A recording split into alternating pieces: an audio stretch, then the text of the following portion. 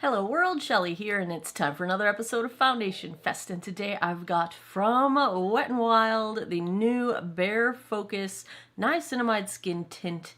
This has 5% niacinamide, hyaluronic acid, peony extract. I picked it up in two different shades, Fair Beige and Rosy Light. This retails for $8.99 on the Wet n Wild website, but I'm seeing it on the drugstore websites for $7.49, and that's for 1.08 fluid ounces or 32 milliliters of product. So at least at the drugstore, that's about $7 an ounce, which is fantastic. Glad to see that Wet n Wild hasn't been hit by the $20 drugstore price bug that seems to be going around. This is, now I don't have my phone with me because it's charging, and I'm taking a risk here. I'm filming this before I gotta go to work, and I'm short on time, but I really couldn't wait to try this, and I much prefer my first impressions to be on camera, and otherwise I was not gonna be able to, I was gonna break my own rule, so I'm gonna film it, but I got to go. So I read the information.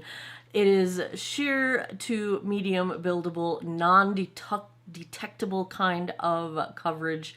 They're looking for a natural kind of a finish. I think I'm going to go with the Fair Beige, the slightly lighter of the two, of course. Let's take a look at this one, these two shades, swatched against a few others in my collection. Swatch time. The first two swatches are today's foundation, the Wet n Wild Bare Focus Niacinamide Skin Tint. The first swatch is in Fair Beige, and the second is in Rosy Light. Third up, I've got from Estee Lauder, the Double Wear Stay in Place and 1C1 Cool Bone. Fourth is the MAC Studio Sculpt in NW15. And last, I've got from Wet n Wild, the Tinted Hydrator in Fair. Yes, Ziva. I'm swatching right now. I've already cleansed, moisturized, and sunscreened this 49-year-old face. I did prime with another new thing from Wet n Wild. This is the Impossible Primer in the stick format. It's a silicone-free primer. I love the Impossible Primer in a tube, so I've already got that on. It is that kind of a cooling sensation when you apply it, so that was nice for the process of waking up. I got a few other Wet n Wild new things. They have this really cool, I like this, Physicians Formula does this too, where you can build your own bundle of a handful of products and basically get them all at a discount.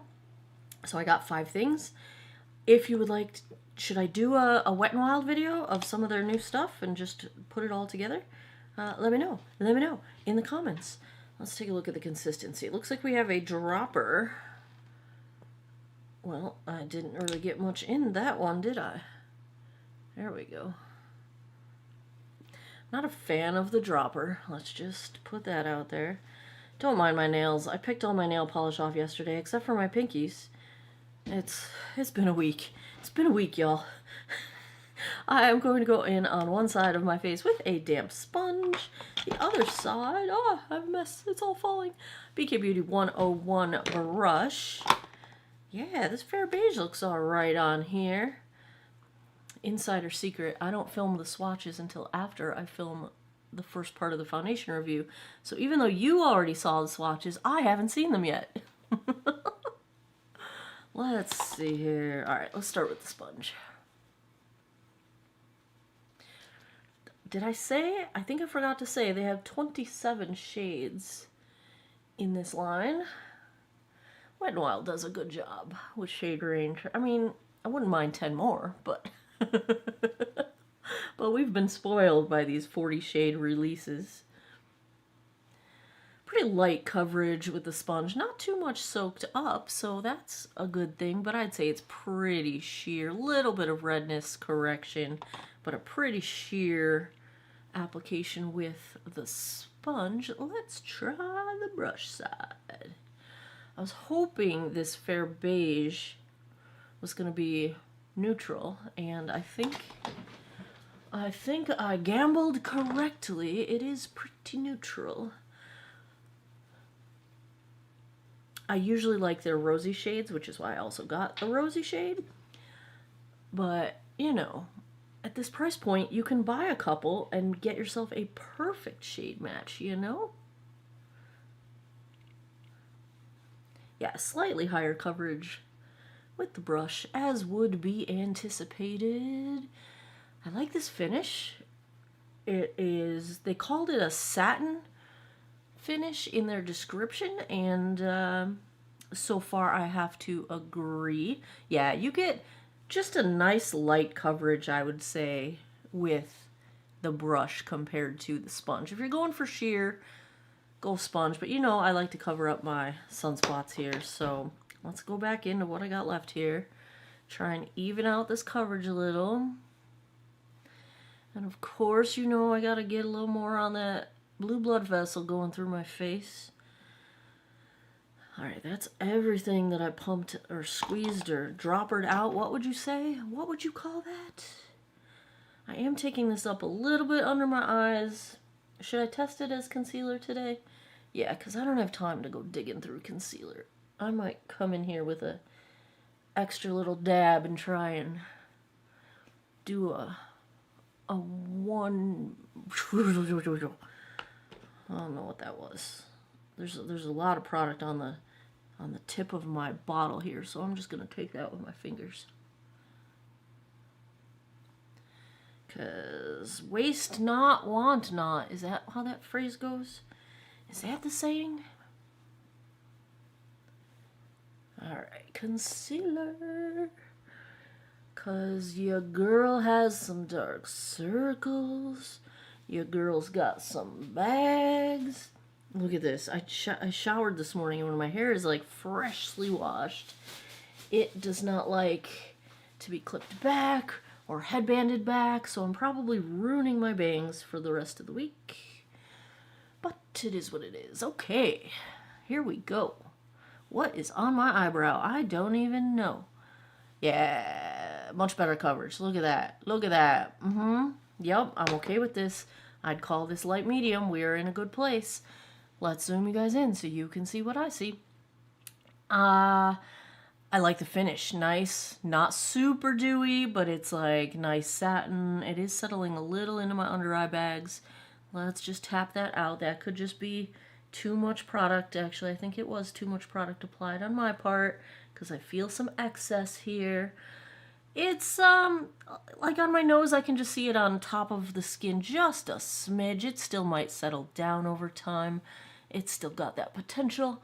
It's not settling into lines. I'm just making sure I got the corners of my mouth here. It's just one of those things. I think at a conversational distance, it's beautiful. And up close, I can just see it a tiny bit sitting on the skin. On my forehead, on my nose, on my chin. I would say it is doing a pretty nice job with the blurring of pores and texture. That also could be the Impossible Primer, because the Impossible Primer is impossibly good. It's really, really, really, really good. We'll see. I'm assuming the stick is going to be a very similar experience to the one that comes in a tube that I love. It's one of my favorite primers. I usually do wear primer underneath my foundations because without it, most foundations would fail, so we don't want that. You know, that's not useful to anybody. So yeah, you know, on camera, like at a distance, this is looking really nice, I think. All right, let me check the time. Now I can't show it to you because I'm looking at it on my iPad like that I do my little filming on. It's 9:52 a.m. You're just gonna have to take my word for it. We're gonna call it 10. Let me go put the rest of my face on as quickly as I can because I have to leave in like 23 minutes. I will be right back. All right, back with the Wet n Wild Bare Focus Niacinamide. I did not have to set this with powder, so everything blended just fine on the rest of my face. Where did it go? Oh, here we go. Palm Desert Bronzer. None of this is going to surprise you. Palm Desert Bronzer. Serengeti highlight from What's Up Beauty. I tried the brand new from Wet n Wild Mega Glow Lip and Cheek Color in the shade Rosy Romance, and it was beautiful. It'd be great for no makeup, but it was not enough color for me today, so I did put a tiny bit of my Lawless Juicy Watermelon on top. My eyes, when I'm in a rush, this eye look is so fast to put together and looks so much more like it took longer than it did. It's the Dragon Eye palette from What's Up Beauty. I adore this palette. I love this palette. I love this palette so much. This is my go-to eye look. I love it. I love it so much. What's Up Beauty also mascara. I used the CoverGirl Perfect Point liner for my waterline today. And e.l.f. Brow Lift is back in my life. Oh, and let's forget the filler. Juicy Watermelon. As I said, no surprises. All right, I gotta go to work. It is crud weather today. Rainy, gloomy. We're supposed to have thunderstorms. Like, ew. Not that I don't like rain. Like, I'm fine with the rain. Rain's fine. Sun is trying to kill me. But it's just gloomy out. Foggy. It's gloomy. It's gloomy. It's gloomy. It actually kind of warms my soul in a weird way. Okay, I'm going to go to work. Mood. Hashtag mood. Right, Ziwa? Well, she is staring at herself in the mirror, and it is creeping me out. Do you see her with her ears back? You probably can't see her. Oh my goodness, what is happening? I always think she sees ghosts or something. Like, what is she looking at? Anyway, I'm going to get out of here. Let's just go. I'll be back with a daylight check-in, assuming I can find some daylight. And then I'll be back tonight, give you guys my final thoughts. Hey all, crazy day. It is after 7 o'clock, and I'm just getting around to checking in. Trying to face the light here, and it's raining. It's been crazy weather. The sky is a really strange color right now. Like, it's not just sunset color. It's a really weird color. But here we are with the foundation. First look I'm getting at of it as well. Hold off rain. Yeah, it's 7:32 p.m. right now. Looks like it has held up pretty well. My nose might be a little red, and maybe I'm losing a little coverage there. Maybe a little coverage lost on my chin, but looks all right so far. We'll wrap this up in a bit. I'll come back tonight. We'll see. Oh, it's starting to rain again. 9:52 p.m. That puts us right around the 12-hour mark. Yeah, that puts us right around the 12-hour mark. Let's take a look at how the Wet n Wild Bare Focus Niacinamide Skin Tint held up. Well, upon closer inspection, my observation at our check-in outdoors was accurate. I've lost a bunch of coverage on my nose and my chin, which is kind of a bummer because I can't believe I'm about to say this. I did not have to blow my nose today. The Nasacort has finally kicked in. So anywhere off on my nose is actually just the product disappearing from normal wear of the day, and it did disappear a bit on my chin as well. Let me zoom you guys in so you can see what I'm seeing. Yeah, there's just a lot of product missing on my nose. Blush bronzer highlight are still intact. Okay, I'm going to need to insert some video of Charlie chasing her tail right now. She's standing on the lamp right next to my vanity, and yeah. So, back to the zoom in.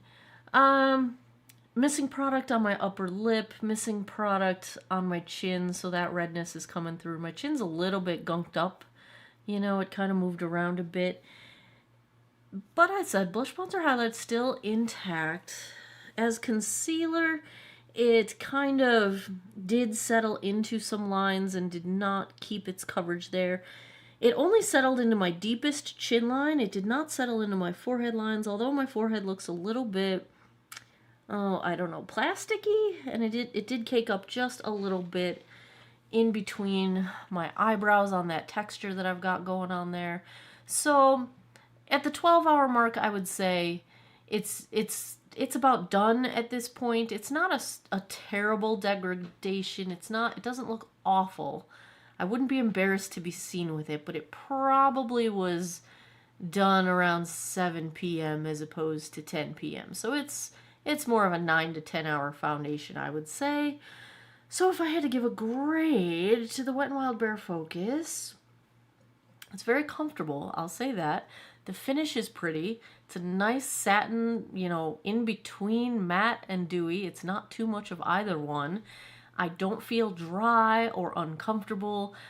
Very minor line settling, although, it did split apart on this smile line just a bit.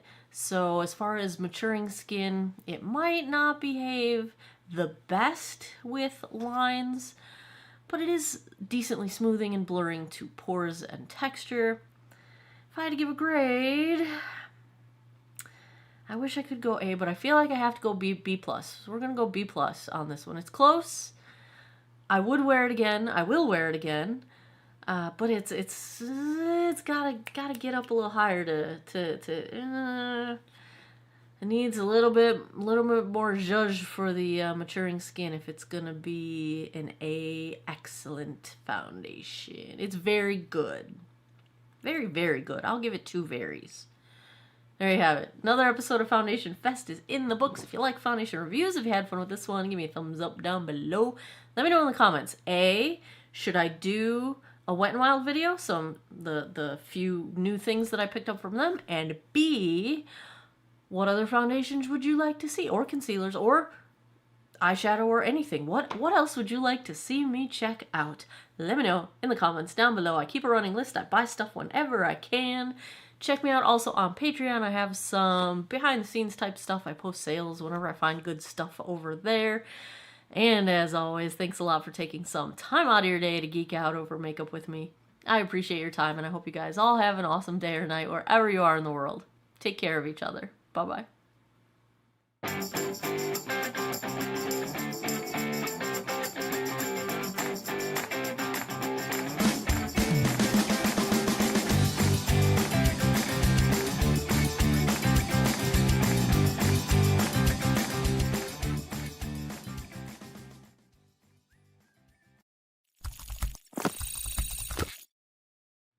Hello world, Shelly here, and it's time for another episode of Foundation Fest, and today I'm checking out from Morphe.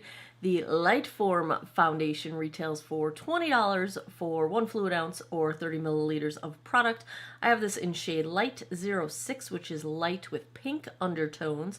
06C, let me correct.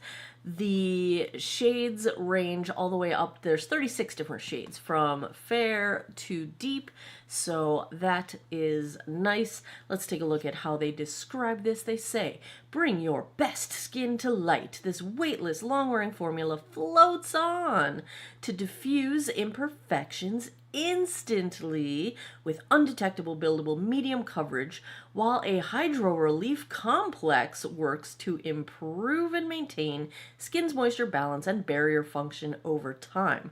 Clinically proven to hydrate for up to 16 hours, Lightform leaves skin with a lasting natural radiance that glows from within.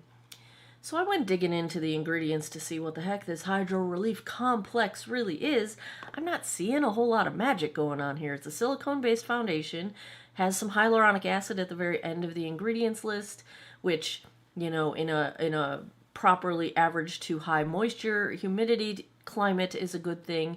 If you live in a very dry climate, hyaluronic acid can actually dehydrate your skin if there's not enough moisture for it to hold on. It'll pull moisture out of your skin rather than pulling it from the air, but that's a more specific scenario going on, but I don't know where the rest of the magic is, because the ingredients look pretty straightforward for a silicone dimethicone based foundation, but we'll see. We'll see how it goes. Let's take a look at shade 06 Cool, swatched against a few others in my collection.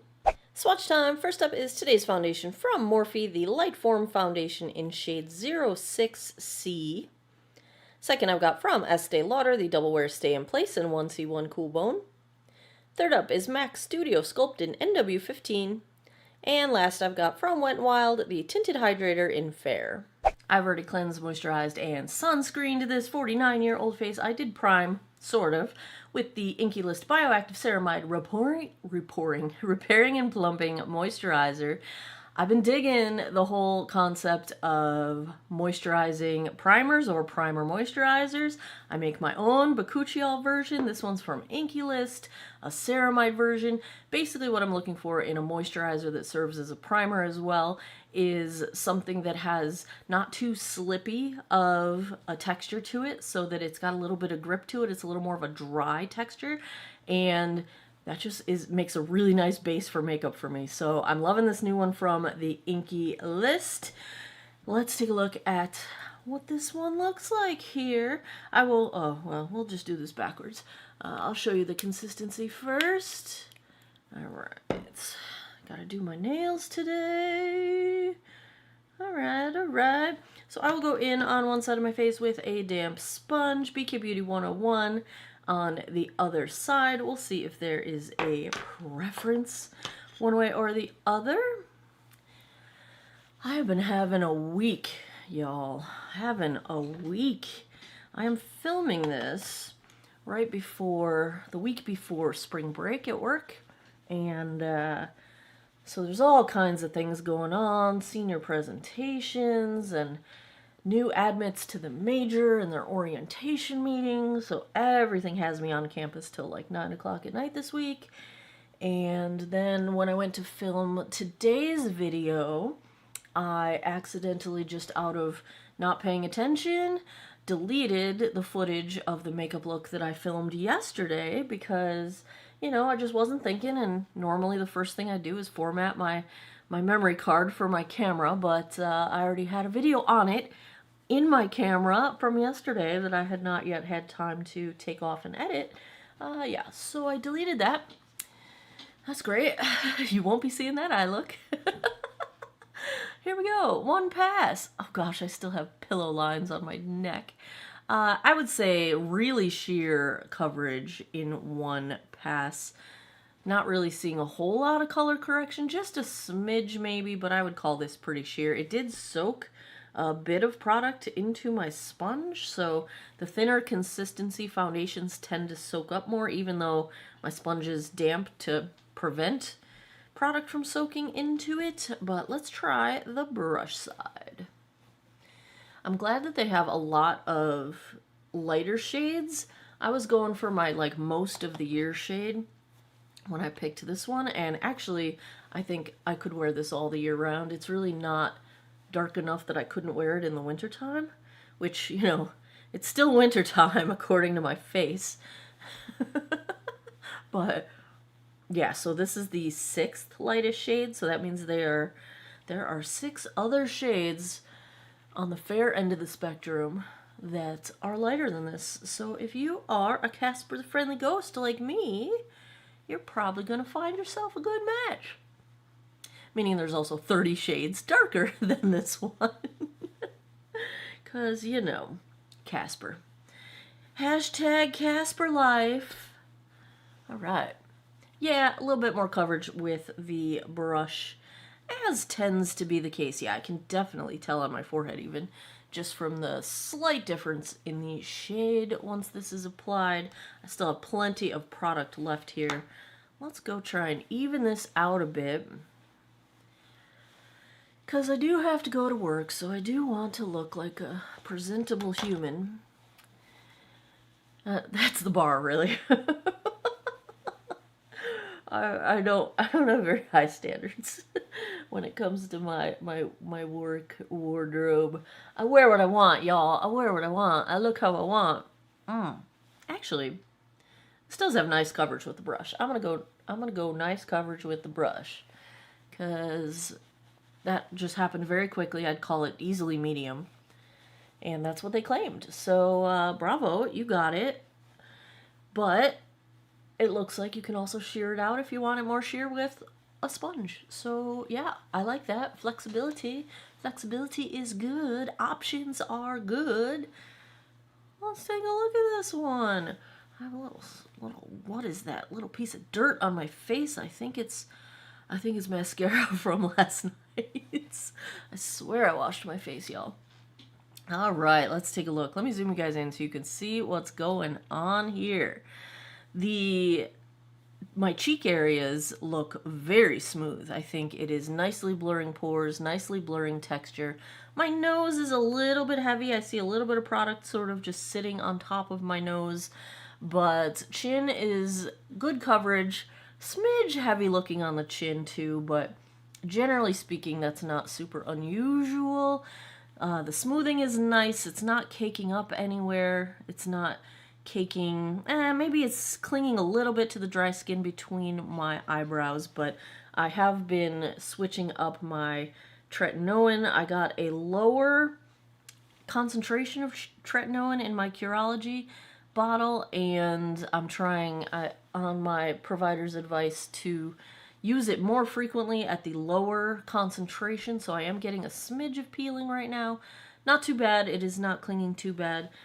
You know, I can see a little bit of product just sitting on top of the skin on my forehead, but it's not bad. It's not bad. And it's to the point where I think it is still possible that it will all kind of melt together as, you know, it warms up to my body temperature and such.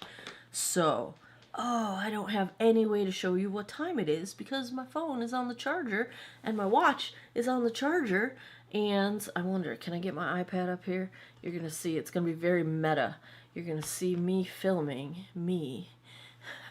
It is 10:58 a.m. I don't know. Can you see the top corner up here? I don't know if you can see it. Isn't that weird? Look at it. It's like we're in a time warp right now. Anyway, let's call it 11 o'clock and let me go put the rest of my face on and I will be right back. Back with the Morphe Light Form, no issues blending, no issues with anything. Did not set this with powder, so Kitten is knocking my box of Ipsy over and it just landed on my foot. So yeah, you might have heard her meow. I don't know why she's trying to get my attention. I think she wants out. She doesn't like to be locked in here. Ziva's locked out. Charlie's locked in. By their own choice. I told Ziva, in or out. In or out. She picked out on the rest of my face. Natasha Denona, this is the Hypernatural Face Palette. I'm wearing the whole thing. That's my whole face. That's everything. Except for the What's Up Beauty Serengeti highlight, because there is no highlight in this palette. So, you know me, cannot live without highlights. Lawless Offset Brow Gel, because my bangs are not cooperating, so I'm just going to push them off to the side, which means you're going to see my brows. So I needed to add some color in there. Mascara is the What's Up Beauty Watch Me Mascara. Lip is Color Street High Gloss Lip Oil in Mocha, which interestingly looks like a warm brown in the package, but on my complexion, it does a really cool, like, somehow I feel like it cools down the pink tone of my lips, so it goes well with any eye looks that have pink in them. I don't know why. I'd have to do some color theory stuff to figure that out, and that's too much work for a Wednesday. I'm filming this on a Wednesday. Hump day, my brain got nothing. Tank is low. Almost empty, guys. Almost empty. Spring break. 2 more days. 2 more days. All right. I think that's all the things. Did I tell you all the things? I think I told you all the things. I'll link all the things down below. Everything I'm wearing will be down there. All right. I'm going to go to work. I wish I was going to get a sandwich. I'm actually starving. Nope, not going to get a sandwich. Going to work. Going to class. Then I'll probably get a sandwich. I hope I will remember to get you a daylight check-in. Gloomy day today. We got some rain on the forecast. That's all I've been saying lately. It's just been gloomy here in Virginia. So, yeah, I'm going to go about my day. I will check back in daylight, and then I will come back tonight, give you guys my final thoughts. Hey, guys, it's about 3:30, so we're at about 4.5 hours. Here's where we're at. Pardon the sweat. Working in my little greenhouse a little bit. There we are.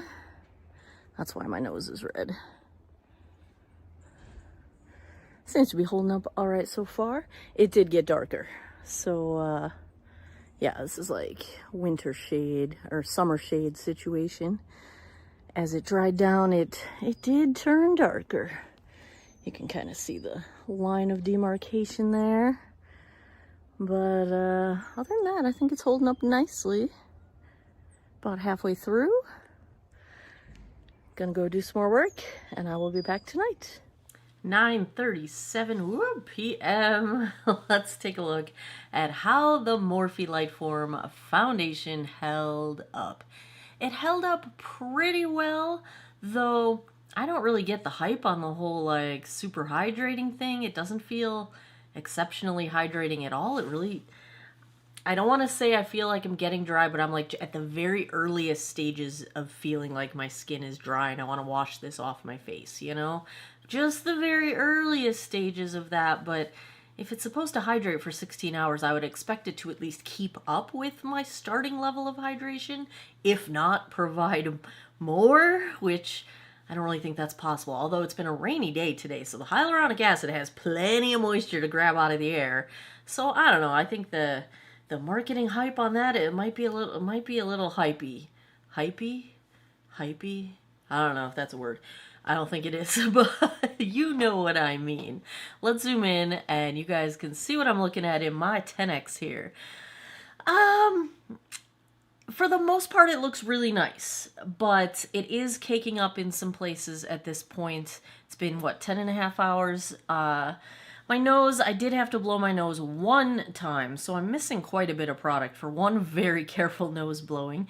And it is on the bridge of my nose, it just looks kind of orange because it had gotten a little bit darker and then it's gunking up in a few places, like just getting a little cakey in a few spots. And on my nose, it's doing that, so that part where it's doing that looks oranger than the rest of my face. Blush, bronzer, highlighter still very well intact. It caked up a little bit on my upper lip and on my under the corners of my mouth. I have some like movement lines that it sort of broke apart there, and it's gunking up a little bit on my chin and settled a little bit into my deepest chin line. It is caked up in between my eyebrows just a little bit, but forehead looks pretty good. It hasn't settled into those lines. It's not doing any major like drag lines, dehydration lines, but I don't feel like it kept up with my hydration. I feel like I am slowly losing hydration as the day has gone on. So, you know, when the drag lines are just starting, and like when I can see my crow's feet in my foundation, not that it settled into the lines, but like those lines become visible because the foundation is drying out around them. Like that's how I know it's starting to dry out.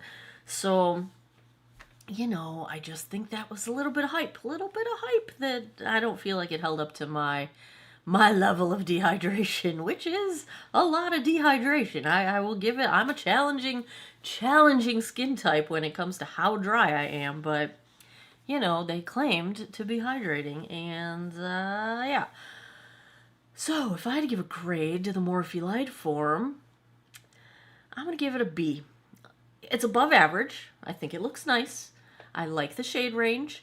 It's nicely smoothing. It's nicely blurring. It didn't settle too much into lines, and even so, it only settled into the deepest ones. But it's iffy for dry skin. Like, it's fine for dry skin. I think in the summertime it would be fine. Like, it's humid out right now. In the winter, I'm not sure if it would be enough for really dry skin, but if your skin's just a little bit dry, it's probably fine. Yeah, I like it. I don't love it, but I like it. I have so many foundations that I love, it probably won't get too much rotation, except for when I self-tan, but like last summer, I bought self-tanner and never used it. This summer, I'll buy it again. Am I going to use it? Probably not. I was in Ireland last summer, though, so that was... Maybe I'll use it this year. Maybe I'll self-tan for a couple weeks. I don't know. There you have it. Another episode of Foundation Fest is in the books. If you like foundation reviews, if you had fun with this one, give me a thumbs up down below. Let me know in the comments, what would you like to see me review next? I keep a running list. The more people request different things, the more likely I am to buy it. And I buy them whenever I can. And you can follow me over on Patreon. I like to And I find good sales, deals, stuff like that. I post it over there. I've also got some tiers you can subscribe to if you want to support my work. I appreciate you any which way, free or paid. Share, like, comment. It all helps the algorithm. And we live and die by the algorithm here in the YouTubes. So that's all for me. What about you, Ziva? Is that all for you? Okay. Yeah, Ziva says that's all. There you have it. As always, thanks a lot for taking some time out of your day to geek out over makeup with me. I appreciate your time, and I hope you guys all have an awesome day or night wherever you are in the world. Take care of each other. Bye-bye. You're the best. You are the best. I know.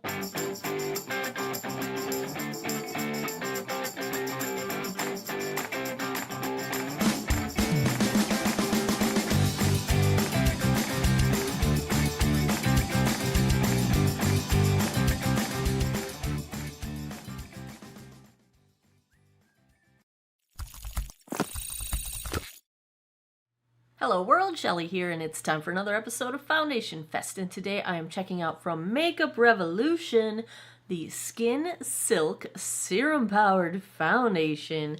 Retails for $14 for 1 ounce or 30 milliliters of product. Comes in 20 different shades. I've got this in shade F7, which is described as light neutral. I went with that number based on my previous experiences with other similarly numbered foundations in the Makeup Revolution line. They describe this as a soft as silk, light as air, powered by skincare foundation. Whew. Makeup Revolution's first ever light to medium coverage skin loving serum foundation is here, enriched with hyaluronic and peptide complex. That's not the way you phrase that. To plump and hydrate your complexion, hyaluronic acid and a peptide complex. Anyway, grammar aside, I did look into the ingredients. It appears to be a pretty typical silicone-based foundation. It does have added fragrance, pretty high up in the ingredient list, like a third to a halfway down, far before all of the skincare peptide ingredients. So that says to me there's not a whole lot of skincare in here. You know my beliefs. Do not count on skincare in a makeup product to replace any of your actual skincare routine. Nice little bonus. Glad it's there. Not mad at it, but it doesn't really count. This is getting 3.5 out of 5 stars on Ulta's website. Only 28 reviews so far. It's a pretty new product. So let's take a look at shade F7, swatched against a few others in my collection. Swatch time. First up is today's foundation from Makeup Revolution, the Skin Silk Foundation in shade F7. Second, I've got from Estee Lauder, the Double Wear Stay in Place in 1C1 Cool Bone. Third up is MAC Studio Sculpt in NW15. And last, I've got from Wet n Wild, the Tinted Hydrator in Fair. I've already cleansed, moisturized, and sunscreened this 49-year-old face. I have primed with my handmade bakuchiol cream, which you can get your hands on.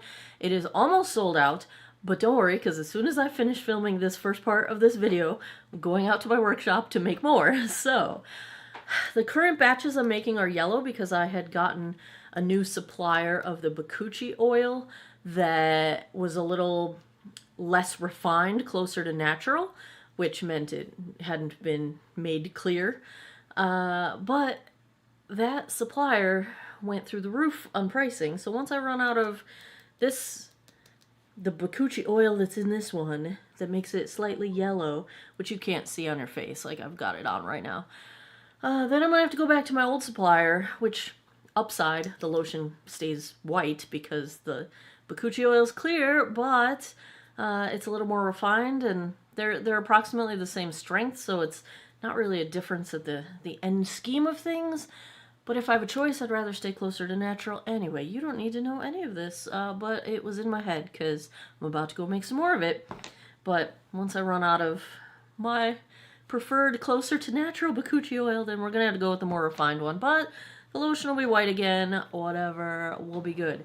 Let's take a look at the consistency of this one. Ooh, I forgot to tell you, I'll go in on one side of my face with a damp sponge, other side BK Beauty 101. We'll see if there is a preference one way or the other. Alright, let's see how runny or not. Alright, I'm probably going to need 2 pumps, I'm guessing. Let's just put it on here while we're here. There's our drip factor. Alright. So, shade-wise, if I went any lighter, I think I could still wear it, because I have some that are F5, and they're fine, but they're more winter shade for me. So since we're approaching spring, I figured I'd go like the step darker for, you know, spring, summer, fall. I really could get away with either way. And when I do have lighter shades, I just bronze them up a little bit more. And that way I can still use them year round. But the shade actually looks like a pretty good match for me, because my skin is still in the dead of winter. Oh, these furry hairs. I'm trying not to get... So whenever I clip my hair back like this to do my makeup, my bangs end up parting and then they don't go back to being flat. And so I'm trying to, like, clip them in a loose way so that they don't get messed up. I don't know. We'll see. We'll see. Pretty sheer coverage with a sponge. Minimal color correction, but not a whole lot going on with a sponge application. Let's see how the brush does. Typically, what did I get all over my face? What is these little dark, like dirt spots? What have I done? I don't know. Alright, let's see here. It's a smidge dark of a shade, but not really. Dark would be overstating it. It's just like a smidge darker than my actual skin tone. Which is okay because my arms are actually... I usually go to match my arms, and my arms are a little darker than my face is naturally, so this is actually a pretty good shade match for me, I think. Alright, yeah, it's slightly higher coverage with the brush. I can just tell from how much redness is visible on my chin. Maybe I didn't need 2 pumps. I'm going to have a lot left over. Let's try and even this out just a smidge.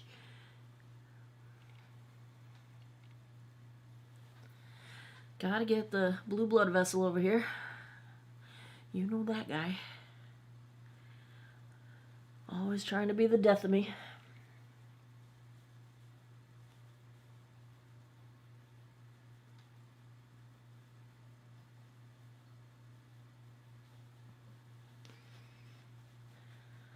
Alright.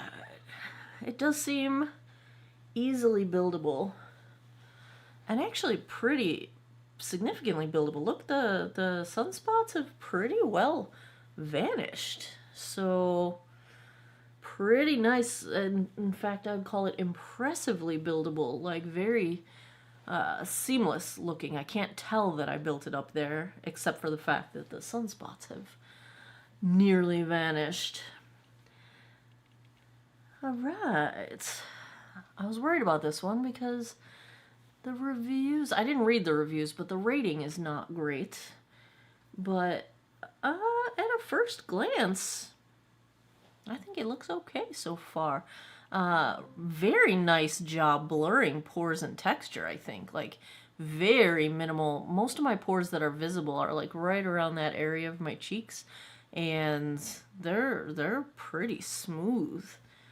I'm barely seeing them. Even my nose looks pretty nice. Let me zoom in so you can see what I'm seeing. Pretty smooth looking in terms of texture and pores. The product doesn't seem too heavy anywhere, like even on my upper lip or on my nose, which are usually trouble spots for me, it is looking pretty good. In between my eyebrows, I can see the product on my skin just a little bit, but it's not caking up or anything really. Forehead still looks fine. It doesn't look like it's accentuating lines. It does look like it has the potential to look a little dry on my forehead. We'll see how that goes as it kind of sets down to the rest of my face and warms up to my body temp and all that good stuff. But at first pass, I'm gonna say it looks pretty, like a nice little sort of silky veil going on over everything. Okay. This is why I don't read reviews before I review my own, because I don't want to be biased by what other people thought of the thing. But look how much I have left over. So I really did not need to put a second pump down. That's a lot left over. All right, one pump seems to do ya. Let me check. 3:01 is the time. Let me go put the rest of my face on. I will be right back.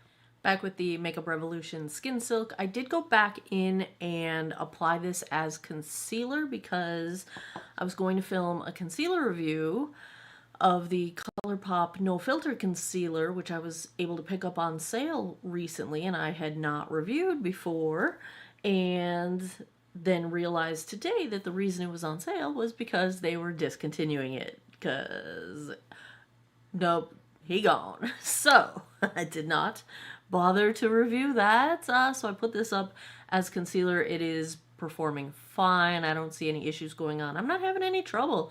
No trouble blending, no trouble with anything. I think it got a smidge darker as it dried down, so this is, you know, approaching more of a summer shade. It's really not too far off, but a little bit of, I wouldn't say oxidation, I'd say we were still in the dry down phase. Oxidation's like over time as the day goes on, when it's interacting with oxygen and having a negative shade impact that way. Dry down pretty much happens with all foundations. Some will change color as they dry down, some won't. Most will adjust at least a tiny bit from what they look like wet. So I would say this is dry down, not oxidation.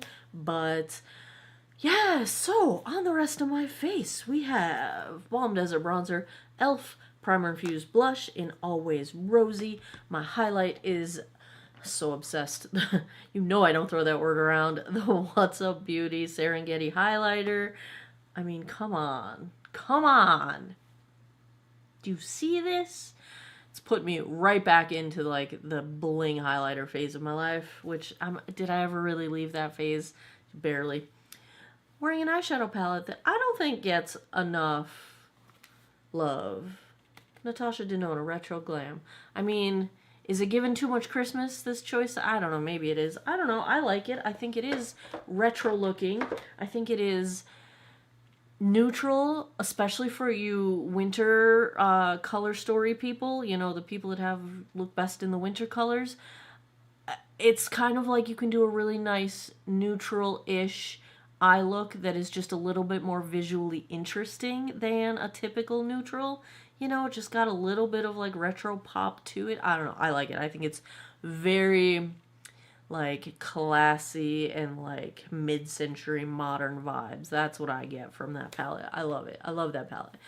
That's happening. My mascara is Color Street Triflex. My Tightline is the CoverGirl Perfect Point Plus pencil. My lip is Color Street High Gloss Lip Oil. These are restocking in March. Am I wearing anything else? Lips, eyes. Did I say mascara? Yes. Tightline. Face. I think I got it all. Okay. I'm not going to go get a sandwich today. I'm going to go out in the workshop and make some bakuchiol cream. And I think I'm going to make a magnesium lotion today. And we'll see how that goes. I already have a lotion recipe that I like. So this will be me injecting some magnesium in there. And we'll see how that goes. And yeah, I'll come back in a bit, give you guys daylight check-in. Come back tonight, give you my final thoughts. Hey guys, it's about 20 after 5 right now. Here is where we are at with the Makeup Revolution. Feels a little bit drying, but nothing terrible going on. I don't know if I'm going to be able to step into any direct sun. I think there might not be enough direct sun. Ooh, there we go. Look at that highlight.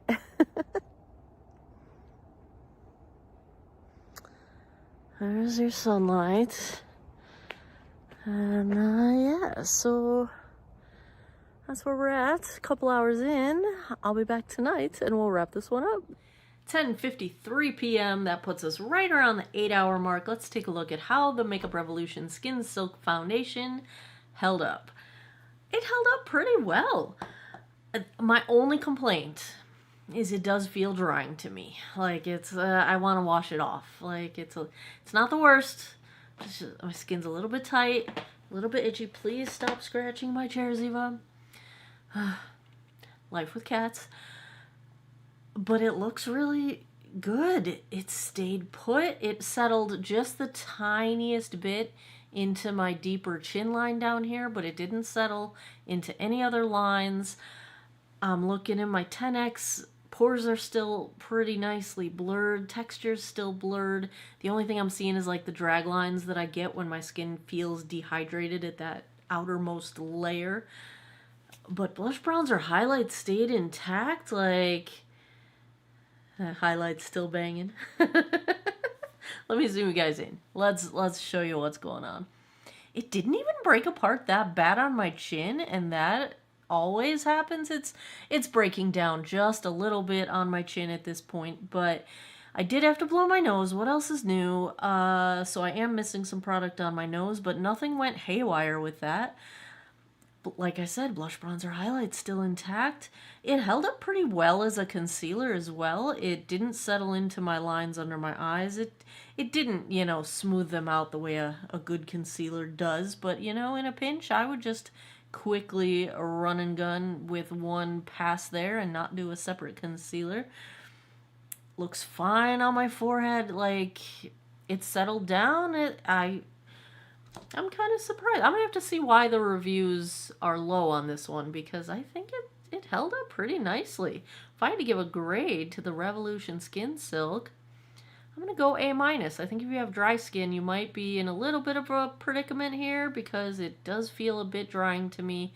But other than that, I think it looks quite nice and it wore pretty well. And we're going to go A- on this one. There you have it. Another episode of Foundation Fest is in the books. If you like foundation reviews, if you had fun with this one, give me a thumbs up down below. I was able to get my Bakuchiol made, so that is fully restocked, and I added one new thing to my shop tonight. 2 different scents, while unscented, and cherry almond of a magnesium body lotion. So check that out, shop GOOW.com. As always, thanks a lot for taking some time out of your day to geek out over makeup with me. I appreciate your time, and I hope you guys all have an awesome day or night wherever you are in the world. Take care of each other. Bye-bye.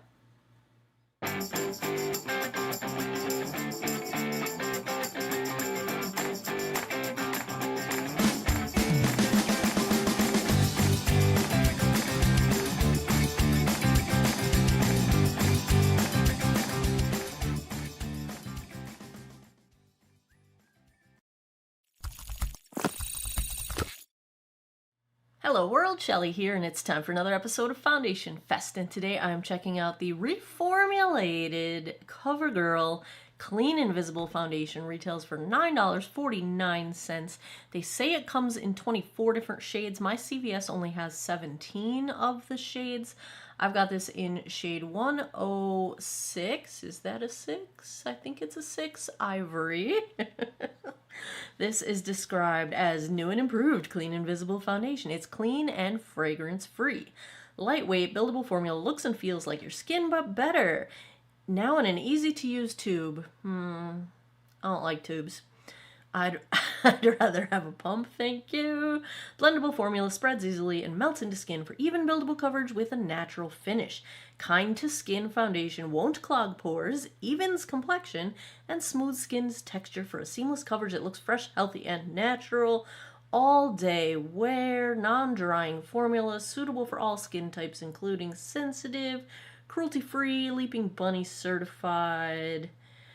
Well, the bottle is made of 30% post-consumer recycled material, so that is nice. It is vegan, 100% natural origin pigments. So, let's take a look at shade Ivory, swatched against a few others in my collection. Swatch time. First up is today's foundation from CoverGirl, the Clean Invisible Foundation in shade 106 Ivory. Second, I've got from Estee Lauder, the Double Wear Stay in Place in 1C1 Cool Bone. Third up is MAC Studio Sculpt in NW15. And last, I've got from Wet n Wild, the Tinted Hydrator in Fair. I've already cleansed, moisturized, and sunscreened this 49-year-old face. I was feeling a little dry, so I didn't put on primer, but I did put on some of the Lawless Forget the Filler. This is the Skin Plumping Line Smoothing Perfecting Cream. It just gives you a little zhuzh of moisture. It actually does smooth a little bit like a primer, so I use it both ways. I use it as moisturizer or primer, or when I need them both. So let's check the consistency on this guy. Oh, I did not take the little tabby tab off. Now, you just saw me do swatches, but I don't film the swatches until after this part, so I'm just opening this for the first time in real time, but you already know what this looks like. All right, let's see what we got going on here. All right. Is this going to be light for me? I don't know. We are going to go in cat hair on my face on one side with a damp sponge. These are from AOA Studio, the Paw Paw Buck 25 sponges. Other side I will use my BK Beauty 101. We'll see if it applies any differently one way or the other. I thought as soon as I squeezed this out that maybe this is a little light for me. That would surprise me. But we'll see. Not a bad shade range for a $9 product, $10, since most things at the drugstore are now pushing $16, $17, $18. Well, that blended out super easily. Super light coverage with the sponge, although you can see a little bit of redness correction. So one coat in the sponge, I would call it fairly sheer, fairly invisible. Let's see if we get any more coverage as far as the brush side goes. And then you know me, I'm a medium coverage girly by default. Why did I call myself a girly? I feel like I'm on TikTok or something.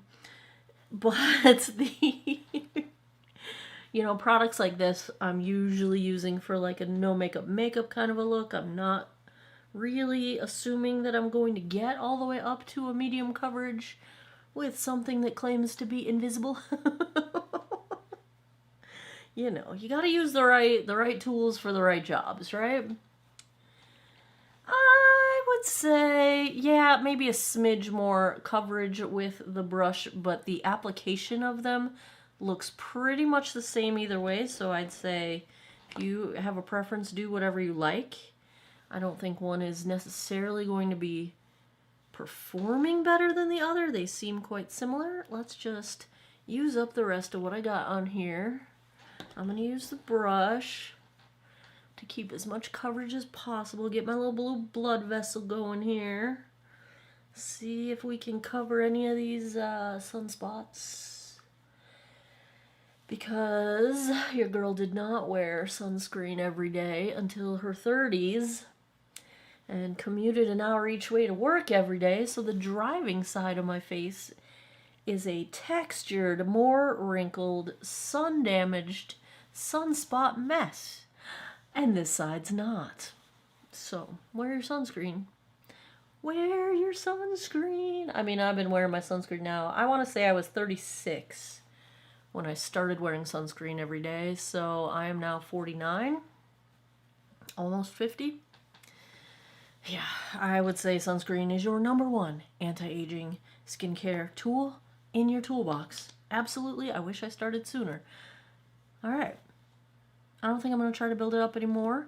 I do, let's use a little bit as concealer. I'm just going to take what's, you know, on the tip of the, whatchamacall, tubey tube here, and see if I can at least just get a little, get it all up in my eyebrows. That was not the plan. See if I can get it in to cover up a little bit of my dark circles. Because I'm just going to go for a super light makeup look today. Well, I say that now, but you know that you never know what happens. As soon as you open the eyeshadow palette, sometimes strange things happen. But my intention because I'm running so late today. I fell down the rabbit hole answering YouTube comments, and like an hour and a half went by and I didn't even realize it. So since I'm getting a late start, I would like to do a quick makeup look. We'll see. We'll see. Let me zoom you guys in. Let's take a look at what we got going on here. I don't think it is too light for me. I think the shade is actually going to work out fine. Now that it's starting to set down a little bit, I would call this sheer to very light coverage. I don't think you're going to get much beyond what I would call light coverage. Now, I've got some peeling going on. I've got some peeling on my chin. I've got some peeling on my upper lip. And it's really handling it pretty well. I mean, I can kind of, if I look really close in the 10x, I can tell that I've got peeling going on, but at a conversational distance, I feel like I'm not even really able to see it. It is kind of sitting on top of the skin in a couple places on my cheeks, but that also sometimes does settle down and sort of melt into the skin as it warms up to my body temperature and all that. So we're going to hold off on judgment until I get the rest of my face on and see how this is reacting after it has set down. I would call this a natural satin finish. It's not dewy, it's not matte. It's that natural right in the middle, kind of like an invisible. It's named accurately. I don't think it's doing a lot to blur pores, but I think it is looking fine on my texture. I'm not noticing the texture any more than my non-textured side of my face, so it is kind of a your skin but evened out a little bit. We're gonna hold off until we know if it's better or not, because I do see just a little bit of clinging to some of my dry skin, but we will give it a minute. Let's check the time. It is 3:26. Let me go put the rest of my face on. I will be right back. Back with the CoverGirl Clean Invisible Foundation. It's okay. I did not set it with powder. Now that it is set down completely, it just kind of clings to skin in a few different ways where you can see the product on top of the skin. You know, it's okay. We're not in a bad place. It's just not my favorite look ever. But did not have to set it with powder. And here's what we got going on. Rest of my face, Essence Kissed by the Sun. This is in Star Kissed. It's got a very nice, subtle red undertone if you are fair-skinned and you prefer a red undertone. It's not super pigmented, but that could be a good thing if that's what you're going for. I like it for lighter makeup days. Flawless Juicy Watermelon Blush. My eyes are the Pokemon palette from ColourPop. I love this palette so much. Oh, it's so pretty. The glitters, they have just combined really cool glitter combos that just look gorgeous on the eyes. And I know the camera is not picking up all the color shifts of the little holographic glitter pieces, but it's so good. It's so good. If you like color. And you should. Everybody should like color. It's so much fun. What else am I wearing? Essence, Stay and Play. I've been tightlining a lot with this pencil lately, and I'm really liking it. This might be my new go-to. Expect to see more of this. Mascara is the CoverGirl Eye Enhancer. My lip is the Pokemon Thunderbolt. This is the pH color changing lip balm. I have to show you because it just looks really cool. Look at this thing. Look at how cool. I'm in love with this whole collection. But I love Pokemon. I play Pokemon Go still to this day. So yeah. Oh, and I have a little highlight on. Wet n Wild, Date or Dominate. Just a smidge. Just a little touch. Just a little touch. I think that's everything. Oh. I'm still using the brow lamination. L'Oreal brow lamination. It's not quite enough hold for me. But I have it, and it's almost enough hold, so I've just been wearing it when I'm doing no makeup kind of a... Even though I went way overboard, this is not no makeup, but, anyway, that's what I'm wearing. I have no product in my hair. Nothing. Look at this insanity. I already missed my pigtails. Don't worry, the pigtails will come back. I usually can't handle it, and then I tie the pigtails up, and I don't know. I just washed it this morning, so I feel like I kind of have a bowl haircut because why can I never blow dry my hair as properly or well or beautifully as my hairstylist does? Tammy, you're a genius. Tammy at the studio, if you're ever in Harrisonburg, Tammy is a genius with curly hair. She's a genius with, oh, let's just say messed up hair because I like to bleach my hair and do all kinds of crazy things to it. She is a genius with short hair. When I started seeing her, I had very long hair. She's a genius with long hair. She's just so good. Go see Tammy in Harrisonburg at the studio. But Tammy, you blow dry my hair much better than I do. So, I don't even know which direction these things are going. Like, look how crazy this is. I just can't. That's why I wear pigtails every day. Pigtails. I'm just going to put the pigtails in. I'm probably won't even make it to the end of the day. All right. I'm going to go get a sandwich. Do you see how dark it is in here? Like, can you tell how much studio light is on me? It's because it's so dark. I'm looking past you out my window. It is so dark outside. I mean, it's only 3:49 right now. It looks like we're about to have thunderstorms. I think I heard a rumble of thunder. But I'm going to go get a sandwich, and we're going to hope we have no hail on my Jeep. And gotta go to the post office, drop off some orders to ship out. Anyone that's been waiting for the scented version of my magnesium lotion, I am going to be making a restock of it. My magnesium restock should be coming, well, by the time you see it, it'll already be here and hopefully already be restocked. So check if you've been waiting for that. My magnesium is supposed to come tomorrow, which to you already happens in your time by the time you see this, because this video is gonna go up in a few days. And yeah, so that's my plan for the day. Gonna get a sandwich, gonna make some stuff, gonna go to the post office, not in that order, but I'll be back with a hopefully daylight check-in if we ever get any daylight. And then tonight I will come back and give you guys my final thoughts. Hey guys, it is almost 7:30, so what is that, like 4 hours-ish? Here is where we are at with the cover girl. Shade situation. It feels a little bit dry, like, and you see how I'm getting like my little crepey lines when my skin's dehydrated. It's just not a very hydrating formula. I don't think it maintained my hydration or added any. I don't think it looks bad. I think it looks okay. Just, it's not doing a whole lot for me, I guess, is the, you know, like it's not a ton of coverage, which we knew that going in, it wasn't going to be. But, you know, if you're not going to cover stuff, and you're not going to smooth things, and you're not going to hydrate me, then why am I wearing you, you know? But that's where we're at the 4 hours-ish mark.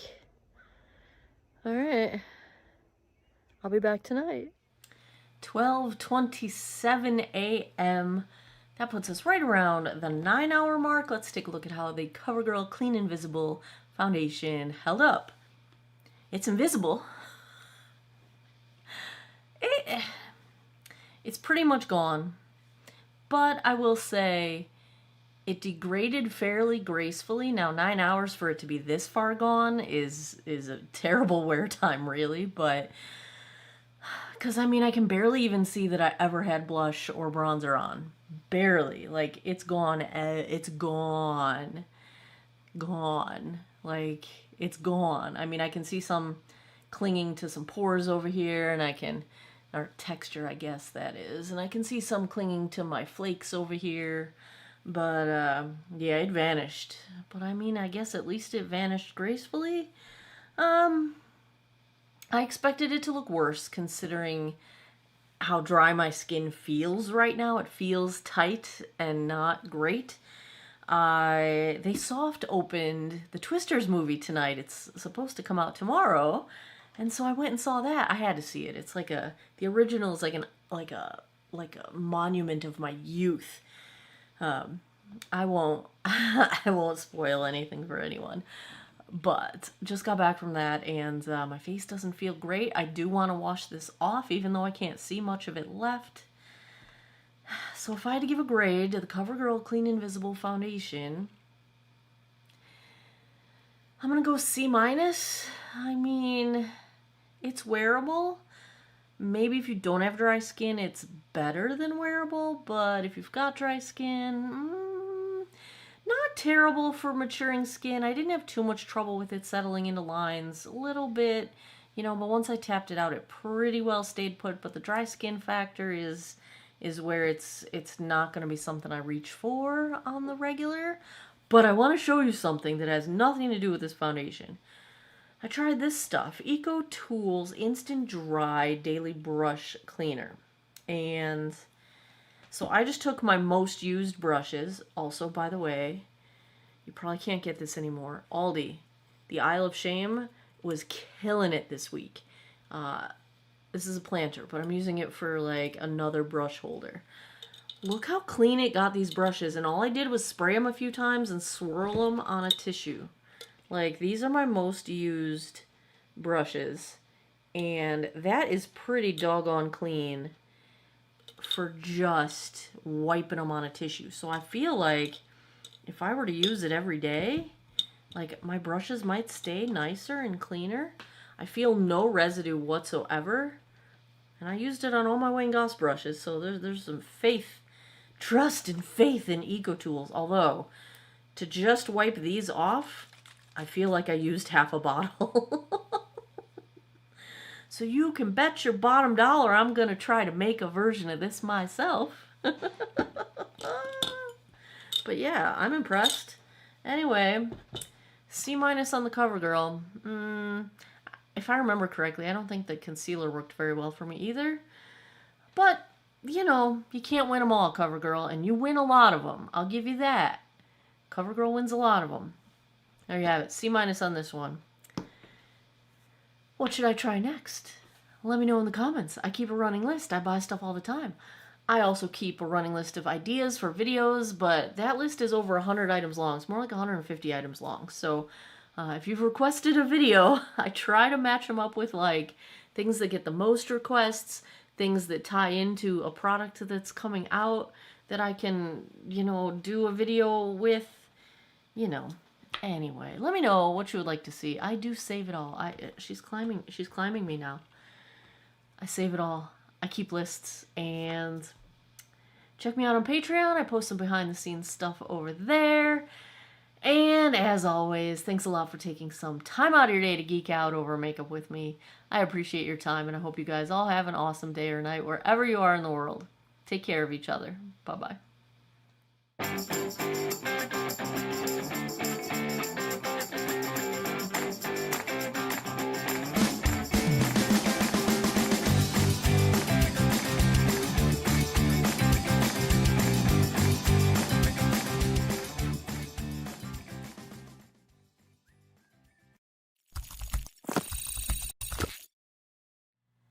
Hello world, Shelly here, and it's time for another episode of Foundation Fest, and today I'm checking out from Milani the Conceal and Perfect Blur Out Skin Tint Stick. Retails for $16.99 for 0.28 ounces of product. Comes in 25 different shades. I've got it in the third lightest shade, light with neutral undertone. This is described as: swipe on a soft filter with Milani Conceal and Perfect Blur Out Skin Tint, a buildable light to medium coverage skin tint with a natural soft matte second skin finish.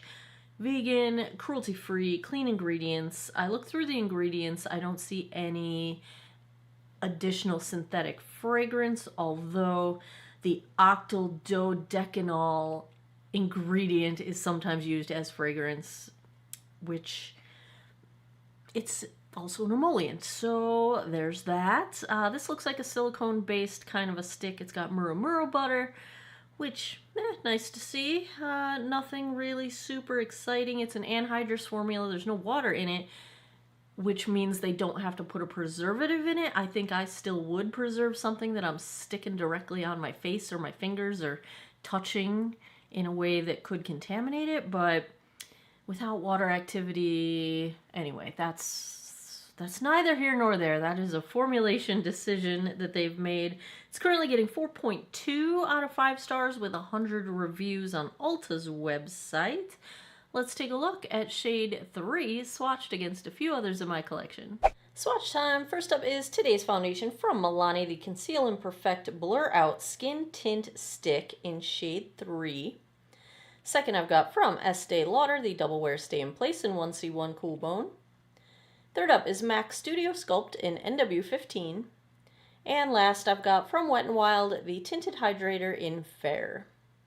I've already cleansed, moisturized, and sunscreened this 50-year-old face. I did put on a little bit of my lip treatment, my smoothing lip treatment that I make, so that that will sink in by the time I am done putting on my makeup. I also primed with the Aldi dupe of the Bobbi Brown Vitamin Enriched Face Base. I will go in on one side of my face with a damp sponge. Other side, I've got my Artis Oval 7 brush. Sponge and stick usually don't go so well together for me, but we'll try. Oops. Well, there was a cap on there. It's now on the floor, so I don't recommend putting it back onto here because that's gross. That's the smoothest looking top to a stick I think I've ever seen. Look how, I don't know if it's going to come off on camera. Look how smooth that is. Yeah, you can see the reflect. That is very smooth. Let's see how this goes, shall we? Curious what it smells like. No, it doesn't smell like any fragrance. It smells like kind of plastic. It just looks like a silicone-based foundation as far as, you know, dimethicone is the first ingredient, so nothing surprising there for a stick. I am not anti-silicone. I actually really enjoy the look and feel of silicone makeup. Silicone-based products. This is lighter than I was expecting for a description that called it light. Usually this would be what I would call a fair shade, but let's see how we're doing. Stuck on my nose a little bit here. Pretty sheer coverage with the sponge. I hesitate to say there's redness correction because I can still see a good amount of redness coming through on my cheeks, but they said this is light to medium. Let's try the brush side. It did blend out just fine with the sponge, so it is emollient enough to move around without too much trouble. So that's nice. Yeah, this is a pretty fair shade to be called light, just compared to what other brands typically call things. Let's try the brush side. Yeah, this blends out super nice, like super easily. Like, look how smooth it just moves. That isn't always the case with stick foundations. Sometimes there's more drag. I like less drag. Makes it easier to apply, means you're doing less tugging on your skin. You're invoking fewer wrinkles over time. That's pretty sheer with the brush too. Slightly more coverage, I would say, with the brush than the sponge, but it's still pretty sheer. Oh, cat hair. What else is new? Let's get rid of that, shall we? Yeah, I'd say pretty sheer overall. I don't think we're even quite at light coverage, so I can't see this becoming medium coverage. I'm going to take this under my eyes a little bit and use it as concealer. Let's try and build this up and get somewhere in the ballpark of the medium that they claim, or at least try to. We might not be successful, but I get redness coming through on my chin, on my nose. I have my blue blood vessel here under my eye that I like to cover up because it just kind of turns purple. Forehead always could use some smoothing from foundation. Let's get this eye. Oh, for anyone that was watching a few days ago when I started having my dermatitis on my eyelid and I was like, I don't know what I was doing that made it happen. Yeah, I figured it out. My cellar water. it always irritates my eyes, and I always pretend, nah, it'll be fine. It's not gonna irritate my eyes. It always irritates my eyes. But then I get lazy, and I use it to take my eye makeup off, and then it irritates my eyes, and then I can't figure out why my eyes are irritated.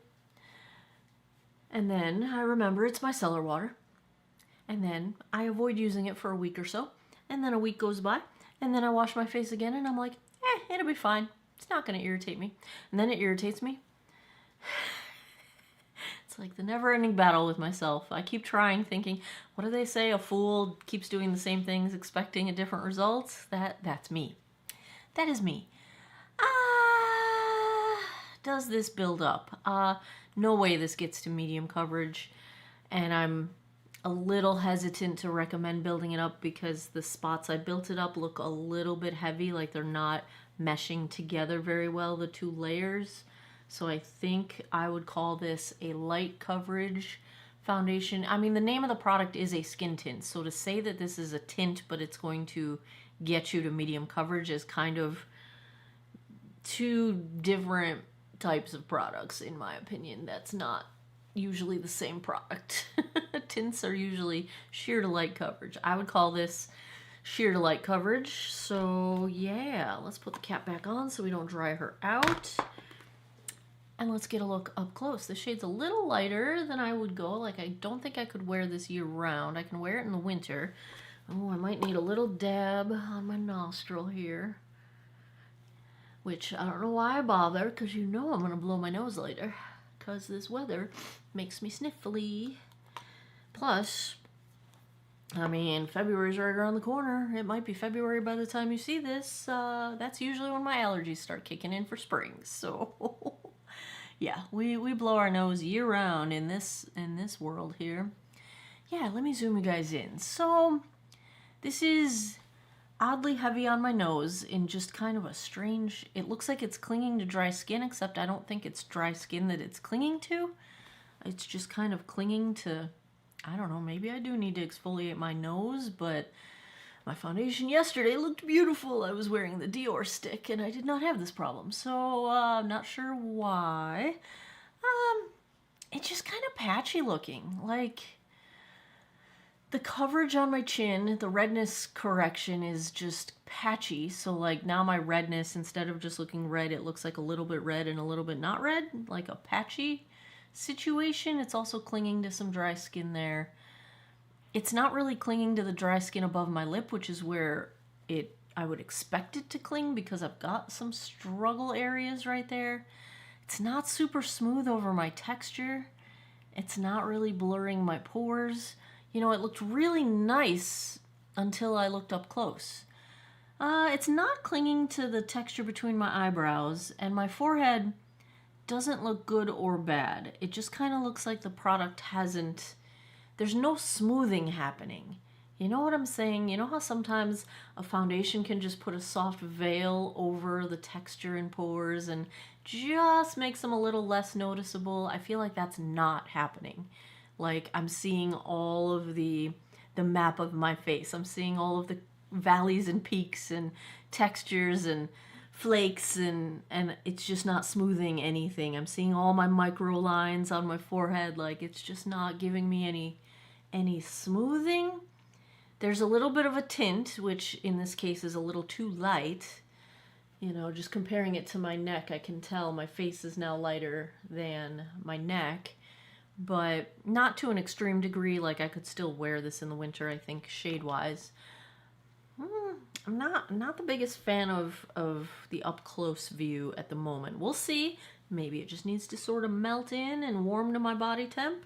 It's almost 2 o'clock. Let me put the rest of my face on. I will be right back. Back with the Milani Blur Out Skin Tint Stick. It's just looking more and more patchy. Like, I feel like it kind of has... I don't know if it has moved around or disappeared in certain spots. I just feel like the coverage is not even. That there's just redness in different spots that I can just see through. I don't know. It's just kind of strange. It's just kind of strange to me. I'm not enjoying it at the moment. Comfortable, feels really nice on the skin. Like, I don't anticipate any problems there. I did have to tap out a lot of the product under my eyes because it was settling into the lines under my eyes, which is interesting because it didn't settle anywhere else. It's not, well, it is settling into that deepest forehead line, but it's not really settling anywhere else. But you see how now that just took a ton of product away. I barely tapped my skin. Like, although it doesn't feel like it's not set down. It feels set down. It's just, I'm kind of confused by this one. I guess it is settling a little bit into my chin line. It's not settling into my smile lines.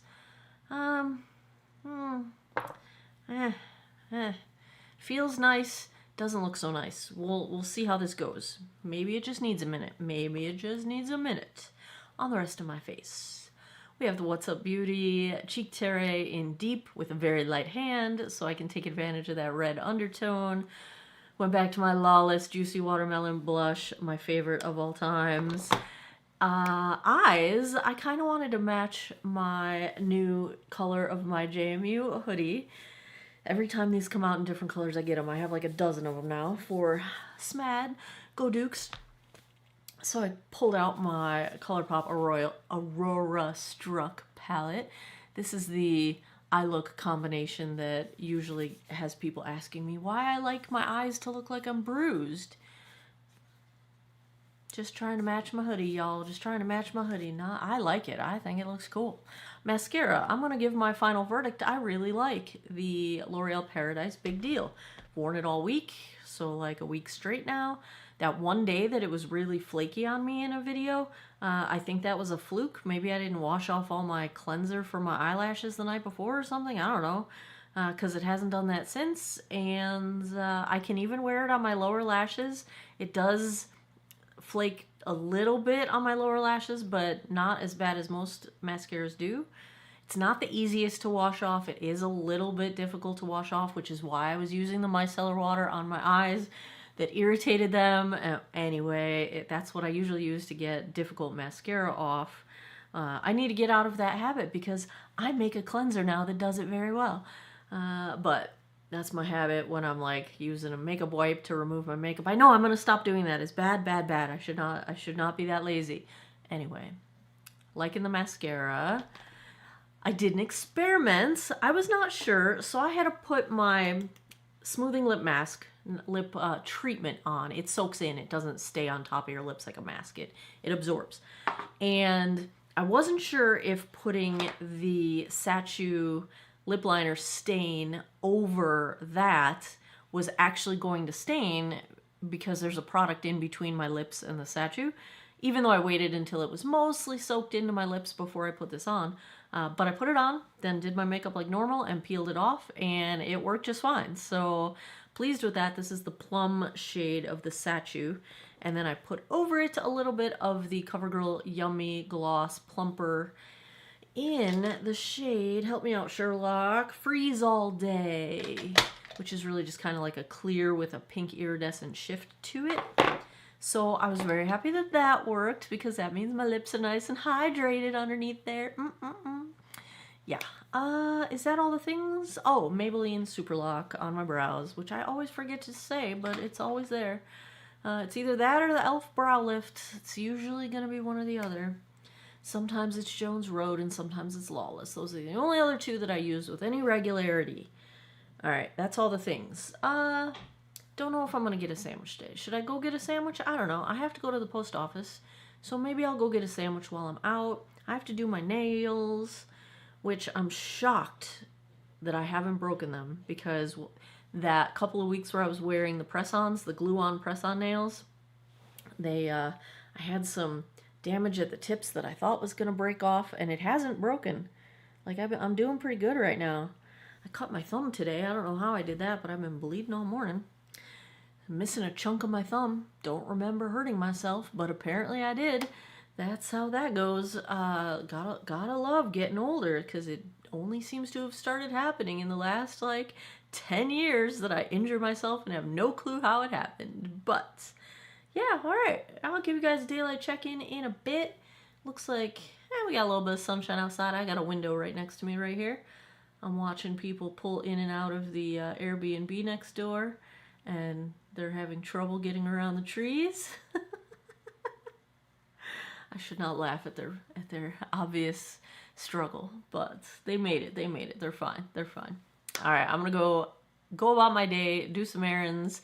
I will come back, give you guys a daylight check-in, then I'll be back tonight and give you guys my final thoughts. Hey guys, since I have a little bit of sunlight and it's cloudy now, and I feel like if I wait till I get home, it's gonna be darker, here is where we're at. I have not blown my nose yet today, and as you can see, it already looks completely like there's no foundation on it.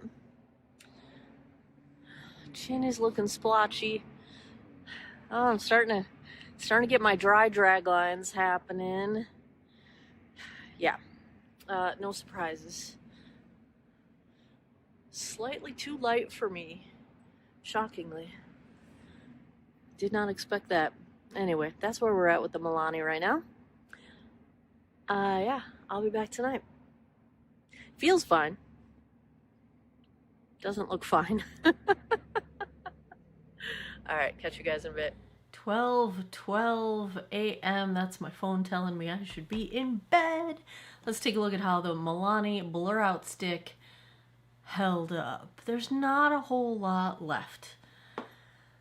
And so what are we at? Like 11 hours-ish? Yeah, it was like 1 something. Yeah, let's chat about it. It doesn't feel as drying as I anticipated based on how early it was starting to look dry. It does feel a little drying. I am looking forward to washing my face and getting this off, but I'm not like clawing my face off or anything. You know, it's not that bad. It's just a little tight, like a little dry. Let's zoom in so you guys can see what I'm talking about here. There's like no coverage left around my mouth, my chin. I did blow my nose, but you'll see the product is very gunked up all the way up the bridge of my nose. And when I blow my nose, I'm very careful to keep it all down by the nostrils so that I'm not making a huge mess of my makeup. It has settled into my under eye lines. It only settled a little bit into my forehead lines. You know, there's some product kind of frozen in there, but it's not too bad. I mean, my forehead probably looks the best of all of the areas on my face. It sort of collected weird at the back of my cheeks. Like, it just didn't stay put. It did settle into my deeper chin lines. So it's settling into lines. It's clinging to dry skin. It's kind of bunching up and gunking up in places that don't really have an explanation for why it's doing that. It's just not my favorite thing. It's not as bad as the Lumi from the other day. But if I had to give a grade to the Milani Conceal and Perfect Blur Out Skin Tint Stick, it's like a D. It's below average. It's not great. I won't wear, I mean, here's the thing. When a foundation is like a C or worse, I will wear it at least 2 more times. In the case of this one, probably on days when I'm not leaving the house, with a different primer, with no primer, just to see if those are things that are influencing the performance. Now, I will say that having reviewed, gosh, I'm probably close to 400 foundations at this point. I know I'm over 300. There have only been 2 that did better based on things like changing primers, etc., etc. So it doesn't happen very often. That's not usually what's causing the problem. And I wear the same skincare underneath every single review. I never put something into my skincare on a review day that I haven't already worn with makeup to know that it's not influencing things. So I will try it again off camera. I don't expect different results because hundreds of foundations have not given me different results. So, yeah, sorry, Milani. This one's a bummer. This one's a bummer. We're gonna stick with a D. There you have it. Another episode of Foundation Fest is in the books. If you like foundation reviews, if you had fun with this one, give me a thumbs up down below. Let me know in the comments. What do you want to see next? I've actually been tallying up your preferences since I've been doing a lot of foundations lately as to what should come next. And I think the Dior is going to be later than most people wanted, but I had already filmed other things. And so the Dior is still coming. I have a bunch of K-Beauty coming. The new Tier is coming. Doll 10 is coming. I got a bunch of. We're gonna be doing foundations for a minute, and that gives me so much joy. It's my favorite thing. So let me know what you want to see first, next, most. Let me know if you have something that I haven't tried yet. I keep a running list. I buy them whenever I can. What did I just order? I just placed an Ulta order. Oh, the new Maybelline. What was it called? Lumi Matte. Was it Maybelline? I ordered that, whatever that is. I can't remember. There was another foundation. I can't remember. There's a lot of foundations coming. It's the most wonderful time of the year. I love when all the foundations come out. It's my favorite thing. Anyway, there you have it. As always, thanks a lot for taking some time out of your day to geek out over makeup with me. Catch me over on Patreon. I post some behind the scenes stuff over there. If you're on my Patreon, you probably saw, if you're one of the paid tiers, what I bought at Ulta because I posted that when I ordered it. As always, I appreciate your time, and I hope you all have an awesome day or night wherever you are in the world. Take care of each other. Bye-bye.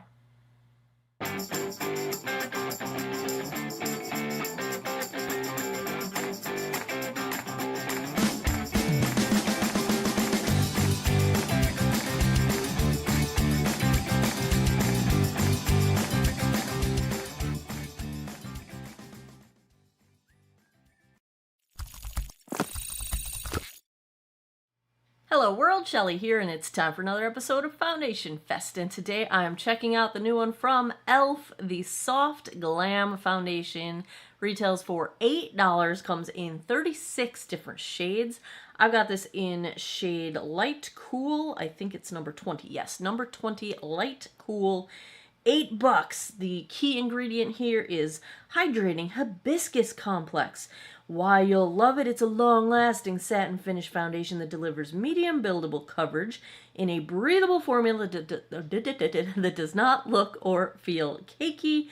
It has some fruit extracts, pomegranate, blueberry, goji berry extracts, non-comedogenic. Where's the phrase that was just cracking me up here? It's great for dry, oily, and combo skin. Here it is. Hit that dreamy sweet spot between full beat and barely there. That's a pretty wide range. I don't think there's just one sweet spot between full beat and barely there. I think there's probably 15 different sweet spots. Like, okay, anyway. Marketing, I love it. I love it. I love it. Fair Trade USA, looking at the ingredients here, I don't see added fragrance, but remember the distinction between the scent and fragrance. When you hear added fragrance, they're usually talking about the mysterious, unspecified ingredient called fragrance that is typically a synthetic fragrance that makes something smell like something else. But just because there's no added fragrance doesn't mean it doesn't have a scent. So, for example, in this case, the fruit extracts probably will deliver some kind of scent to the product, but they're listed in the ingredients as the actual extracts and not some mysterious fragrance ingredient. Anyway, fragrance-free, or it doesn't mean it doesn't smell like anything, okay? And sometimes it does. Just depends. Usually, though, fragrance-free means it doesn't have fragrance ingredients. All right, vegan, cruelty-free. That's about all I see going on with the description here. Looks like a silicone-based foundation. I'm wondering if the shade's going to be dark on me because there are a bunch of shades lighter than it, but I was guessing online. 1, 2, 3, 4, 5, 6, 7. This is the 7th lightest shade of the 36. We will see. Let's take a look at this one swatched against a few others in my collection. Swatch time. First up is today's foundation from e.l.f. the Soft Glam Satin Foundation in shade 20, Light Cool. Little bit dark for me, but we will see. Second, I've got from Estee Lauder, the Double Wear Stay in Place in 1C1 Cool Bone. Third up is MAC Studio Sculpt in NW15. And last, I've got from Wet n Wild, the Tinted Hydrator in Fair. I already cleansed, moisturized, and sunscreened this 49-year-old face. I am testing out the Scott Barnes Aquaphor Lip Balm Under the Eyes trick today. If you missed that video, it posted Wednesday. You should be seeing this one on Friday or beyond, so go back and catch that if you're curious. I've already applied that under my eyes. All I've done for my base, I did my tight eye this morning. Welcome back, tight eye. I'm glad they are back. And I'm wearing the Inky List Bioactive Ceramide Repairing Plumping Moisturizer. Did I show you the side that's English? Yes, I did.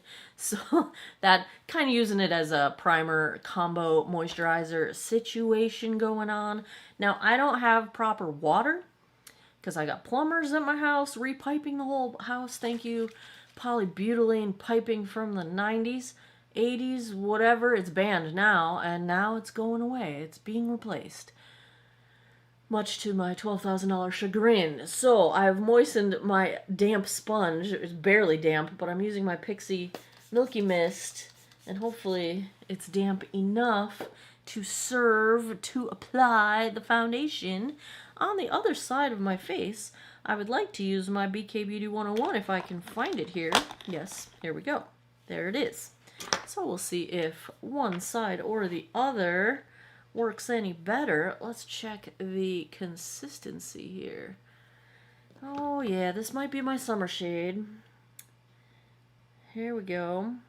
Pretty thick. Let's start. This might actually work. It is probably my summer shade, but it's not too bad, I don't think. I think we can make this work. It looks, I filmed the swatches after, so you've already seen the swatches, but I haven't filmed them yet, so I have not put this side by side with my other foundations in real time yet. But in my mind's eye, this looks like it's not too much darker than the Estee Lauder Double Wear Stay in Place in 1C1 Cool Bone. Yeah, spit it out, Shelly. Spit it out. Let's get talking. Oh, this actually blended out much more easily than I anticipated, considering the apparent thickness on the palette. Yeah, it's not super dark. It's not super dark. I would say we are pretty light coverage with one pass and the sponge, which tends to be the case. Let's try the brush side. Now, they say this is medium buildable. You know I like my medium coverage. That's usually where I'm aiming for. So we will aim for medium.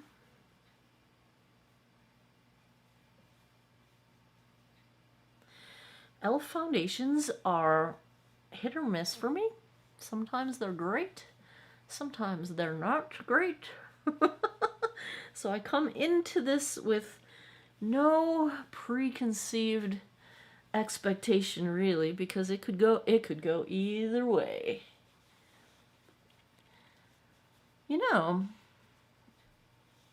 Coverage is a little more substantial with the brush, but it's not a huge difference. So I would say go with whatever you prefer. I think it'll work either way, because if it is buildable, as they say, we're going to be able to build it up. Maybe a little bit more smooth looking with the brush, although I'm not fully saturated with dampness. Let's try and build this up and get our coverage matching.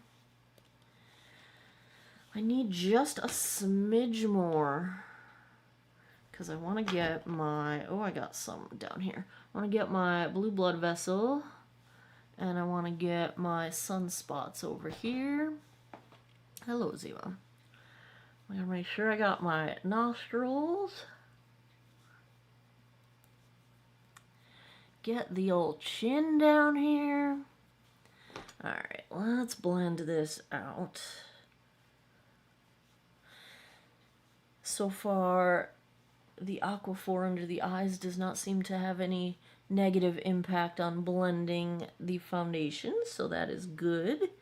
I would anticipate, since Scott Barnes is a pro, that he would not be doing things that would cause grief in the rest of the makeup application process. I meant to put some on my smile lines because in his TikTok video he used it on the subject's smile lines as well, and I meant to do that and I forgot. So, oh well. Alright. I think we are applied. My hair's coming out of my headband, so I feel like I look like the Fonz. Oh, don't look at this hot mess of hair. I need a proper shower. Alright, let's zoom in so you guys can get a look at what I'm looking at. I would say it is medium coverage. It's a little bit more matte than I anticipated with them describing it as a satin finish. I just expected a little bit more reflect in it. You know, a little bit more light bounce happening, but it is currently not settling into lines. I'm just checking the corners of my mouth here. It is not moving around right now. We'll see if that remains true. Very smoothing. I actually like the look, or not look as the case may be, of my pores on the sides of my cheeks and my texture. It is looking pretty doggone smooth. I'd call it medium coverage. I would say it's buildable. I can't see any lines of demarcation where I built it up in certain places but not others. So I think we are starting off with a pretty nice start. Soft Glam. That always makes me think Soft Clam. Remember the Anastasia Beverly Hills eyeshadow palette? Somebody had called it Soft Clam, and I just couldn't unsee it, and it was just, and here we go again. Soft Clam. Clams are cute, I guess. I mean, I don't think of them as soft, but let me go put the rest of my face on. I will be right back. What is she staring at? Back with the e.l.f. Soft Glam. No issues blending or anything. I do think it's a nice finish. It's just a smidge under where I would expect for what I describe as a satin finish. But that's not a criticism. It is just a statement. Did not set with powder. I did set my under eyes with powder, but that was concealer. Did not set the foundation with powder. Everything blended just fine on top. Don't mind my bangs. I need to get a round brush and make them behave again, because they're misbehaving. Alright, on the rest of my face. If you missed it, the Dragon Eye palette from What's Up Beauty is back in stock. If you follow me on Patreon, you might have seen last Friday they had a deal where you could get it plus 2 of their other eyeshadow palettes in a bundle for 40% off, I think it was. I ordered a backup because this is literally my favorite eyeshadow palette of life ever in the whole world. And I've got 2 more coming of the other ones. So we will have more What's Up Beauty fun coming.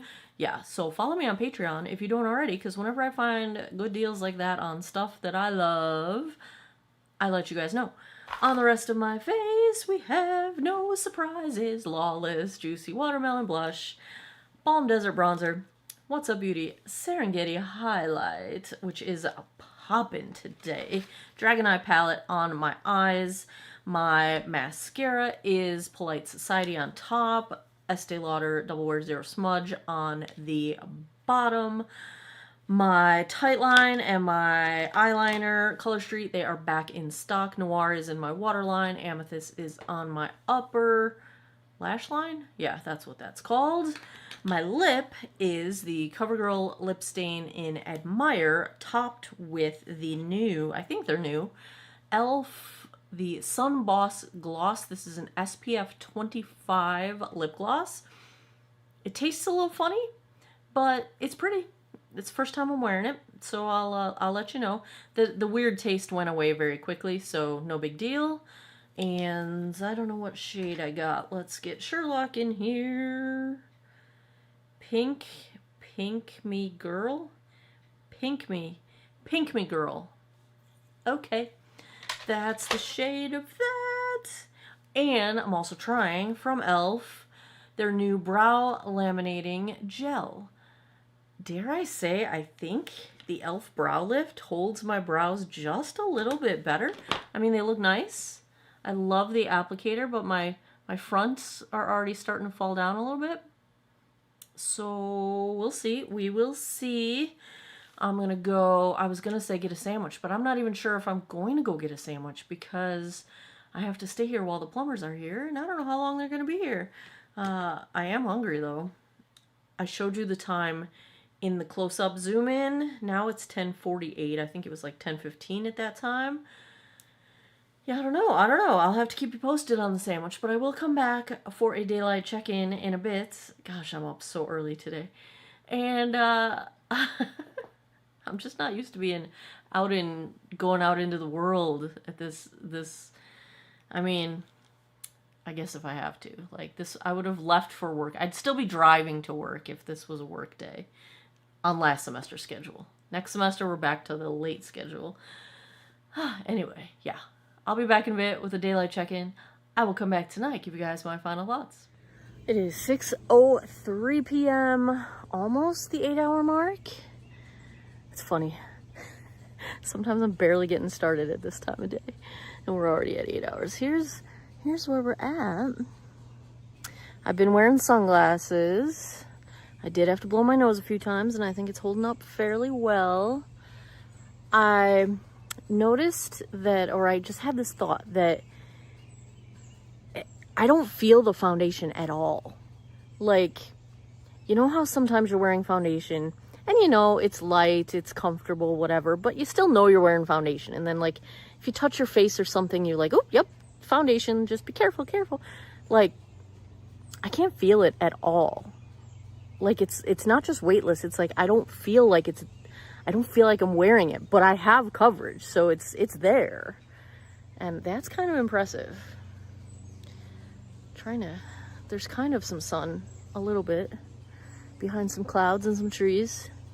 I think you're getting a little bit of the sun reflect here. I think it's looking good. I got a good look at it about 2 hours ago in like bathroom lighting, and it looked quite nice. I very much like the level of coverage. I think it has softened up to that semi, almost dewy satin look now, that it's sort of, you know, melted together and all. So yeah, I'm liking it so far. I think it looks really nice. There's where we're at. I'll be back in a few hours. Come back tonight. We'll see how it ends up. 9:08 p.m. I think that puts us approaching the 11-hour mark. Let's take a look at how the e.l.f. Soft Glam Glam held up. I think it held up amazingly well, to the point where if I hadn't had to blow my nose today, I feel like my face is still totally on point. Like makeup, I don't even think it really moved on my chin, and that's kind of a miracle. Like I usually lose coverage here first, not counting blowing my nose. And even there, it's not too bad. I mean, the sides of my nostrils are missing coverage and, you know, the tip of my nose, but what's up, Ziva? It stayed put. Like, it stayed put very, very well. I mean, what did I say? 11 hour? Like, come on, that's something. Huh. Not the math is catching up with me.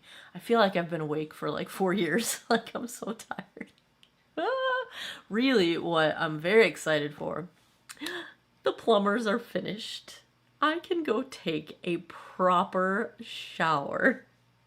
And then I'm going to go to proper bed because I've been awake. I mean, there's no business hours when it comes to plumbers. Like, they call it 7:15 to come today. Yeah, I've been up before 8 o'clock every day. And that, I am not a morning person. Your girl here, not a morning person. We're night people here. And me, myself, and I. And Ziva, right, Ziva? Ziva's any kind of cat. You just sleep all day. You sleep all day. I know, don't lick my face. So, plumbers are done. I'm going to take a shower. Then I'm going to go to bed because I have to be up early tomorrow for the housekeeper who couldn't come the other day because of the plumbers. So, yeah. If I had to give a grade to the Elfsoft Glam, it's an A. It's an A for sure. Did not settle into lines. Super, like when I say comfortable, it's not even comfortable. I can't even feel it. Like I can't even feel that I have makeup on my skin. Like, I guess if I wipe it, maybe I can tell.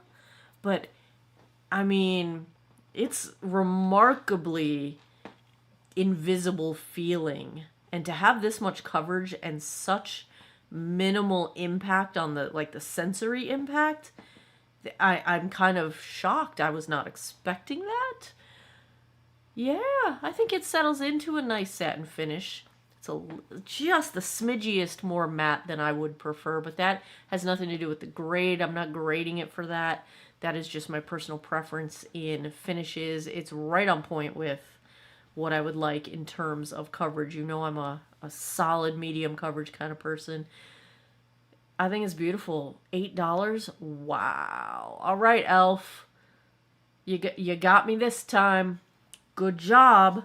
I also want to say, if you check the brows, I did have a small bit of like falling down at the peak of my inner corners of my brows. But I will say, like, the overall like look, the aesthetic of how I started my brows this morning stayed put. So I'll give this a couple more days in court. This brow laminating gel. The lip gloss, since there aren't many gloss options with SPF in them, I think it's great. Tastes a little weird. It didn't last very long, but it was just your typical gloss as far as how it felt on the lips. So yeah, I'd give it a thumbs up. She's been doing this lately. Have you noticed? Like, what is with the wrap in the tail around my neck? I have no idea. Yeah, so I'll give the gloss. What was it? Gloss Boss, Sun Boss gloss. She's been doing this lately too. She's sniffing the back of my hair. I don't understand why. I wonder if she does it when my hair is dirty. I'm gonna have to pay attention the next time she does it. Maybe if she doesn't do it till it's clean. Look, my sad pigtails, like, this one's already, like, super falling down because I haven't been able to wash my hair properly. I'm so excited. Gonna take a shower. The relief of having those pipes gone and knowing, well, I'm gonna knock on wood, knowing that there's not going to be a pipe bursting or flooding or anything is more of a relief than I anticipated. It's an expensive relief, but a big, major house relief. Next up, we need to finish the deck. That was supposed to be done when we did the addition. Then the pandemic prices went all through the roof, and the deck never got done. It needs to be done. That's next. I want a gazebo. I want a screened-in gazebo. That's like my dream. That is on my bucket list of life goals, like adulting life goals. We'll see. That's coming up next. Grab you some Elf. Have you tried it? Let me know. It's so cheap I can just go get a lighter shade. No big deal. Although this one I think worked out just fine. I could wear this summertime. I mean, even though it is a little bit too dark for me, I don't think it's, you know, if you compare to my arms, it's kind of funny that now that this arm is fully tattooed, you know, color matching isn't as big of a deal because you can't see my skin color really. On my hands you can, but you know, it's easier to match because you're not really matching. Not really matching. Anyway, let me know in the comments. Does this stick with your typical shade range? Have you worn it? Will you try it? How's it working out for you? What's your skin type? You got oily, dry skin, combo, normal. What are you dealing with?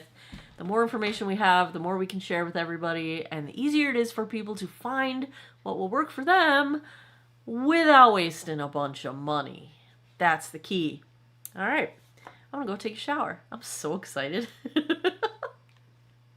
As always, thanks a lot for taking some time out of your day to geek out over makeup with me. Check me out over on Patreon. I do some behind the scenes stuff over there. And as always, I appreciate your time.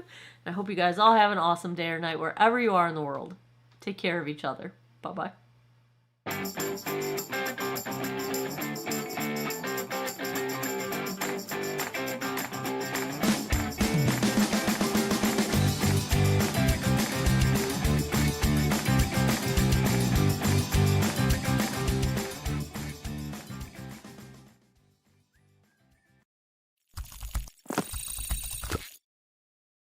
Hello world, Shelly here, and it's time for another episode of Foundation Fest, and today I'm checking out from NYX. Hard to read because the contrast on this packaging is design garbage. Butter Melt Glaze is the name of this one. Soft Glow Skin Tint retails for, where did the price go? $16. Comes in 10 different shades. I got this in shade the lightest, 01, Whipped Butter. This is described as, well, it's vegan and cruelty-free. Let's get that out of the way. I double-checked the ingredients. It does have added fragrance, but at the very, very, very, very end of the ingredient list, here's what they say. Dull skin, get glazed in all capital letters. NYX Professional Makeup Buttermelt Glaze Skin Tint with shea and mango butter plus niacinamide gives you glazed donut skin and SPF 30 in dewy sheer shades. I don't want glazed donut skin, so this is probably going to be terrible. However, I will say, we just had an experience with a glazed look that did not go well.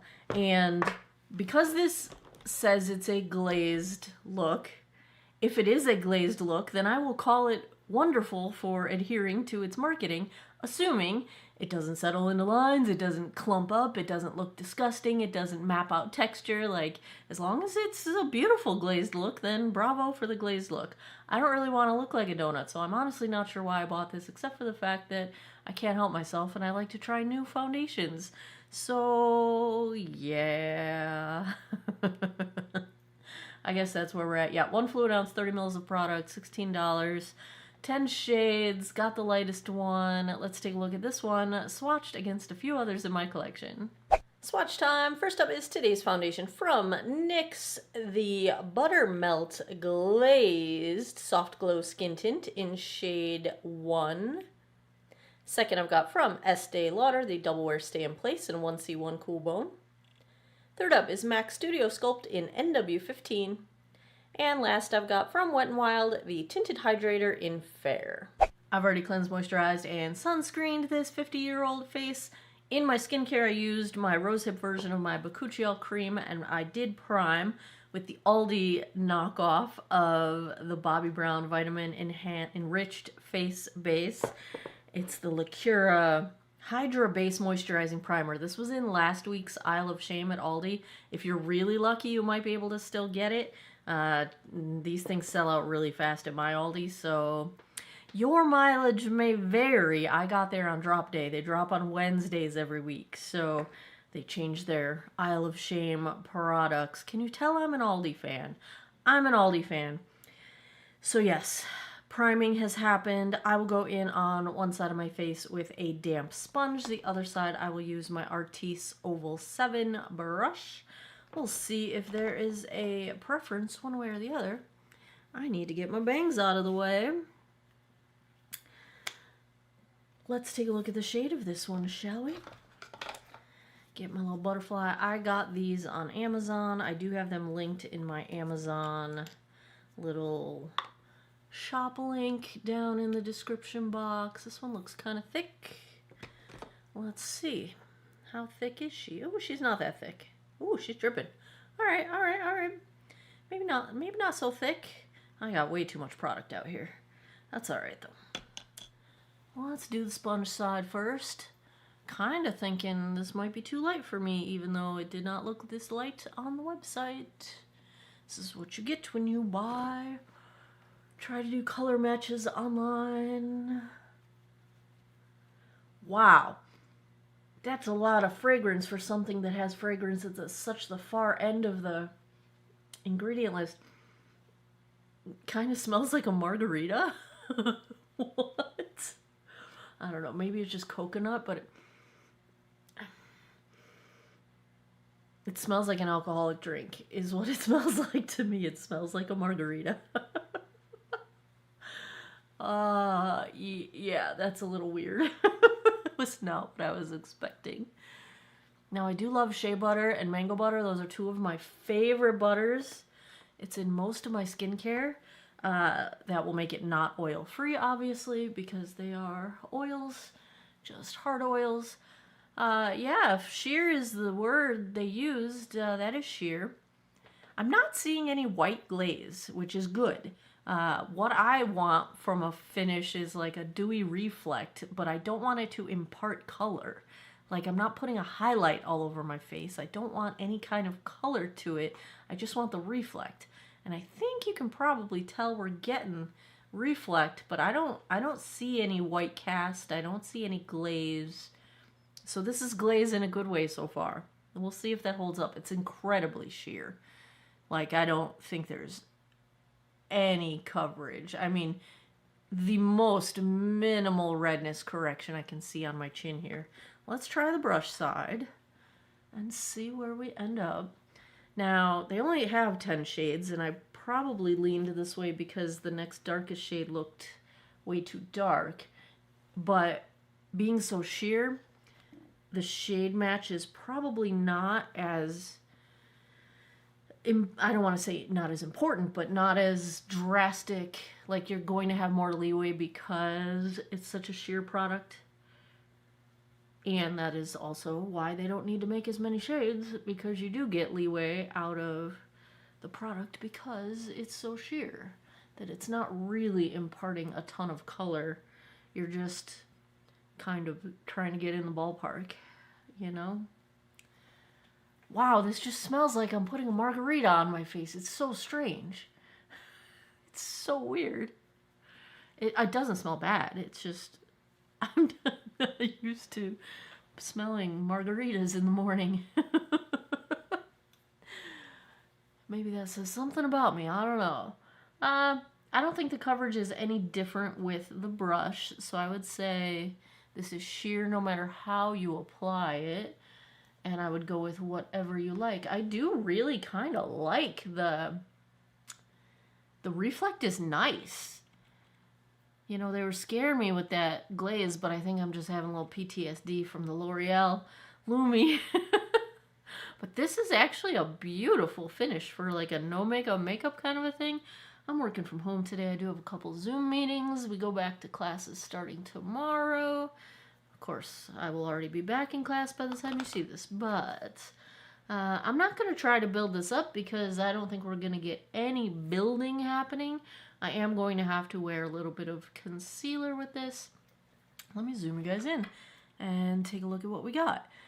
There's just a smidge of product looking a little heavy on my nose, but that might melt down and kind of settle in as things go, as the product is on my skin for a little bit. I really can't see product anywhere else. You know, nothing is built up, caked up, nothing is clinging to anything. And I do have some dry skin on my upper lip, and it's not clinging there, and it's not clinging between my eyebrows, and it's not clinging anywhere on my forehead. Maybe just a tiny bit on above my eyebrow on some dry skin I've got there, but this is really not visible as a product, but it is enhancing sort of the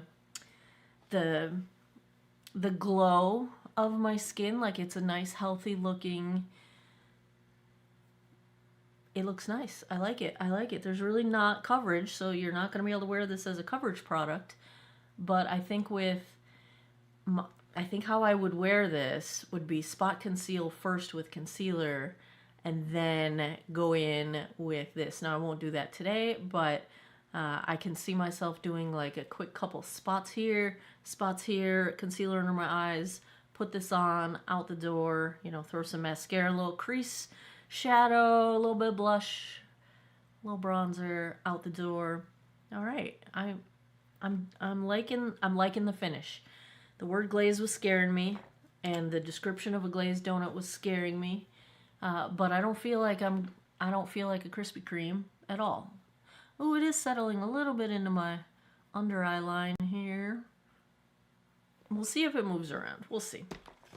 Let's check the time. I have a ton of product left. I squeezed out way too much product there. So a little goes a long way with this one. Let's call it 1 o'clock. It's 1:02. Let me put the rest of my face on. I will be right back. Back with the NYX Buttermelt Glaze. No issues. Nothing has moved around. Nothing settled into lines. My nose looks fine. Everything's settled that way, like melted into the skin. Everything's all good. I did use the Ritual Day Fee Soft Sorcery Concealer under my eyes. I did not put it anyplace else. So that is the face we're starting out with. I'm wearing, from What's Up Beauty, the Cheek de Terre. This is the bronzer in shade Deep, and I was in a mood, so we're wearing the Lunar Beauty Moon Prism Liquid Blush. Very, very lightly, because I knew I wasn't going for a lot of complexion here. Did not do any highlighter today. My eyes are the Alter Ego Mist Haven palette. I am wearing, again, the L'Oreal Paradise Big Deal mascara, which I first wore in my L'Oreal Lumi foundation review. That mascara I discovered, at the end of the night that it was quite hard to wash off, even though they use the word washable in the name, on at least on the Ulta website.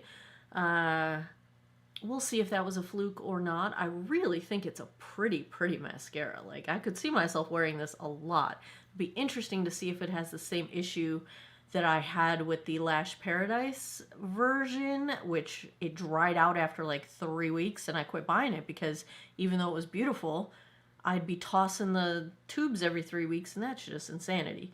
So we'll see if it was a fluke that I could not wash this off. I have also applied this to my lower lashes because I still have not repurchased my Holy Grail Estee Lauder Double Wear Zero Smudge. One of the only things that doesn't smudge on my lower lash line. And I know lower lash line mascara is not on trend right now, but I don't care. I like it. This is probably going to smudge all over my face. We'll find out. If it doesn't, I'll be shocked. But I did apply it to my lower lashes. Anyway, Essence Stay and Play is my tight line. My lip is my Geek Out of Water lip treatment, topped with the Clinique Moisture Surge lip balm. And is that everything? I'm looking at my camera monitor thing. Words not working. Oh, Maybelline Super Lock is my brow. Is that everything I'm wearing? Feels like I have a little hair on my nose. Yeah, I think that's everything. I don't think there's going to be a sandwich today. Got to go to my meeting. I don't think I'm going to get out of the house today. Working from home. So we'll see. We'll see. But I will get outside, get you guys a daylight check-in in a bit. And then I will come back tonight, give you guys my final thoughts. 5:21. Oh, there goes a deer. I think there's another one. They stopped. I'm trying to get it. I can't get the deer. Here is where we're at. It's definitely a no makeup kind of a thing, but I don't see anything unusual happening, you know? So for what it is, I think it's holding up fine. It's freezing cold out here. So yeah, that's changing the battery in my Ring camera. So there's your shade match. Oh yeah. All right. Alright, that's where we're at. Let's see, is the mascara doing anything weird yet? I can't really tell. I don't think so. Maybe not. Oh, maybe it is. I can't tell. Alright, I'll be back tonight. 11:24 p.m. I have no idea what time we started. It was probably around the 10-hour mark now, something like that. Let's take a look at how the NYX Buttermelt Glaze held up. First of all, I'm living on the edge. My microphone battery is about to die. I don't know if it's going to make it through this video. I don't know how long it's been on red zone, but we're going to try. We're going to hope. We're going to cross our fingers, and we're going to hope that it is okay. What's up, Ziva? Oh, and then Charlie comes out of the closet. Good thing I didn't close the closet door all the way. Okay. Comfortable. Nothing really to speak of with coverage because, you know, it's not a very high coverage product. It's a sheer product. But I will say blush is still, you know, blush bronzer is still intact. I didn't wear it very heavily today, of course, because of the sheer base. But everything seems to still be in place. Nothing seems to have moved around. Like my chin looks like it has no product anymore. Same with my mouth area. My nose, I did have to blow my nose, of course. So ignore missing product there. So, you know, I don't think it's got a super long wear time, but it is a sheer product. I do think the finish is still in place in most of my face. Let me zoom you guys in so you can see what I'm talking about. Nothing really settled anywhere. Nothing settling into lines, nothing settling into pores. It didn't move around. It stayed put. For the most part, I really think it still looks similar to when I applied it. You know, my bronzer still, I'm looking at my forehead, still visible on my forehead where I had applied it. So I think it held up fine. Not being able to judge it on coverage kind of takes a big chunk out of the potential failings of a foundation base kind of a product. So I guess that makes it a little easier for a sheer product. But the fact that I do feel like you can still see the, I don't want to call it a glaze because that implies it's still in my head, the PTSD from the Lumi. It's still in my head. But I could still see the reflect that finish was giving, which I think is probably a good thing. So for what it is, if I had to give a grade to the Buttermelt Glaze, I think I have to give it an A. It does what it says it does. It looks how it says it's going to look. It performed fine. When we talk about dry and maturing skin, it didn't dry my skin out. It didn't settle into lines. It didn't emphasize wrinkles or texture or anything like that. That said, I don't know if it's a product for everybody. It is super sheer, so if you need coverage, it's probably not that. I think this is more like I would just wear it as a sunscreen because I'm not even sure it's tinted enough to make it that I need to put more makeup on my face. You know what I'm saying? But for a no makeup base, I think it's lovely. So there you have it. Good job, NYX. Proud of you.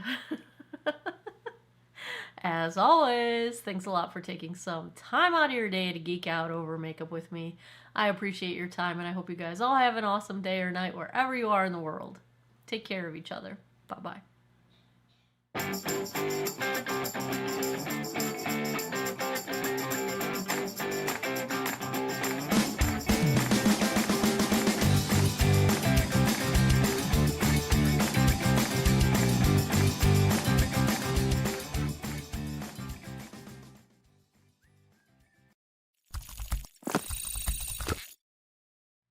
Hello world, Shelly here, and it's time for another episode of Foundation Fest, and today I am checking out the new release from L'Oreal, the latest in the Lumi line. This is the Lumi Le Glow Tint. Retails for $16.99 for 0.84 4 fluid ounces or 25 milliliters of product. That makes it just over $20 an ounce at the drugstore. Yikes. Comes in 16 different shades. I've got this in the third lightest shade, 120 Neutral. This is described as: unleash your radiance with L'Oreal Paris Lumi Le Glow Tint. Lightweight hydrating skin tint with a healthy glow. Breathable coverage, great for all skin types. How did that have so many words but not really say anything at all? The ingredients, it's an interesting ingredient deck. I'm going to have to dig a little deeper into it because it's not your typical silicone-based type of a product. I think there's some silicones in here, but they're way down the list. It looks like a lot of hydrating stuff up top, which is a good sign to me. It also looks like the placement of the preservative is usually going to be the 1% line.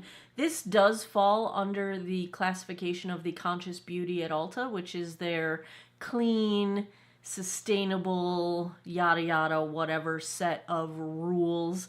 So my guess is because it's clean, quote unquote, that typically means that it's adhering to no more than 1% phenoxyethanol, which is the preservative that's in this. So that's pretty high on the list, meaning everything below it would be less than 1%. So that tells me this is a pretty simple formula, which simple can be very good. Sometimes I think we overcomplicate things. There is niacinamide in this, so if you are not looking for more niacinamide in your life, it is above the 1% line. But it's an interesting ingredient deck. It looks nice and hydrating from the ingredients. I don't see any added synthetic fragrance. I also don't see any, like, the kinds of natural extracts that could be sensitizing to some people. I'm not usually sensitive to many things, but if I'm going to be sensitive to something, it's probably going to be a botanical of some kind. I don't see any of those in the ingredients here. Did I say this comes in 16 shades? I think I said that. Yeah, let's take a look at shade 120, swatched against a few others in my collection. Swatch time. First up is today's foundation from L'Oreal, the Lumi Le Glow Tint in shade 120 Neutral. Second, I've got from Estee Lauder, the Double Wear Stay in Place in 1C1 Cool Bone. Third up is MAC Studio Sculpt in NW15. And last, I've got from Wet n Wild, the Tinted Hydrator in Fair. I've already cleansed, moisturized, and sunscreened this 50-year-old face. I'm going to debut one of my latest products. It should be available on my shop by the time you see this. This is a lip treatment. You might say it's similar to a lip mask, but it's a treatment that sinks into your lips. Let me get it on here real quick. It's not the mask that's gonna stay on your lips for a long time. This will sink in within, I don't know, half an hour or so. I overfilled my messy jar here, but look for these on my website. This is designed to be part of your morning skincare routine and your evening skincare routine. Not that you can't carry it with you and reapply throughout the day. You could, but it's not the kind of thing that sticks around. It's meant to absorb into your lips. It also contains one of the most expensive ingredients I've ever bought in my life, which is a nice lip filling, line smoothing type of an ingredient. Anyway, I will deep dive into that later, but I'm loving it. I'm so excited to launch it to you guys for spring. It will likely be a permanent addition to my collection, not a seasonal launch. But moving on, I've primed with the La Cura Hydra Base Moisturizing Primer. I don't know if you're going to be able to get this. It's in the Isle of Shame as the week I'm filming this. It might be gone by the time you see this. Excuse me. It is a dupe for the Vitamin Enriched Face Base by Bobbi Brown. The ingredients are nearly identical, very similar ingredients. It smells the same. It feels the same. It's like $6. So check your Aldi Isle of Shame. If you are lucky, you might still be able to get one. The thing with the Isle of Shame, they do their new drops on Wednesday. That's not the official name. That's just what the internet calls it. It's like the Aldi Finds or the new. They change it up every week in this one aisle of the store, and they drop on Wednesdays. And when the stuff sells out, it's gone. Sometimes they'll bring it back next year. Sometimes they won't. But go get it if you can. So let's get into this. Ooh, pump skin tint. Let's pump some out on my little butterfly. You can get these on Amazon. I do have them linked in my Amazon links if you look down below. Here we go. There, let's get this thing going. I think that's all I need. All right, consistency check. Woo, she running. She running, she running, she running. All right, I'm going to go in on one side of my face with a damp sponge. The other side, presumably I'm going to use a brush. Let's find a brush. Oh, here it is. My Artis Oval 7. The spoon brush, as some people like to call it. Why is my mirror, like, so jacked? It is not in the right position. I don't know why. This is a pretty thin feeling formula. I suspect that it's the kind of formula that would work really nicely with fingertips, you know, just run and go type of application for a quick, no fuss, no muss type of thing. They didn't really talk about coverage, so I'm expecting sheer to light. Pretty sheer with the sponge application. I'm gonna take this under my eyes as well. I might need a little concealer. I might not. I'm not gonna do a full face today. I'm probably going to film a vlog today. I'm going to take some chairs that I ordered and bring them into my office at work before we go back for the semester. This has an interesting sheen to it. The Lumi is coming through. I'm a little concerned that it's a sheen and not just a dewy thing. Like, I almost feel like it's that sugar glaze coating. Let's hope that settles down a little bit, because I don't like that fake look, like that really fake glaze look, and I'm kind of feeling that here.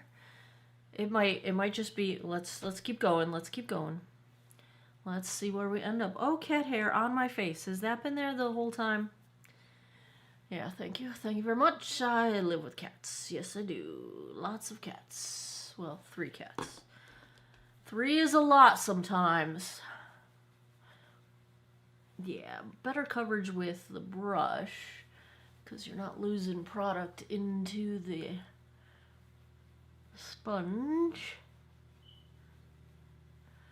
Let's see here. This shade is probably my most of the year shade, maybe a smidge dark for wintertime, but I'm gonna make it work. Alright, yeah, on my nose I can kind of see the glaze, sort of glazing. Let's get a little bit more and try and even out the coverage, just a smidge around my nostrils. I need a little more under my eye. Maybe a little more under this eye. I'm feeling sleep deprived. Alright, let's blend this out. Not digging this glaze. Not digging the glaze look. But we're already in it, so we're gonna keep going. We're gonna keep going. I feel like I'm trying to like brush the glaze away. It's just that like Krispy Kreme look, and I'm just not into that, you know. I want fresh, dewy, not white glazy. You know what I'm saying? The glaze look has like a color to it. Oh, this is drying down weird. Oh no. I have a good bit of product left, so that did not take a lot of product. But we need to look in the mirror here because, oh my. Okay, I'm going to say this does not build up because it really started looking weird when I added that little second layer over here. And so yeah, I'm gonna say let's not build this up. My nose looks so weird. I'm gonna go back to the sponge. It's like I can't tell if it's just that I don't like the glaze or that there's too much product. Oh, well, that took a lot of product away. My nose is turning red, which it tends to do. I have very reactive skin on my face, so like it turns red just from touching it. It turns red when I blow my nose. It turns red when I talk. It turns red when I sniffle, which I'm sniffling today, which is just... Well, you know, this is just not going to be my favorite, I'm pretty sure. But, alright, I calmed it down on my nose. I have a little zit here. Isn't that nice? It's okay. Let me zoom you guys in, show you what's happening here. It's super heavy on my nose. It's clinging to pores. It's settling into some of them. It looks really heavy on my sides of my cheeks. Like heavy meaning like I can see the product sitting on top of my skin. Now I would say that that's where I built it up, but it's doing it on the other side too, and I didn't build it up over there. So that does not seem to be a product or a result of the building up. It seems to be a result of just that's how the product is sitting on my skin. It's heavy on my chin, but the redness is still poking through even though it looks like there's a ton of product on my face. It's gunking up between my eyebrows. It does not look smooth on my forehead at all. It's starting to settle into my forehead lines. And the glaze look is really accentuating texture, both on my cheeks and on my forehead. It's not my favorite thing. Ooh. It's a good thing there's probably nobody at work today because we have not officially gone back yet. I'm going to go in and hopefully not see anybody. I will wear this because, oh, it's settling into my pores now on the sides of my cheeks here. I don't know if I can fix this. Like, I think this is just how it's... Oh, goodness. Oh. Okay, let's just check the time. Let's just put makeup over this. It's 12:46. Let me go put the rest of my face on. I will be right back. Back with the L'Oreal Lumi. Something you probably don't want to think to yourself when you're applying your makeup is that it looks disgusting. I will admit I have wiped off a good amount of the product that was on my nose and around the sides of my face here because it settled so much into those pores and just looked straight up gross. Now, if I didn't have things to do, I would cut this review right now, give it an F, walk out the door, wash my face, redo my makeup. I don't have time to redo my makeup, so I might as well just wear this, see where we end up, and yeah, it's not going to be good. But I did try a couple other things today. Also L'Oreal, this one's going to be better. There's a new, remember the Lash Paradise mascara? There's a new variant of it. The Paradise Big Deal. Beautiful packaging. I do love some good packaging. And the wand is not my favorite kind, but it actually worked quite well. So this, the first time I'm wearing it, it's what I have on right now. Let me get my bangs out of the way. And with the first coat, it was very, very, very fluttery and beautiful. And with the second coat, it maintained most of that flutter, gave it a little bit more volume and looks a little bit more dramatic, which is what I like. But I like the concept of being able to kind of wear it lighter or build it up. Mascaras, at least the ones that I have tend to be good one way or the other. It's either my no makeup mascara, or it's my very dramatic mascara, or it's my everyday medium drama mascara. This, I think, is, you could wear it a bunch of different ways, and that's kind of new to me for a mascara. So initial impression is very good on the Paradise Big Deal. I am also wearing from e.l.f. the Pout Clout Lip Plumping Pen. It's a little bit tingly on the lips, not too bad, so I'm not going to ding it for that. My thought on this, besides that it tastes like crayons, is I'm still breathing crayon smell. It's kind of gross. The pigmentation, it can't decide if it's a lipstick or a gloss. It's like not opaque enough to be a lipstick, but too opaque to be a gloss. Like you can see a little bit through it, which is weird because it is a colored product.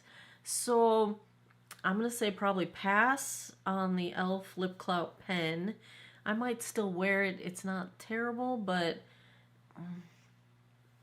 the color's not that great either. And actually a lot of the pigmentation, now that I'm looking in the mirror, has disappeared since I put it on, which was only like 3 minutes ago. So I'll pass on that one.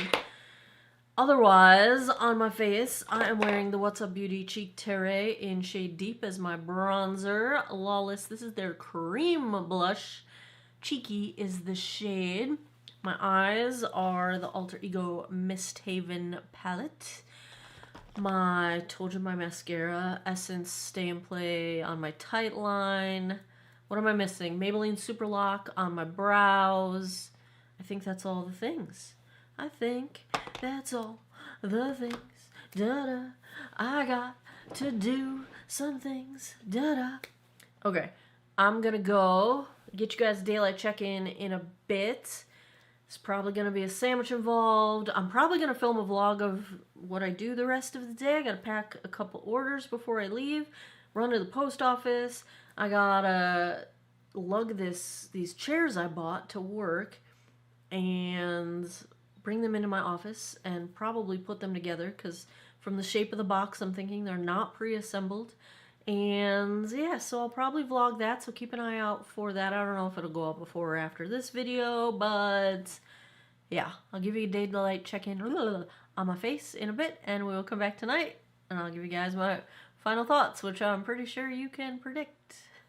Hey guys, sorry for the road noise, but the sun is almost gone, so I figured I would get in here real quick and get you the up close. You see the white? Do you see the glaze? Do you see my Krispy Kreme face? Yeah. Look how weird my nose looks. Oh, goodness gracious. Yeah. That's where we're at. It is, what time is it? I can't see my watch. 5:12. I can't get my sleeve up. I think it's 5:12, so about halfway through the day. And yeah, I'll be back tonight. I don't think it got any better, did it? Look at that shine. It's so crazy. It's not even shine. It's like white paste glazing my face. Yeah, see you later. 12 a.m. That puts us right around the 11-hour mark. Let's take a look at how the L'Oreal Lumi Le Glow tint held up. I want to make clear that my dislike of this product is not necessarily because of the glazed donut appearance. That's a personal preference kind of a thing. I don't like it, which would make me not want to wear this foundation again, but that's not a grading thing, unless it was doing it in a bizarre, like something else was wrong with it. So that's not the main issue. The main issue for me is the settling into pores, the heaviness on the skin, the settling into lines, and now that I've worn it for the whole day, I can say that glaze does a strange sort of settling into texture. Like, it kind of migrated into the micro lines of my skin on my forehead in particular, and looking really closely, it kind of makes a map. Not a good thing on my forehead. It did settle into my deeper chin lines. You can probably tell blush and bronzer are almost vanished. So even though I did not remove any product from that area of my face, everything has just kind of disappeared except for the glaze that you could still see. I mean, it almost looks like a highlight, but it's on my whole face. It settled more into my nose pores. It's comfortable. Almost went to bed without checking in here. So if you have dry skin, I think it's plenty hydrating. But I think it's got some big downsides. Settles into lines, settles into pores, looks heavy on the skin. The glaze kind of moves around. It doesn't last very long. This isn't a great wear time, considering, you know, a good wear time, your blush, bronzer, highlight stay intact. You know what I'm saying? So my opinion has not changed. This one's a fail for me. It is a, if I had to give a grade, it's just, I just, no. Nope, don't like it. Don't like it at all. Not at all. That's a pass. Sorry, L'Oreal. The mascara, on the other hand, held up really well, and I only had like a tiny little dot on each side that had flaked, so that I think that's fine. Like, I don't think, I wouldn't call it flaky because it was probably just from application purposes. So I really like that mascara. Paradise, big deal. I'll vouch for the mascara. It's a no-go. No-go on the foundation. There you have it. Another episode of Foundation Fest is in the books. I will try it one more time just to make sure that it wasn't like the primer or something like that, but pretty sure it wasn't. So there you have it. Another episode of Foundation Fest is in the books. If you like foundation reviews, if you had fun with this one, give me a thumbs up down below. Let me know in the comments. What would you like to see next? I actually have an Ulta order, so I've got the NYX. Oh, the word glaze. That's terrifying after what I've been through today. Butter, I can't read it. It's yellow on beige. That is terrible contrast. I don't know what that says. I'm not getting out Sherlock to look. NYX Glaze, if you want to see that, let me know. I also got the Conceal and Perfect Blur Out Skin Tint Stick from Milani. Let me know if you want to see that. I also picked up the Parnell Sika Manu Serum Cushion Foundation by request in the comments. Another K-Beauty situation with Centella Asiatica in it, so let me know if you want to see that next. I have the Dior Forever Hydra Nude. Let me know if you want to see that next. Is that everything that's in this bag? Yes. And then I have a Yes Style order where I have a few K-Beauty foundations as well. There's another, I wasn't going to show you, but now I am. There's another Tier foundation that I never saw on Amazon. The Mask Fit Crystal Mesh Foundation. Look at that. So yeah, there's that. Let me see. I don't know if there were any other foundations in here. Oh, I got the Beauty of Joseon sunscreen to try. Everyone says it's amazing. Ooh, BB cream. Yeah, Purito. BB cream. So let me know if you want to see that next. Oh, I did get some things. BB cream here. Power Perfection. I don't remember why I got that. Maybe one of you requested it. Maybe I just thought it looked cool. And another BB cream. Choi Boing BB cream. This one I'm pretty sure I just thought looked cool because I remember picking number 21 because that's my same shade in the Misha. So yeah, I have a lot of things now. I went from having no foundations to all the foundations. So let me know what you would like to see next, because I got the things. I got all the things. I also, and I'm trying not to forget it because I keep losing it over here, I have another shade of the Merit stick that when I first reviewed it, the shade I had was too light, and that sometimes makes me not like how things look on my skin. So I did get a darker shade of this, and you guys had said in the comments that you would like to see an updated review because that first one was a couple years ago. So yeah, I have that too. And I'm going to put it right in front of me so I remember. There you have it. That's all the things. Let me know what you would like to see next. And as always, thanks a lot for taking some time out of your day to geek out over makeup with me. Oh, and we got Ziva now too. You're going to start having 2 cats in the background, I think, because Charlie's been trained well by this one here. Yeah? Did you train her well? She's so confused because I got up to leave to go to bed, and she ran out because, you know, she's like, bedtime. And then I remembered that I had to sit down here. And so then I came back in here, and she's like, what the heck? And I didn't close the door all the way because I knew she would be mad that I didn't follow her out, and here she is. So there's your Ziva fix for today. There's your Ziva fix. All right, that is all. As always, I'm just going to repeat myself because I don't remember where I left off. Thanks a lot for taking some time out of your day to geek out over makeup with me. I appreciate your time, and I hope you guys all have an awesome day or night wherever you are in the world. Take care of each other. Bye-bye.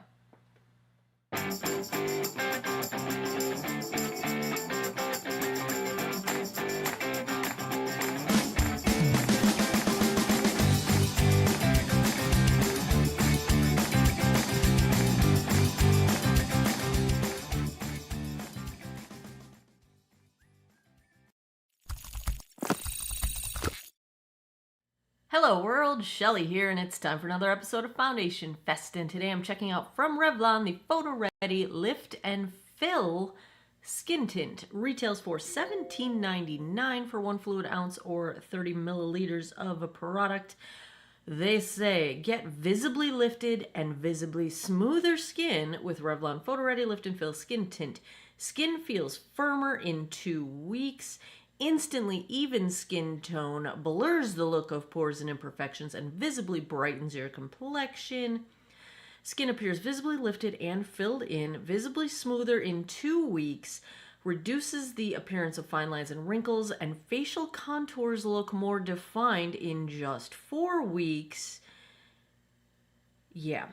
Breakthrough formula with patent-pending technology, 100% natural stevioside complex, to help skin appear visibly lifted and filled in, and squalane to deeply hydrate from within.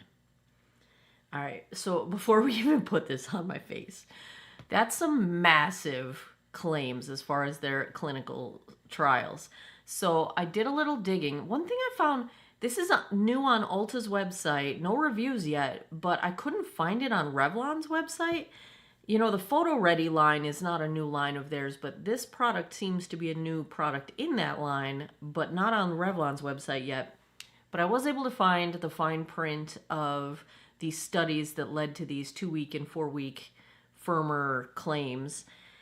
And not that they're not valid, but it's the kind of study where I think it was 53 participants, where you give people a product and then you survey them at the end and ask them what they thought. So there was no clinical measurement of the depth of wrinkles or the amount of bounce or the firmness of the skin. It wasn't measured. It was, people's perceptions of their own results. That is fine, but it's just not as verifiable as measuring things and actually having people in a lab measuring the level of hydration, measuring the depth of the wrinkles. So that's a lot of claims based on, just self-reporting, which is fine, but just be aware that those claims are based on people self-reporting their impressions of a product, not a clinical measurement of it. The other thing, while I'm being nitpicky, if squalane is in this product to deeply hydrate from within, then you would have to ingest the squalane. You're putting this topically on your skin. Squalane is helping from outside, not from within.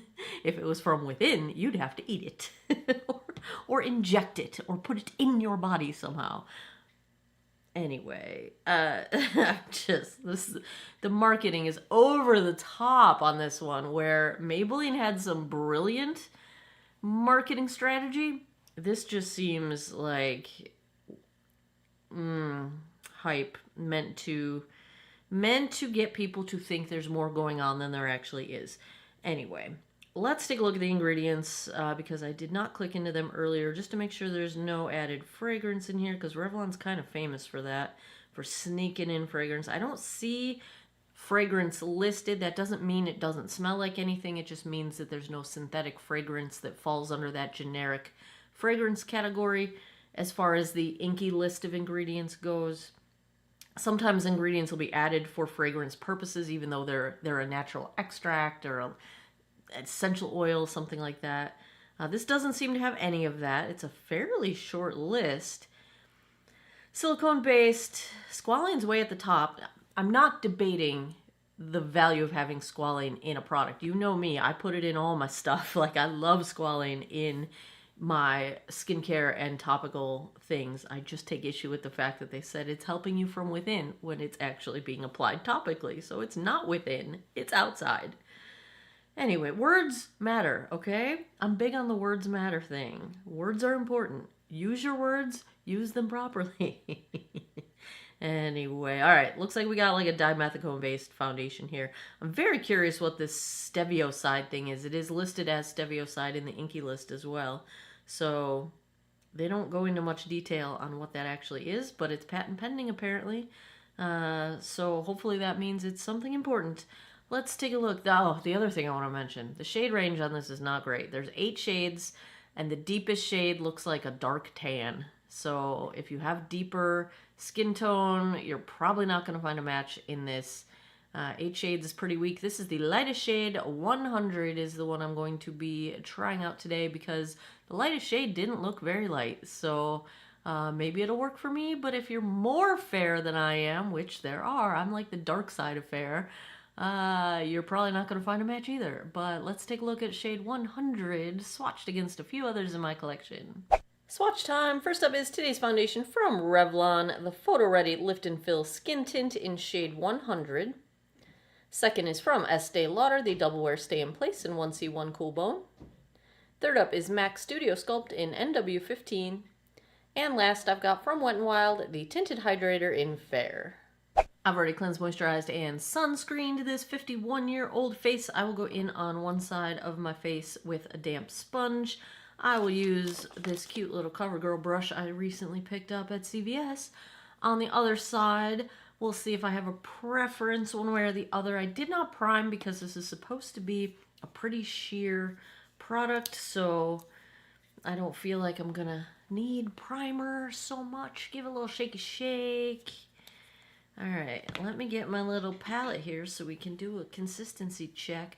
One thing I don't like about the packaging is that it prevents you from seeing the shade, so if you're not shopping online and you're shopping in person, I don't know how you would tell what shade this actually looks like.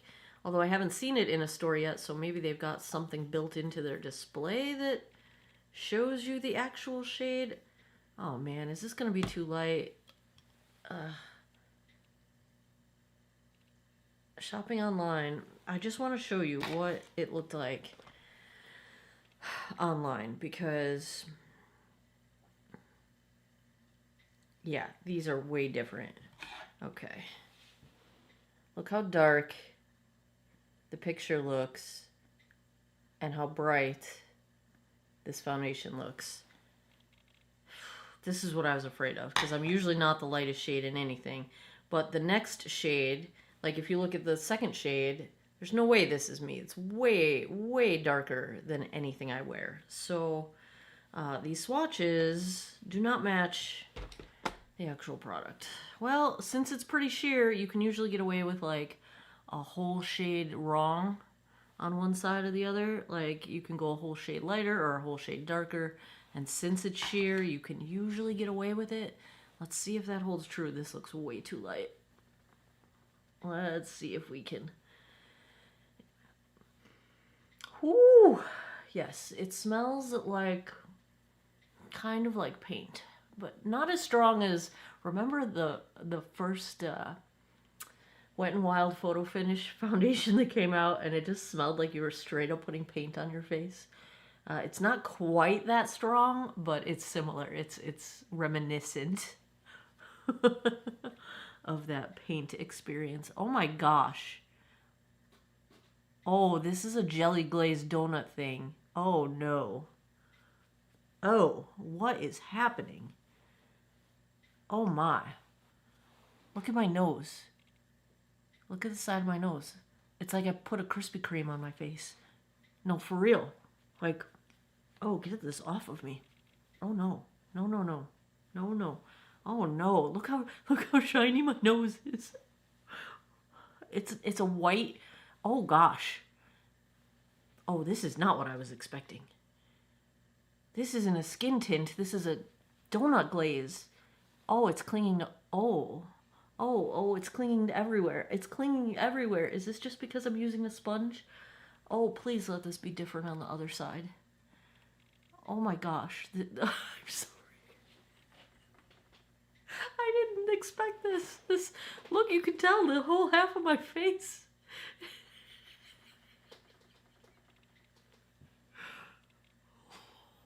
Oh, I can cry. I'm laughing.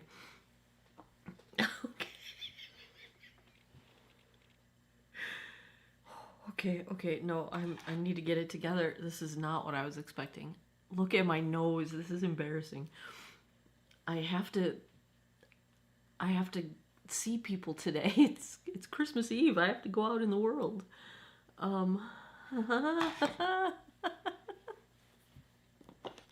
Please be different with the brush.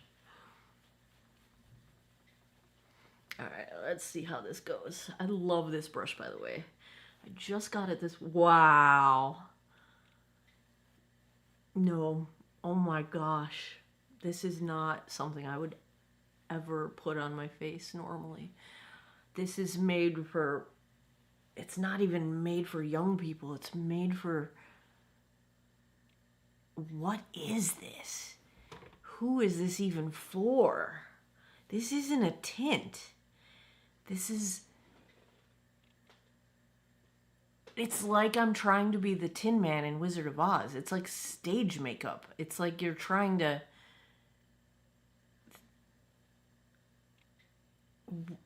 I feel like the wrong product is in here.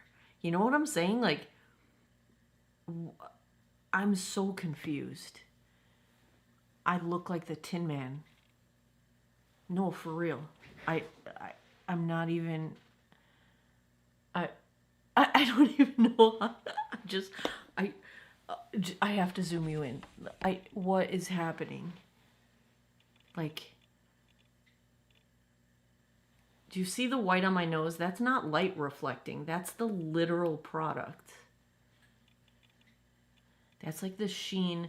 Like, same here. Like, this isn't a stripe of highlight. That is the actual white of the product. You can see, like, get it to focus on my forehead. Like, you're not just seeing light reflect. You're seeing the white is a literal glaze on my skin. Look at my chin.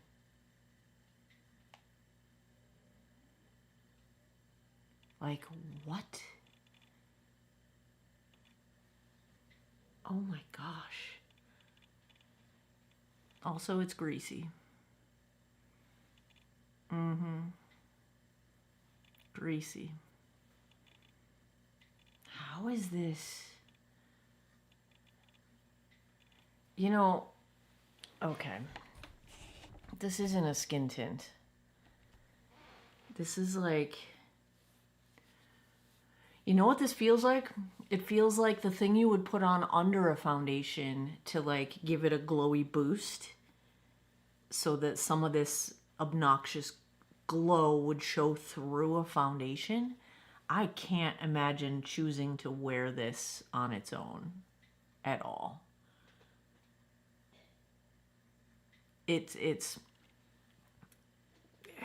how is it supposed to be like fixing fine lines and things? Because this is the kind of product that I can see every fine line, every bit of texture, every line is emphasized by the sheen of the white cast of brightness that is catching the light from all angles. You know, like, so why would you market a product like this to people that have facial imperfections that are going to be amplified by this product? I don't understand this at all. I can't wear this on its own. I'm going to have to just wear foundation over it, which means there's no reason to really continue this review. And you know, I will wear some bad looking stuff all day long just to test it. But this doesn't even look like it just looks strange. It's just not. I'm really confused.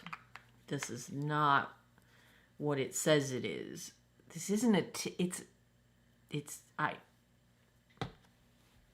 don't know what else to say. It's not what it says. It's not a skin tint, it's a skin glaze. It's not tinting me, it's I don't know. Oh, no, it leaves a residue, like I can pick it up on my fingers, like just touching myself. I don't know if the camera's gonna pick up. Do you see how sheeny my fingers are? And that's a few minutes in. We've been sitting here for a few minutes, and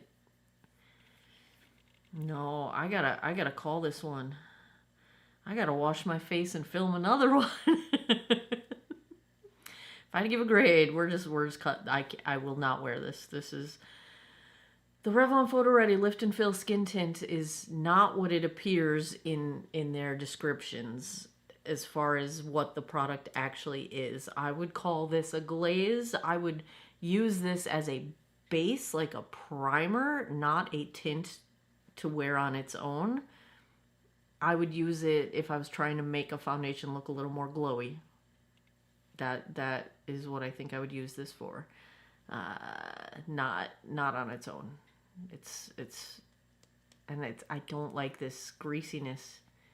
It's just it doesn't set down. It's got a greasy, if I had to give a grade, based on how it's advertised, I'd call it an F. It might be a good product if it was described in a way that was more accurate to what it's meant for or what it does or how it looks, but no, you know I don't cut these short very often, but this is not going to work. This is just not going to work. Whew. Well, that was fun. There you have it. Another episode of Foundation Fest is in the books. If you like foundation reviews, if you had fun with this one, give me a thumbs up down below. I think I'm going to wash my face and film the NYX.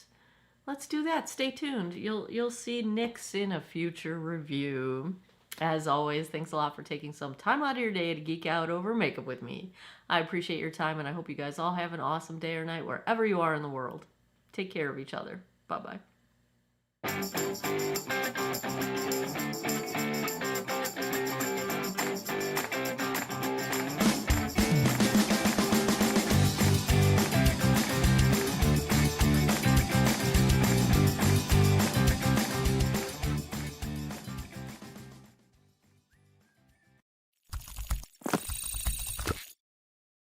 Hello world, Shelly here, and it's time for another episode of Foundation Fest, and today I am checking out from CoverGirl the Simply Ageless Skin Perfector Essence. Retails for $21.49 for 1 fluid ounce or 30 milliliters of product. We are going where few humans have gone before. We just leapfrogged right into the $20 plus range at the drugstore. No fear, no shame. $21.49. We're just going for it. Comes in 8 different shades. I've got it in the lightest shade, Fair. Let's take a look at what they claim. Now, before I get into this, this is one of those that has the little, oh, is it going to focus? Can you tell those little microsphere thingies in there? Don't mind my nub. I was emptying out my storage unit yesterday, moving boxes and heavy things, and I busted my nail right off. Look at my nub. It's just a nub. Anyway, everything's fine. Everything's fine. First world problems. So, I mean, these little balls in here. Yes, my inner 12-year-old is giggling. I haven't had great luck with products like these. Like this, it kind of looks like a dupe for a Chanel. I don't think I've tried the Chanel one. I did try the Jane Iredale one, and it was gross on me. But anyway, let's take a look at what they say about the CoverGirl one. It is cruelty-free and vegan. This is a vegan skincare makeup hybrid formulated with 0.5% bakuchiol, a plant-based retinol alternative perfect for sensitive skin. The skin plumping formula reduces the appearance of fine lines and wrinkles and increases skin firmness. I'm a fan of bakuchiol. In fact, I'm actually considering dropping off of my Curology prescription, my tretinoin, for a little while to just roll with some bakuchiol and see what happens. I can't blame them for having a $21 price point. Bakuchiol is not cheap. I know this because I make a face cream with bakuchiol in it. It's not a cheap ingredient. It can be fairly expensive. But bakuchiol has a ton of promise in its early research as basically a competitor to retinols. So if you are a person that gets irritation and redness and peeling from even over-the-counter retinols, try a bakuchiol product because it's showing a lot of the same abilities in terms of anti-aging properties, maintaining plumpness, firmness of the skin, collagen, etc., without the irritation. So now one thing that they mention about this product in particular is that you can wear it alone or as a primer to your foundation. So I'm wondering if that is to say that it's not really a coverage product. I'm gonna find out. I try to avoid reading reviews or watching videos about foundations before I review them myself because I don't want to be influenced by what other people have already said about a product. So let's take a look at what shade Fair looks like swatched against a few others in my collection. Swatch time! First up is today's foundation from CoverGirl, the Simply Ageless Skin Perfector Essence in shade Fair. Second, I've got from Estee Lauder, the Double Wear Stay in Place in 1C1 Cool Bone. Third up is MAC Studio Sculpt in NW15. And last, I've got from Wet n Wild, the Tinted Hydrator in Fair. I've already cleansed, moisturized, and sunscreened this 49-year-old face. I have not primed because normally I prime with my bakuchiol cream and I don't want to bakuchiol overload here. But I did use that as my top moisturizer when I did my skincare earlier. Let's take a look at, I need my little butterfly. Let's take a look at the consistency here. Now, in the instructions, they recommend that you apply with fingertips or a brush so that you can activate the little globules in here. Yeah, this reminds me of the previous ones I've used. Oh, please don't be slimy. Let's do fingertips on. Oh, yeah. See that? There's... Interesting. Yeah, you definitely need to kind of rub this stuff to get it going. Because otherwise, it's going to look like that globulized mess. This feels like a serum, really. It had a little color to it, but not a lot, really. And as I blend it out, I feel like it doesn't have a ton of color, which is probably why they only need 8 shades of it. Oh, it dries down totally, though. Yeah, it's drying down pretty quickly. I don't think I got my nose. Oh, I don't know if I can handle the texture. If you have sensory issues with, the feeling of things, the texture of things, these just feel gross. Now, I don't really have sensory issues. I will notice texture, but like right now, it feels gross, but I don't want to say it bothers me. It doesn't bother me per se. It just might not be something that I volunteer to experience on a regular basis. I feel like the fair shade might be a little too fair for me, but because it's not really a coverage product, I can probably get away with it, which is probably why they don't need many shades. It's going into my polka dot pores on my nose just a little bit. Yeah, this isn't really a coverage product. It's a tint. Like I am tinted, and maybe it evens out redness a smidge, but I would not call it a coverage product. There's enough coverage that I can tell I missed my hairline up here. So, I mean, take that for whatever that's worth. This is a part of my hair that is, it like disappears and then it grows back and then it disappears and it grows back. I don't even know what it means. What does it mean? All right, let's try the brush, but I have a feeling fingertips are going to be the way to go with this puppy. I don't know. I love CoverGirl, but this type of a product just might not be my jam. I don't know. Let's see. I don't know if I could get myself geared up to like voluntarily put this on my face every day. I'm doing it today because I'm doing it for science, y'all. I'm doing it for you. I'm doing it for science. But I don't know if I could make myself do this to myself every day. Actually, it does seem to blend out okay with a brush.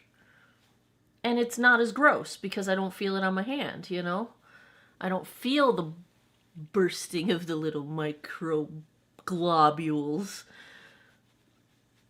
And I do think it has a little bit more of a tint with the brush. Does it? Maybe. Maybe it does. All right, I'm gonna go with brush because it's less gross. It's actually a lot less gross feeling with the brush. There's just something about feeling it. I don't know. You like that? My kitten scratched me. She actually was trying to lay down on my chest, and she did a somersault and scratched me with her back legs as she flipped over. Because she's clumsy, like her mom. Her human mom. That's me. Okay, this does have a little, I don't want to use the word coverage, but it's evening out. Like I have some discoloration on my neck. Can we get these sunspots a little bit more hidden? I don't know. Let's try. Let's try.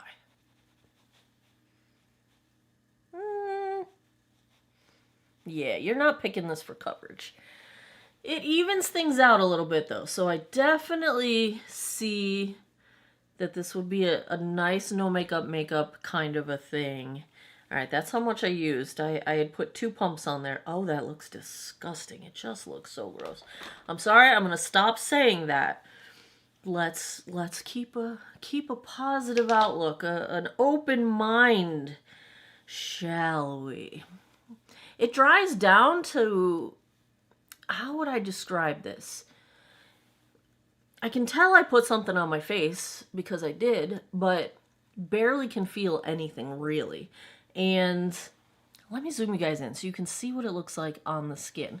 It is definitely a your skin but better kind of a thing, but I do believe it is giving me a little bit of blurring of texture, a little bit of, actually a decent amount of hiding my pores, except on my nose. It is clinging a little bit to my pores on my nose, but my nose is a very typically troublesome area, so, you know, a product that looks good on my nose is actually like bonus points, you know? Otherwise, it's just what I would consider normal. I do think this shade is a smidge too light for me, but since there were only 8 shades, I assumed I was going to be the lightest. I am typically the dark end of fair or the very lightest end of light, depending how many shades are available in a thing, but of course, who am I fooling, really? I mean, maybe it matches perfectly. We're in the dead of winter now, and I need to just accept that I'm back to my Casper the Friendly Ghost. That's me. That's me. That's your girl here. All right, I'm gonna roll with this. We're gonna roll with this. What time is it? It is 2:38 p.m. Let me go put the rest of my face on. I will be right back. Back with the CoverGirl Simply Ageless Essence. I would say, I had no trouble blending, anything like that. I would say that this is not a matte and it's not a dewy finish. It doesn't really modify the finish of your skin at all. So I felt like I wanted a little bit of something to introduce some dewiness to my face. So what I've got going on otherwise, my blush is the Mob Beauty Clay Blush. It's beautiful. M72 is the shade. I would have never ever thought that this was a good shade for me, but I really like it. So here's to trying new things, because you might just enjoy something new. I'm wearing the new Physicians Formula. I stayed in the bronzer area. It is a blush and a bronzer. What do they call it? I need Sherlock to help me. It's the new one, Healthy Glow, the Muru Butter. I can't say that. Bronzer and blush. And so I wore that as bronzer. But here's where the dewy part comes in. This was a holiday version. So they have this in full size. But I have the mini. This is the Jones Road. I'm going to forget the name of it again. It's the Miracle Balm, which I love, in Happy Hour. So it does have some glitter in it. There's some sparkle. I was just about to put this up like as if that's going to help you. What? Sometimes my brain misfires. I really need a sandwich. I'm starving. So I wanted the dew of the Miracle Balm, and I never mind having glitter because I love glitter. So that's what's going on here. Happy Hour is the shade, I guess you'd call it. Yeah, shade, because my other Miracle Balms are over there, and they have shade names, and they're different colors. So that one is Happy Hour. On my eyes, if you missed it, go back to Monday's video because it's another Aldi eyeshadow palette, yet another dupe for an Urban Decay palette. This is the smoky one. And I'm also wearing the Urban Decay 24/7 waterline pencil. I did liner. This is the new Physicians Formula super slim version of their liquid liner, which I love the other one as well. So like this one is even better. And my mascara is the Color Street Tri-Flex Mascara. My lower lash line is the Estee Lauder Double Wear Zero Smudge Mascara. My lip is very excited. I talked about this on Monday. If you didn't catch Monday's video, Lawless has come out with a cherry vanilla flavor of both their lip balm and their Forget the Filler lip gloss. And they now have a queen size. I love that name. Holy cow. What genius over there. Like, yes, yes, yes, queen.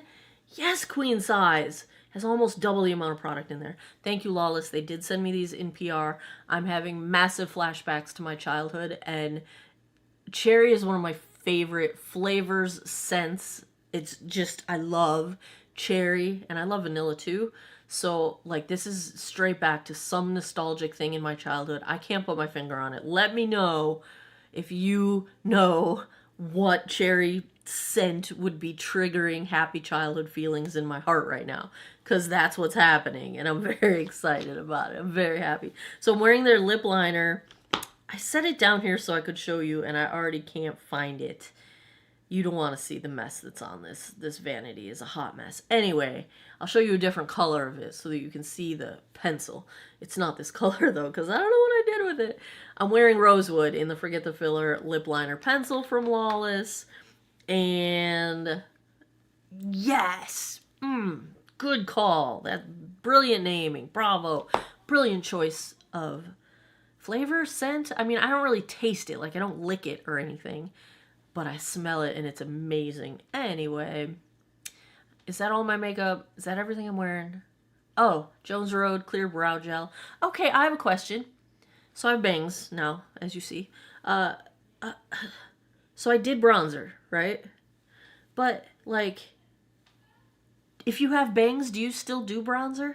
Because I'm thinking, like, what if I got caught in a rainstorm and ended up pushing all my hair back or something? You know what I'm saying? Like, what if I didn't wear it as bangs and I pushed it out of my face? Then I wouldn't have bronzer and I would look weird. But what's the point of having bronzer if my because this is like a lot of bangs. Like this stays down most of the time, right?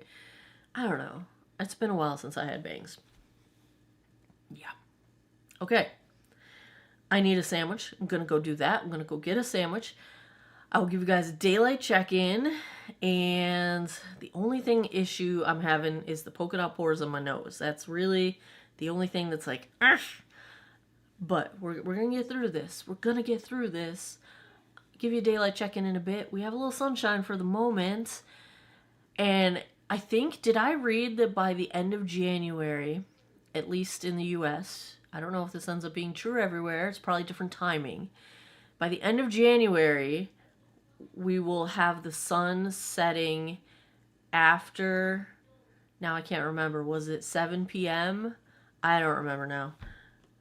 Well, that was a waste of time to share a fact that I don't even remember. But whatever the answer was, I was very excited to be gaining that much daylight in the month of January because all I want is for winter to be over. I know, it just started. I know. I don't like winter.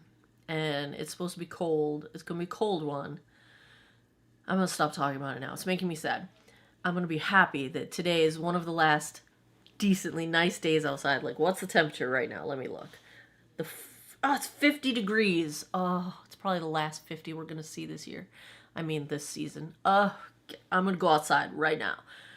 And I'll give you a daylight check-in, then I'll come back tonight and give you guys my final thoughts.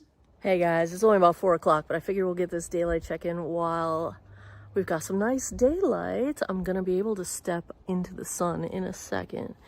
Here is the shade match situation. I usually go a shade darker than this, so... But I mean, if I was actually trying to like directly match myself, it's probably fine. But all right, let me step into sunlight.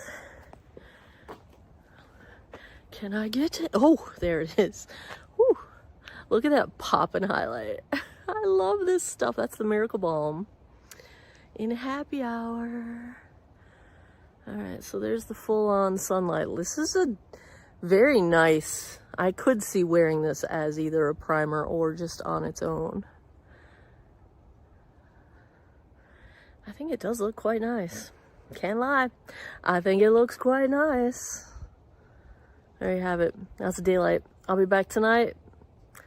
We'll see how it goes. 12:09 a.m. I think that puts us right around the 10-hour mark.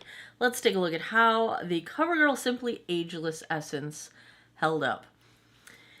Feels great, super lightweight. I think it's hydrating. I love the bakuchiol in it just because reasons. Bakuchiol is fantastic. It's not a ton of coverage. The polka dot pores on my nose never went away. They're still quite there. It did move around a little bit on my chin. It did settle a little bit into my deeper lines, not into my less deep lines. Let's zoom in so you can see how this has all gone. Blush, bronzer, and highlight are still intact, so if you do want to wear this on its own, like I did today, I feel like it serves as a perfectly good base for other makeup. I did have to blow my nose a bunch today. What else is new? So ignore what's missing around my nostrils. But as you can see, on the bridge of my nose, there's a whole lot of polka dot pores going on. My chin is a little bit gunky. Is that a word? But it didn't settle anywhere else, really. It didn't get into the texture in between my eyebrows. My forehead actually looks quite good. So, not a terrible degradation over time. It's fairly graceful in the way it degrades. I think this probably is about as long of a life as it's got in it. I might prefer it more as a primer because it does feel really nice on the skin if you can get past the sensation of applying it. It's not going to be for those that have sensory issues. It's really just these kinds of products just are not.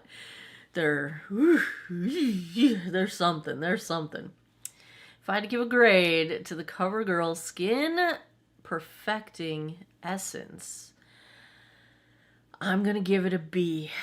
I like it. I'm not including the texture sensory thing at all in the grading, because that's not going to be a universal thing for everyone. But I will point out, if you have sensory issues, it feels weird. Yeah, I think it's the polka dot pores are pretty bad, and I wish it didn't really move around. It only moved around a little, but it moved around a little, and so that's what takes it down from being an A, but it feels really good. It's got great skincare ingredients, and everything, blush, bronzer, highlight, stayed put. So that's what puts it above a C. So there you go. There's my rationale. Giving it a B. There you have it. Another episode of Foundation Fest is in the books. If you like foundation reviews, if you had fun with this one, give me a thumbs up down below. Comment, what should I pick up next? I got a gift card for Sephora burning a hole in my pocket. I need some ideas, please, because I actually looked on their websites and couldn't decide. I couldn't find anything that I wanted to. I couldn't find anything. Like, what?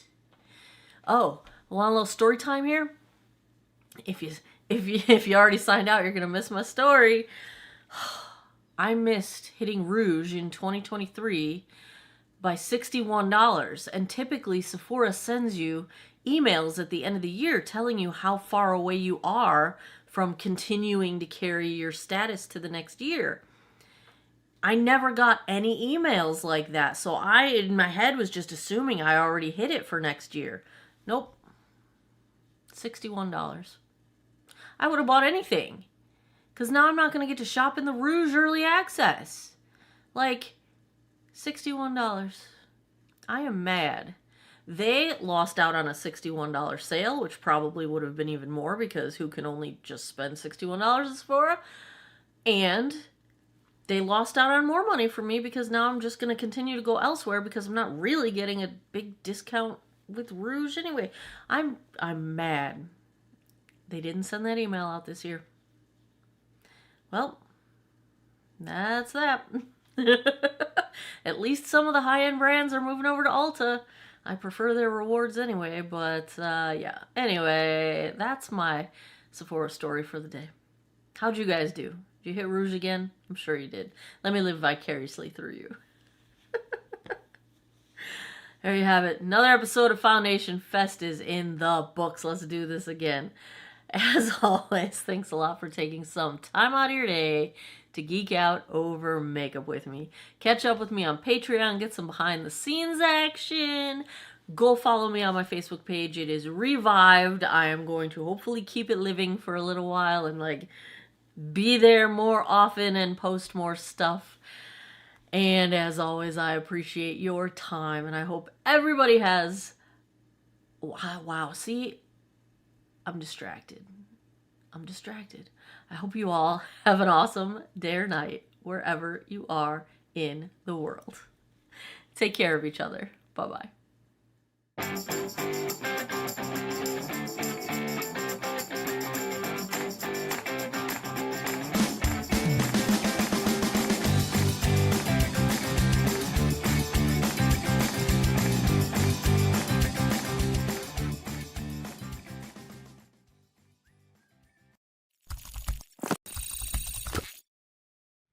Hello world, Shelly here, and it's time for another episode of Foundation Fest, and today I'm checking out from AOA Studio the micro budget shopmissa.com. This is the Pure Complexion Liquid Foundation. Retails for $1.55.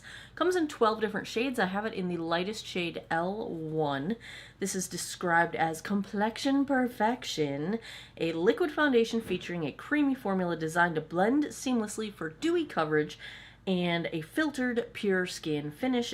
Creamy, buildable, smoothing, blendable, non-toxic, vegan, cruelty-free. Looks like a pretty standard silicone-based formula here, and I don't see added fragrance. There is Camellia japonica seed oil. I'm probably saying that wrong. Yeah, looks pretty straightforward. Not a very long ingredient list, which I like. I'm going to apologize in advance if you hear any noise. A tree fell down on my house the other day, and so the tree guys are here to chop it up, but I gotta film when I can film. I'm also cutting my hair. I'm not cutting my hair. Whoa, let's step back. Where did my headband go? I lost it. Hold up.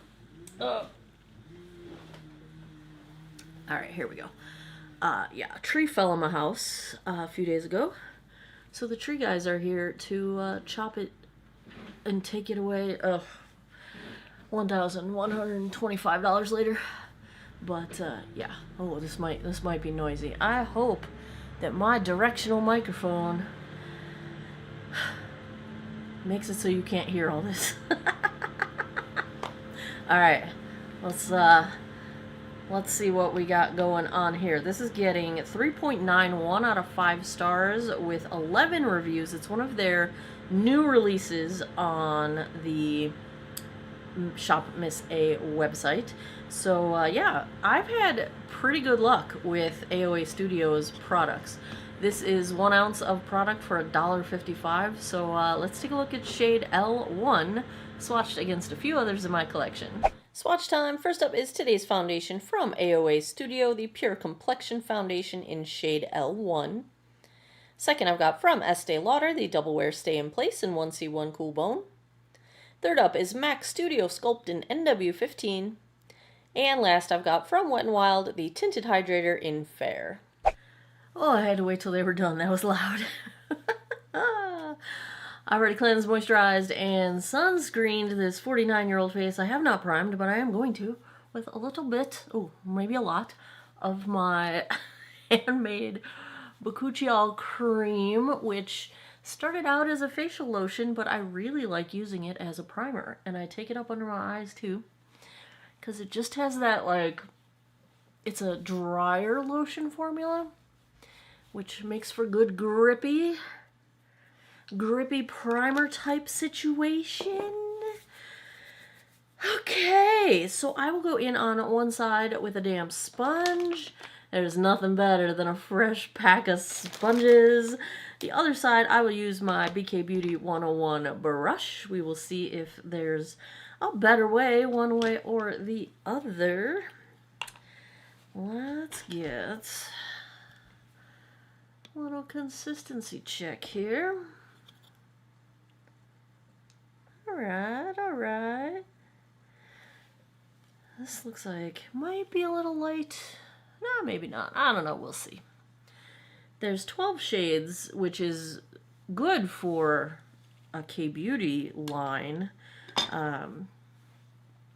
They usually have fewer, and they do go all the way into deep, so that is awesome. But I always have a hard time with undertones, and they jump pretty, like, from fair to darker light. So it's like, and I'm like dark fair. Like in the summer I can get away with like the light end of light, but usually I'm in the dark end of fair, so I'm not the fairest of the fair. I don't think this is too light because I'm still winter, you know. Pretty light coverage with a sponge, but I am getting some redness correction, so that is nice. Let's try the brush side. I haven't gone out to see what the tree situation looks like. I just saw them getting into their truck. And since I have to go get my hair cut, I'm like, hurry up, hurry up, hurry up. I want to do my face so I can go get my hair cut and not lose a filming day. But I haven't gone and looked at the tree. So the tree did not damage the house, thank goodness. It was about a foot too short to damage the house. It did hit the roof, but the part that hit the roof was just like the dead branches of the very top of the tree, so they just like shattered everywhere. But they don't appear to have done any damage, but it was laying on top of like the water main access to the house and the cable box and right across the front door, like, yeah. So had to pay the tree guys to get rid of it. If they fall in the backyard, they just fall and decompose and they become like squirrel and woodpecker habitat. But when they fall across your front door and your cable box, and your water main, you kind of got to deal with it. So yeah, a little bit more coverage with the brush, I would say. It's not a super dewy finish. They described it as dewy, but I'm not feeling too dewy. I don't like it to look too dewy. I don't like... Why am I going into my bottle? I still have some here. I don't want to look sweaty, if you know what I mean. But I like a little shine. Like a little... Shine's probably not the right word, but like glow. Let's just even this out a little. This is on the lightest. It's probably as light as I can reasonably go. I am a little bit flaky today, but honestly, I'm not seeing it yet in the foundation, so that's good. We'll see. We'll see. Sometimes it takes a minute for, as the product dries down, sometimes that's when you start seeing the edges of flaky skin get clung to, whatever, however that's supposed to be said. Clung to, I think would be right? I'm only taking a little bit to my eye area for blending purposes because I am going to film a concealer from them as well. So you'll see that when I come back with my whole face on. All right, here we go. Yeah, it's clinging a little bit in between my eyebrows, but that part of my face is super peely right now. I've a little bit of peeling happening here, a little peeling on my nose, and a bunch of peeling right between my eyebrows. So that's the skin situation as we're starting out. All right, let's zoom in so you guys can see what I'm seeing here. I feel like it looked a little bit nicer before I built it up. Once I built it up, I feel like you can just kind of see it on top of the skin a little bit. Some foundations just don't meld together as well when you build them up. So I would say this is I would go one and done with this one. So you're going to be at a lighter coverage. I would say we are at like the lightest of medium coverage right now. It is really clinging to the dry skin in between my eyebrows and just a little bit everywhere else. A little bit on my chin, a little bit on my nose, little bit everywhere else, but just really, really clinging to those flakes in between my eyebrows to the extent that I might try to like rub all of that skin off if I can, which I already did before I sat down to do my makeup. I thought I had gotten as much of it away as I could, but that's some pretty significant clinging there in the middle. Otherwise, if we ignore that altogether, I don't think it's the most blurring thing in the world. Like, I can still see a little bit of my pores on the sides of my nose into my cheeks. It's not accentuating texture. It's not blurring it terribly well, but it's not accentuating it. I would say we're at like a, this is just like a, basic little bit of coverage kind of performance, and that's about it. You know what I'm saying? It's not going above and beyond in the corrective areas, correcting lines, correcting texture. It's just giving a little bit of redness correction and a little bit of a dewy finish, and that's about all it's attempting on my face right now. Let's check the time. It is 12:57. Let's call it 1 o'clock. Let me go put the rest of my face on. I will be right back. Okay, y'all, I went back in and wiped off my forehead and nose and chin and reapplied a very light layer with my moisturizer and to not build up because it was just clinging way too much on the dry skin. So here is what it looks like with just one layer. Much better. I do not think this is buildable on dry skin,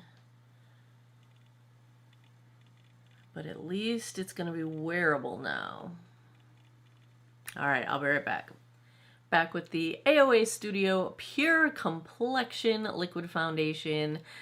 This one's not going so well. I'm actually kind of unhappy that I have to go out in public because it really like snake skin froze along the edges of any dry patches whatsoever, which is a bummer. I tried to cover that up with copious amounts of blush, and yeah, so not pleased. Although it feels fine, and I think it's okay for just basic color correction, you know, if you're getting rid of redness, you don't have flaking skin, that kind of thing. But that's not going to work most of the year for me because I almost always have flakes going on somewhere. Yeah, anyway, I gotta go. I gotta do my day. I gotta do my day. On the rest of my face, did I put it away already? Oh, no, because that's not what I wore. I went neutral today, hanging out. You know, if I'm only spending $2 on foundation, I got lots of money to buy the Natasha Denona face palette, right? This is the Hypernatural face palette. I really like this palette. It's kind of like a nice all-in-one sort of deal going on. And I resisted the urge to put on my Serengeti highlight because I don't want to draw attention to the peeling dry skin area here, which is accentuated by this foundation. But my eyes and my face are this guy right here. I got pre-launch editions of the new Color Street eyeliners. So I'm wearing mahogany as eyeliner and of course black as tightline. Then the mascara is the What's Up Beauty Watch Me mascara. Now, one thing I did get from AOA on shopmissa.com, they have a line of lip liner stains now, which are, you know, all the rage ever since the, you know, TikTok went viral with the stain, STAY-N, where you put it on, wait 10 minutes, peel it off. But then CoverGirl relaunched their Outlast lip liner pens, the stains that are just no peel off, it's just a pen format. And it's now a vegan formula, and they added new shades, and I'm really enjoying these. So then when I saw that AOA had their own one come out, I grabbed a bunch of colors of them because, like, you know, they're, you know, $1 or something a piece. And so I'm wearing rose brown, and I have to say the tip on this thing was the best lip product experience I've ever had in my life. No joke. Easiest application I have ever had. And it's just one of those little, like, ball tip. It's, you know, I can't get it to focus. Do you see how it's like just that little ball tip type of a situation? The liners from CoverGirl are like a felt tip marker, but they're not bendy. They're like a solid felt tip, which is a little hard to draw if you're not good at drawing. Like, you have to be really precise and careful. This still was a little bit fluid when it applied, so it was just really easy to apply. I just never have had a lip application that easy. It's super, super, super sticky when you put it on. Don't press your lips together. Wait for it to dry, and then it's completely dry. On top of it, I put one of the new shades of the Lawless Forget the Filler gloss. Dare I say it? Pretty sure it's my favorite gloss. It's plumping, but not overly buzzy on your lips, and the shades are beautiful. I'm still hooked on the Cherry Vanilla. This one is Nudie, which is like a cool tone nude. They also have a warm toned nude and a lavender. The lavender one's gorgeous. I wore the lavender one recently in a video.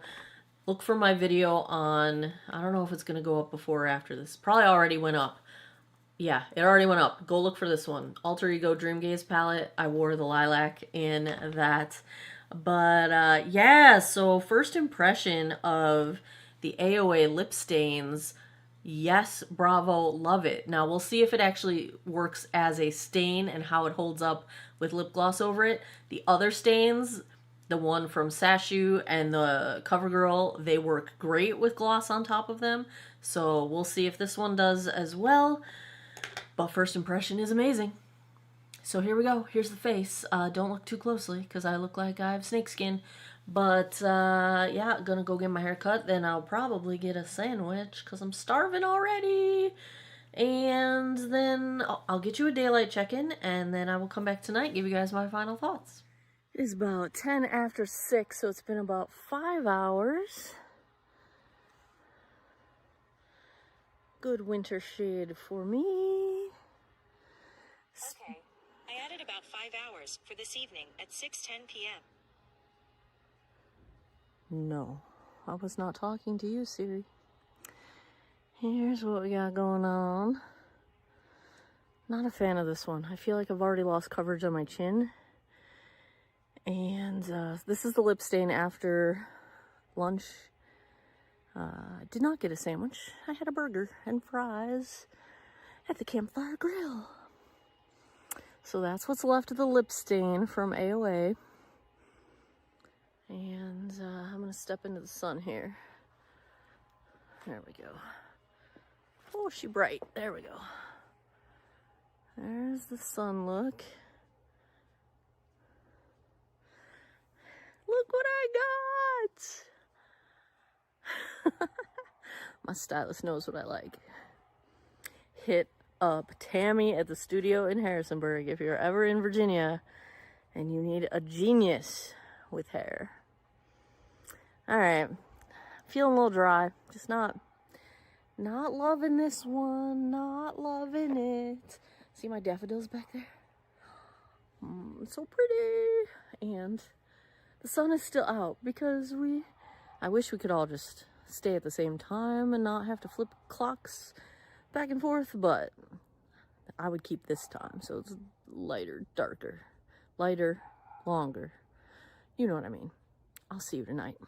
7:41 p.m. I know that just puts us just under the 7-hour mark, but I sat down here thinking to check and see if my makeup was good enough to get some new pictures to put. I need to order new business cards, and it's not. So we're not going to get any better over time, so I figured we might as well cut this one where it's at, put it out of its misery, and then I can touch up and take my pictures. For the record, here's where we are with the AOA Studio lip stain. I would say bravo. At this price point, you know, it's $1 something, and I would say it performs equally well to the CoverGirl or the Sashu lip stains, and much less expensive, and I love the applicator tip. I think they're calling all of these lip liners because none of them really hold on the inside part of the lip where you've got the most moisture, but slap some lip gloss on over this and you're still fine to go. Like, what a low maintenance, awesome way to have some color throughout the day on your lips with very minimal maintenance, which you know is my jam. So yeah, bravo there. This foundation though, oh, but let's talk about my hair. Ziva's climbing the chair. Yeah, so we were doing my hair and she was cutting my bangs, and somehow we got on the topic of space bonds. Please stop scratching my chair, Ziva. How many times are you ever going to hear me say that? Always. Lately, always. So we're talking about space buns, and as she, you know, she's clipping hair back to do the bangs and whatnot, and then she goes, you know, you've got enough hair back here that, you know, we could leave it a little bit longer in the back, or the back of the top half of my head, and then I could put it up like this when I want to. And I was like, yeah, yes, please. I mean, I still have the, like, faux hawk thing in the back, and still shaved my sides. I didn't do any decoration this time. My stylist is actually, she got some special, like, cutter thing for doing intricate designs and shaving heads, and then I got some stencils, and so she's gonna practice, and then one of my next haircuts will do something. So I'm very excited about that. But yeah, so she gave me little pigtails, and I'm very excited about that too. Now I have to go buy rubber bands because I don't have any rubber bands anymore because my hair hasn't been long in a while and I didn't keep them, and now I gotta go get them. Anyway, let's talk about this foundation.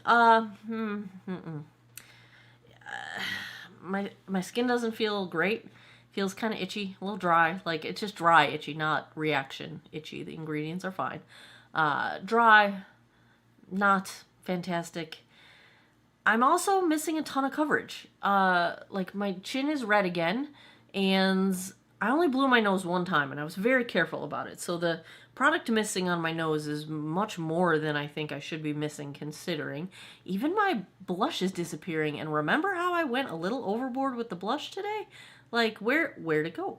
Everything just is kind of vanishing. So the longevity is not great. The hydration is not great. The clinging to dry skin is horrible. Like, it's really bad. It got worse as the product dried down. It did not settle into lines. I'm not going to say it really did many favors in terms of blurring out texture, but it's not the worst. So I think if you are maturing skin but not on the dry or peeling side, it might be acceptable. But I think acceptable is probably as high as it gets. And since I do have dry skin all the time, then acceptable is not really, it's below average for me. So if I had to give a grade to the AOA Studio Pure Complexion Liquid Foundation, I'm going to give it a D. It's not entirely unwearable. Like I said, I think if you don't have dry skin and you don't have peeling issues, it's wearable, but the longevity is not great. And it's not really great for dry skin. And my grades are for dry, maturing skin over 40 from that perspective. So we're going to go D on this one. Don't really recommend it even for $1.55 unless you're not dealing with dry skin issues. But of course, everyone's body chemistry is different, so go ahead and try it if you think it might work for you, because it might. It really might. It did not work for me though, so there you have it. Another episode of Foundation Fest is in the books.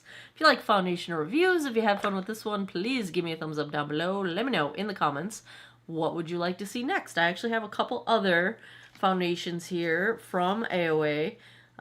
Well, from Shop Miss A anyway. This is the A2O Lab Soft Matte Foundation. I had another one here. I don't know where I put it. There were two. I don't know where I put it. So I do have a couple more budget foundations coming from Shop Miss A. But let me know, what would you like me to check out? I keep a running list. The more people that request certain ones, those are the ones I prioritize buying. I buy them whenever I can, and that's how that works. So let me know in the comments what you would like to see next. Come visit me over on Patreon. I post things like, it's going to be too late by the time you see this, but today I posted that it's the day of 50% off the MAC paint pots in the Ulta beauty sale event thing that they have going on, and a $13 paint pot. You bet your bippy I ordered my replacement, because look at how low we go. How low can you go? And the thing is, these actually never dry out, so it's fantastic. But I'm pretty down there. We're ready for a new one. I almost ordered two, but it takes me so long to go through them. There's really no reason to do that. So I just ordered one. But yeah, check me out over on Patreon. I post stuff like that over there. I'm on Instagram, TikTok, if it hasn't been banned by the time you see this. You know, Facebook, all the places. Except the place formerly known as Twitter. I'm not there. I'm on Threads too, but I don't look there very often. I want to get better at that. Whatever. Socials. Who's got time? Anyway, there you have it. Another episode of Foundation Fest. Enjoy. Hope you had fun. Let me know what you want to see next. As always, thanks a lot for taking some time out of your day to geek out over makeup with me. I appreciate your time, and I hope you guys all have an awesome day or night wherever you are in the world. Take care of each other. Bye-bye.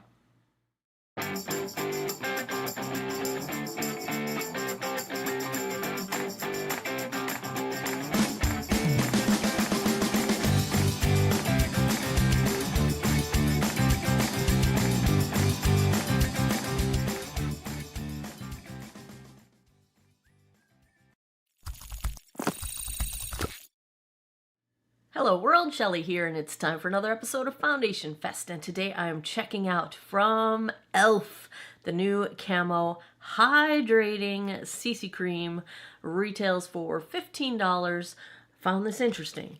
Instead of it being listed as 1 fluid ounce and 30 milliliters, it's listed as 1 ounce and 30 grams. So we're measuring in solids, not liquids. I don't know. Little side note there. But it's the typical amount that you would typically have in a tube of foundation. It comes in 30 different shades. As you see, I picked up 2 of them at my local Ulta. All of the fair shades were sold out, but these looked pretty light, although I'm starting to think now that this isn't the actual color of the product. It's just like the color of the packaging, and the product might be different. We might have a surprise coming. I don't know. I picked up Light 205 Neutral. Oh, let me get the descriptions. I think I tossed my other box. Hold on one moment, please. One moment, please. Yes, so 205 neutral, light 205 neutral is neutral with olive undertones, which I thought was interesting, and it looked like it kind of had that gray undertone that I like, so I grabbed that one. And I got light 210 neutral, which is neutral with beige undertones.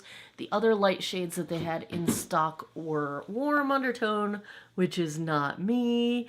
I'm basically neutral, and I prefer a hint of cool. In the wintertime, I'm like one step into the cool zone. But I got these, so we will check these out compared to the 30 shades that they have got. Let's see what they have to say about this. It is a full coverage color correcting foundation with SPF 30 protection that hydrates skin and gives it a dewy finish. The sunscreen is a combo chemical and mineral broad spectrum sunscreen. Full coverage, helps plump skin's appearance. They have a shade match guarantee. It's got vitamin B5 for moisturizing and nourishing the skin. That's the most generic description I've ever heard. Tremella mushroom, hyaluronic acid. So it looks good. I'm scrolling through the ingredients here. I'm not seeing any added fragrance. There is a variety of oils in here. So carrot seed oil, carrot root extract, sunflower seed oil, beta carotene. So looks hydrating to me. Looks like a silicone-based foundation. Let's take a look at these two shades, swatched against a few others in my collection. Swatch time! The first two swatches are both today's foundation from e.l.f. the Camo Hydrating CC Cream.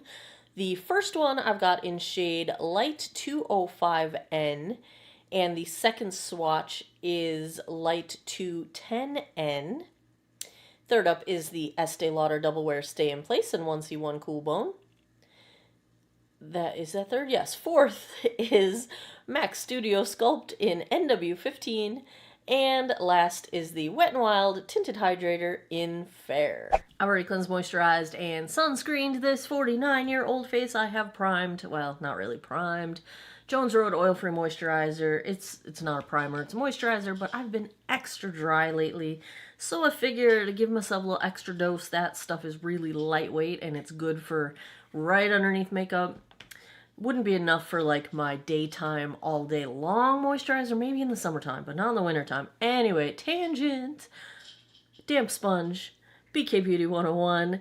I do have a code with them, Shelly10 for 10% off. I think it still works. I don't get paid from it. It's just a discount for you guys if you are interested. They're my favorite synthetic brushes. Yeah, it's the new year. Can you tell that I am like, bah! Yeah, Happy New Year! Where'd my elf go? All right.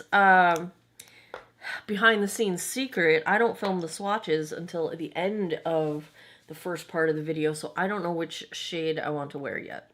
Okay, we are going to go with the 205, and happy to see that it is as I had hoped, maybe not anticipated, but hoped at least. It does have that nice sort of gray-leaning undertone. I usually get pretty excited when they describe it as beige because that is usually in the ballpark of what I'm looking for. All right, here's one pump. Probably going to need more than one pump, but that's what we have for consistency. I'm just going to put a little more out here because I know I'm going to need it. All right. I think I could probably wear 210 in the summertime, but for wintertime, let's start here. I'm going to start with the damp sponge. Like I said, no primer, just a little extra moisturizer going on. I am going to take this up under my eyes as concealer as well. Oh, I already got it in my hair. I'm going to have to start watching that now that I dyed my hair dark. Even though I tried to get as close to my natural color as I could. I think my natural color is in between a medium and a dark. So this is like a smidge darker than my natural color, but I don't know, maybe it's a good match actually. It matches my eyebrows pretty well, but I think my eyebrows are thinning, which is why I think they look lighter. I don't know. Let's just not talk about that, shall we? All right. Yes, it's dewy. Yes, I'd say light medium coverage with one pass with the sponge. Still can see a smidge of sunspots poking through, but there is good redness correction happening. This feels like a nice, fast, easy application if you want it to be, which I like having that option. You know, if you're not going to go full face, wow. Last night's mascara still on my eyes. Yeah, so if you're not going full face, you've got a little leeway. Let's try the brush side. Yeah, I can see how this can easily go full coverage as well. Which, that's what they said, so that seems accurate. Yeah, you definitely do get slightly higher coverage with the brush versus the sponge, as one would anticipate. It looks even dewier, I think, with the higher coverage and the brush application. Wow, that even got my nostrils pretty good. That's a pretty remarkable feat for one pass. There's one pass. I really like the coverage on the brush side.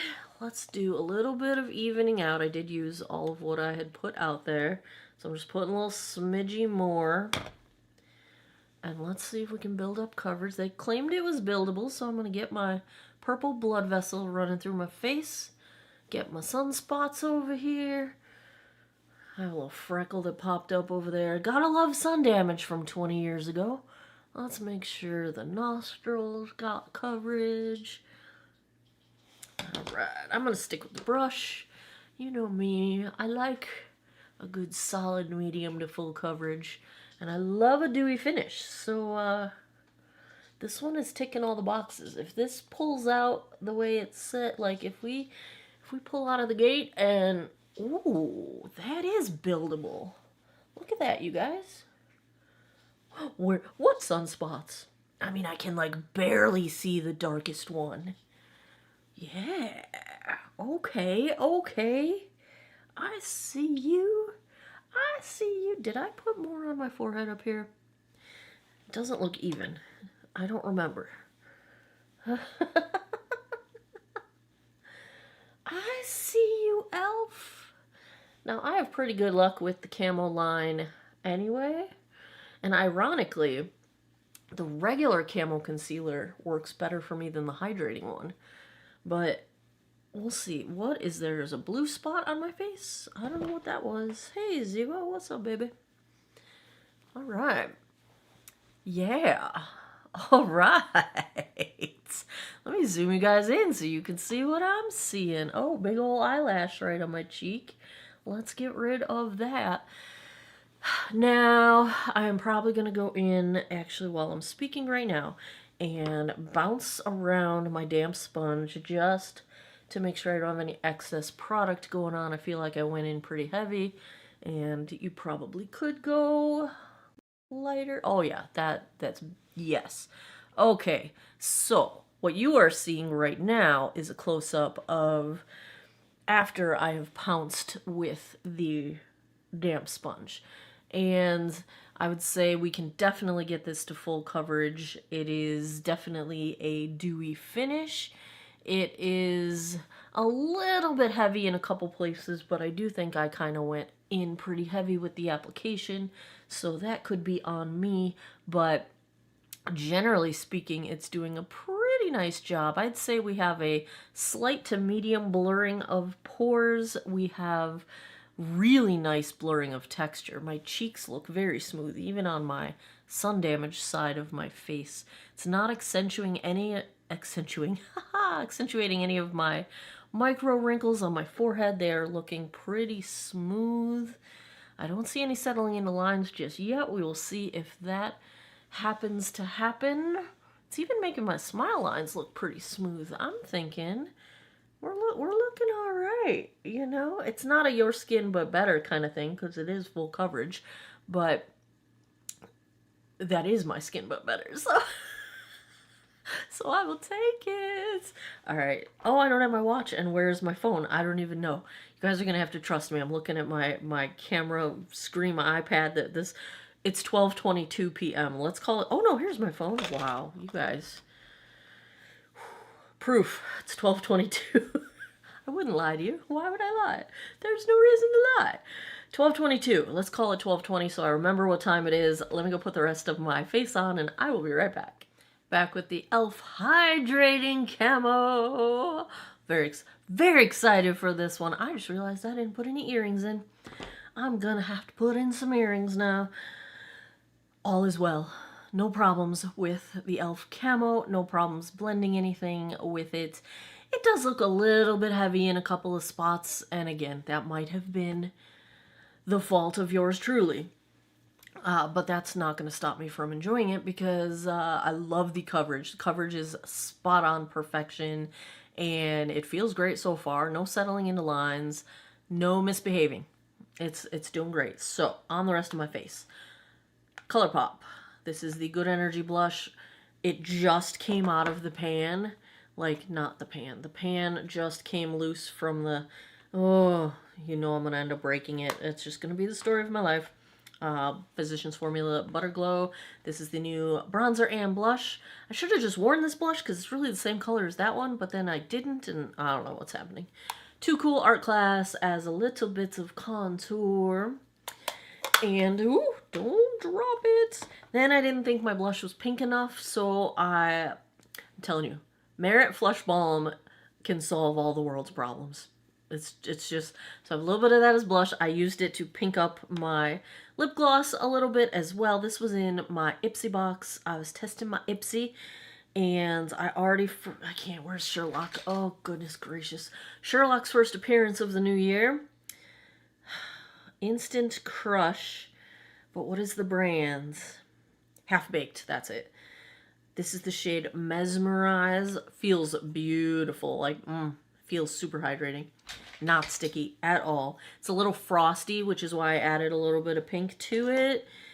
So that is the lip. The eyes, also from my Ipsy. I filmed this eye look, if you are curious. It's from Ofra. Did they do a rebranding?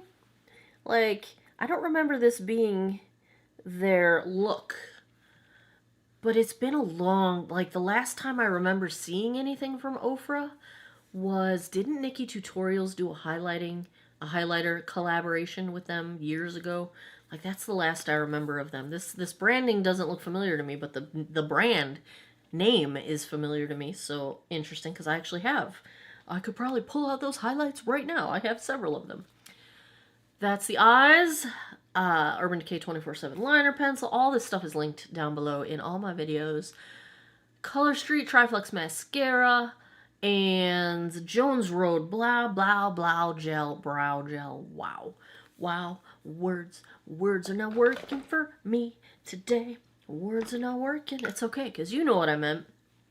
And is that everything I'm wearing? I'm looking. I think that's everything. Woo! You! Does anyone else watch Letterkenny? Oh my gosh. I've already watched the final finale series finale, season 12, twice, all the way through. I'm going to miss that show so much, but Shoresy is good. But Letterkenny, so good. And I don't care what anyone says, the final season just, my heart, I loved it. Who's your favorite character? I love the Skids. What can I tell you? I love the Skids and, what is his name? Because he reminds me of Jonesy from the Teenage Mutant Ninja Turtles, the original Teenage Mutant Ninja Turtles movie. He wasn't Jonesy, he was Jones. But Jonesy played for the Philadelphia Flyers. My brain is everywhere right now. Philadelphia Flyers, back in the day. He's now actually a commentator, I believe. Actually, now I think he got hired by the team. Keith Jones, Jonesy. All not the person who I'm thinking of in Letterkenny. What the heck is his actual name in the show? If you watched season 12, he was always with Mr. McMurray, with the McMurrays, when Wayne was trying to get McMurray to help with the incident involving Derry. I'm going to stop there so I don't spoil anything, but not Joint Boy, but his friend. I can't think of it. Anyway, I'm on such a tangent. I need a sandwich. That's what's happening. I'm starving. I need to go get a sandwich. Gonna go get a sandwich right now. I'm surprised I'm not having a sandwich right now. Letterkenny joke. And then I'll come back with a daylight check-in because we actually have some daylight today. The window's right behind you. And it's sunny out right now. We've got a snowstorm coming in for the weekend. But I'm gonna... Well, the snowstorm will have already happened by the time I need to stop talking. I'll see you guys later. Well, it was a sunny day. It is no longer a sunny day. There is no daylight. It is getting dark quickly. It is 4:22, according to the Jeep.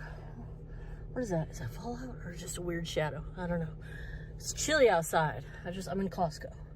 Just put away all my stuff. Here's our shade match, which I think is spot on. My cheeks are more flushed than the blush would have given because it's cold outside. And of course I'm not wearing any jacket or anything. Like, I'm still in denial that it's winter because reasons. So there you go. Here's where we're at. I did just blow my nose. Probably should have done this before I blew my nose, or maybe not. Maybe after. The redness is the chill. So, there we are. People are really looking at me like I'm strange. I don't care. I am strange. All right, there you have it. That's our daylight check-in. I will be back tonight, and I'll give you guys my final thoughts. 9:30 p.m. That puts us just past the 9-hour mark. Let's take a look at how the e.l.f. hydrating camo held up. I think it held up great. Blush bonds are still completely intact, totally comfortable, no hydration issues, no dryness, no itchiness, no tightness. Didn't settle into lines. I've got pretty much checks all the boxes. I will say it's a smidge heavy looking at times. Again, I think application technique can affect that, which may be my bad in this case. Let's just zoom in. Let me show you guys what I'm seeing. So the product did break apart just a little bit on my chin. And that's not unusual for a foundation for me at this time of the day. And it's not really anything major. And again, that might be something I can resolve a little bit with less product. Because I did go back in and build it up on my chin. And maybe that's not the move. I did have to blow my nose several times today, so I am missing product there. But every place else looks pretty doggone close to the way I applied it. It's not really caking up anywhere. It's not really settling in anywhere to any lines. The smoothness and the blur looks the same as it did. The only thing I'll say is that I don't think I will use this as concealer moving forward. I'm not a big fan of how it kind of froze my under eye lines in place in a way that just makes them more visible and less smoothed out than other foundations and concealers do. So I won't be wearing it as a concealer, but I think it is true to its finish and true to its claims. I like that it's SPF 30. If I had to give a grade to the Camo Hydrating, I'm gonna go A-. I think it's a beautiful, full coverage kind of a situation, if that is what you're going for, and it's pretty much all that it claims, so I'm pleased. Very pleased. Very, very pleased. What do you think? Have you tried it? Are you going to pick it up? I think the 210 shade is probably going to be something I would wear in the summertime. The 205 is pretty much a good match for me, so I'm going to keep on wearing it. What do you guys think? Are you going to try it? Let me know in the comments. Also, if you want me to try anything else, got a list. I keep a running list. I buy them whenever I can. Let me know in the comments. And as always, thanks a lot for taking some time out of your day to geek out over makeup with me. I appreciate your time, and I hope you guys all have an awesome day or night wherever you are in the world. Take care of each other. Bye-bye.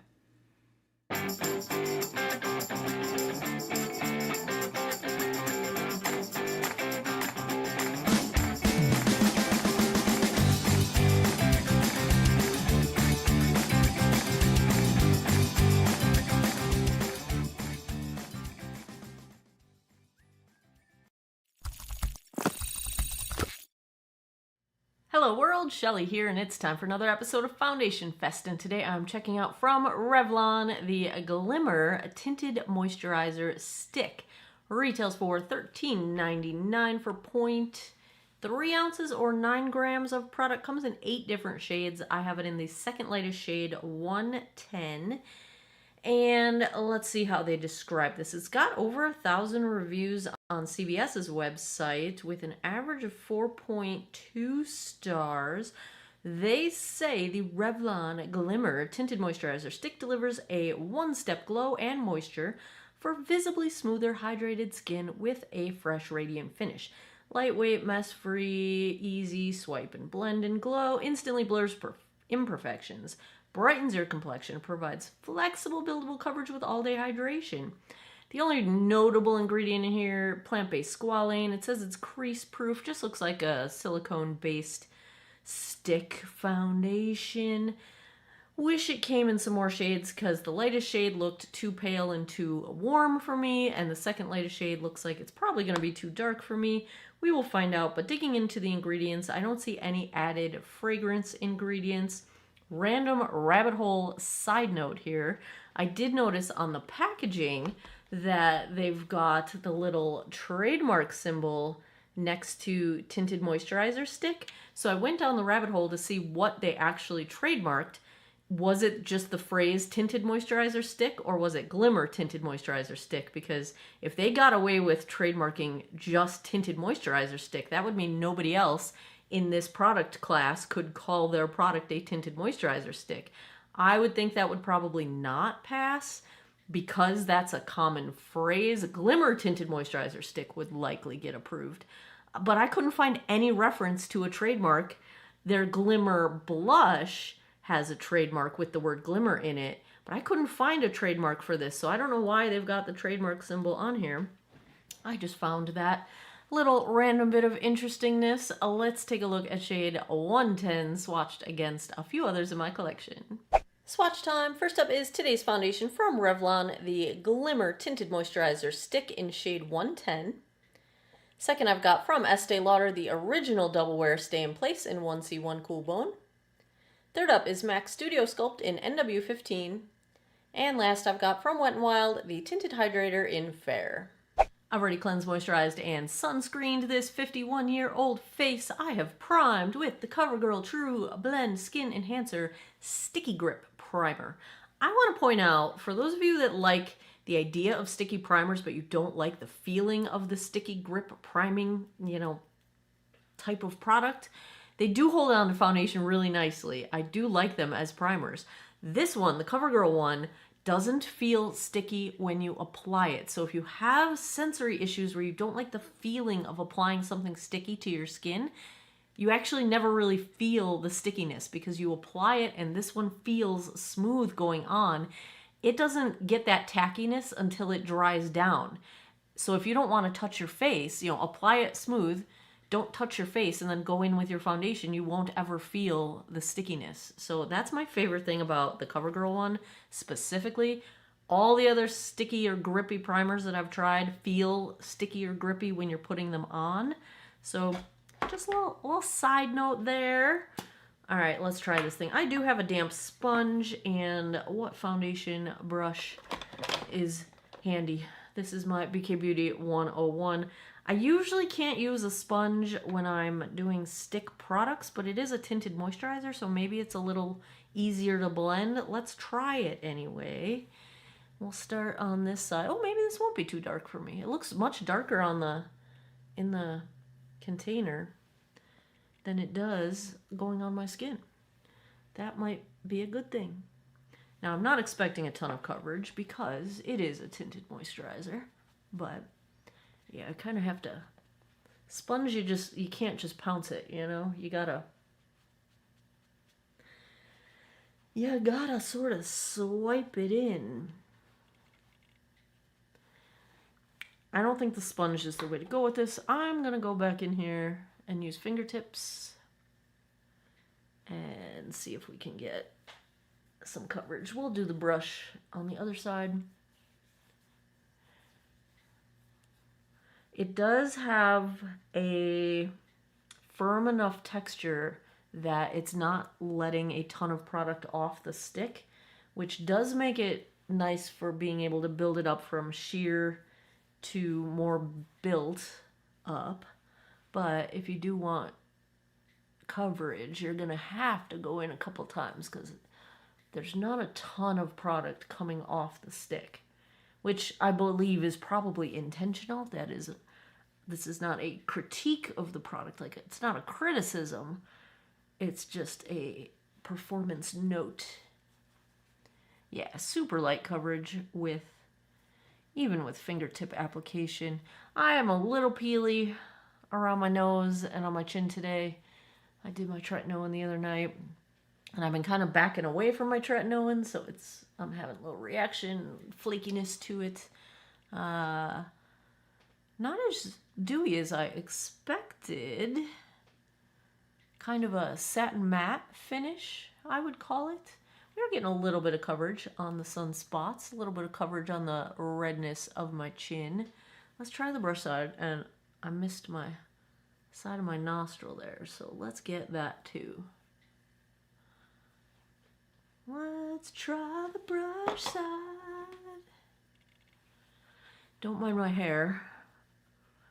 I had a beautiful blowout yesterday, and then last night at 10:30 at night, while I was binge watching Shrinking, I heard a noise, and Ziva would not leave me alone. She was trying to tell me something was happening, and a pipe burst, and there was water shooting out like a fire hose out of the middle of my wall. That was fun. Thankfully, it was only in the laundry room, so waiting on the plumber right now. Haven't had water all night. Turned off the water to the house.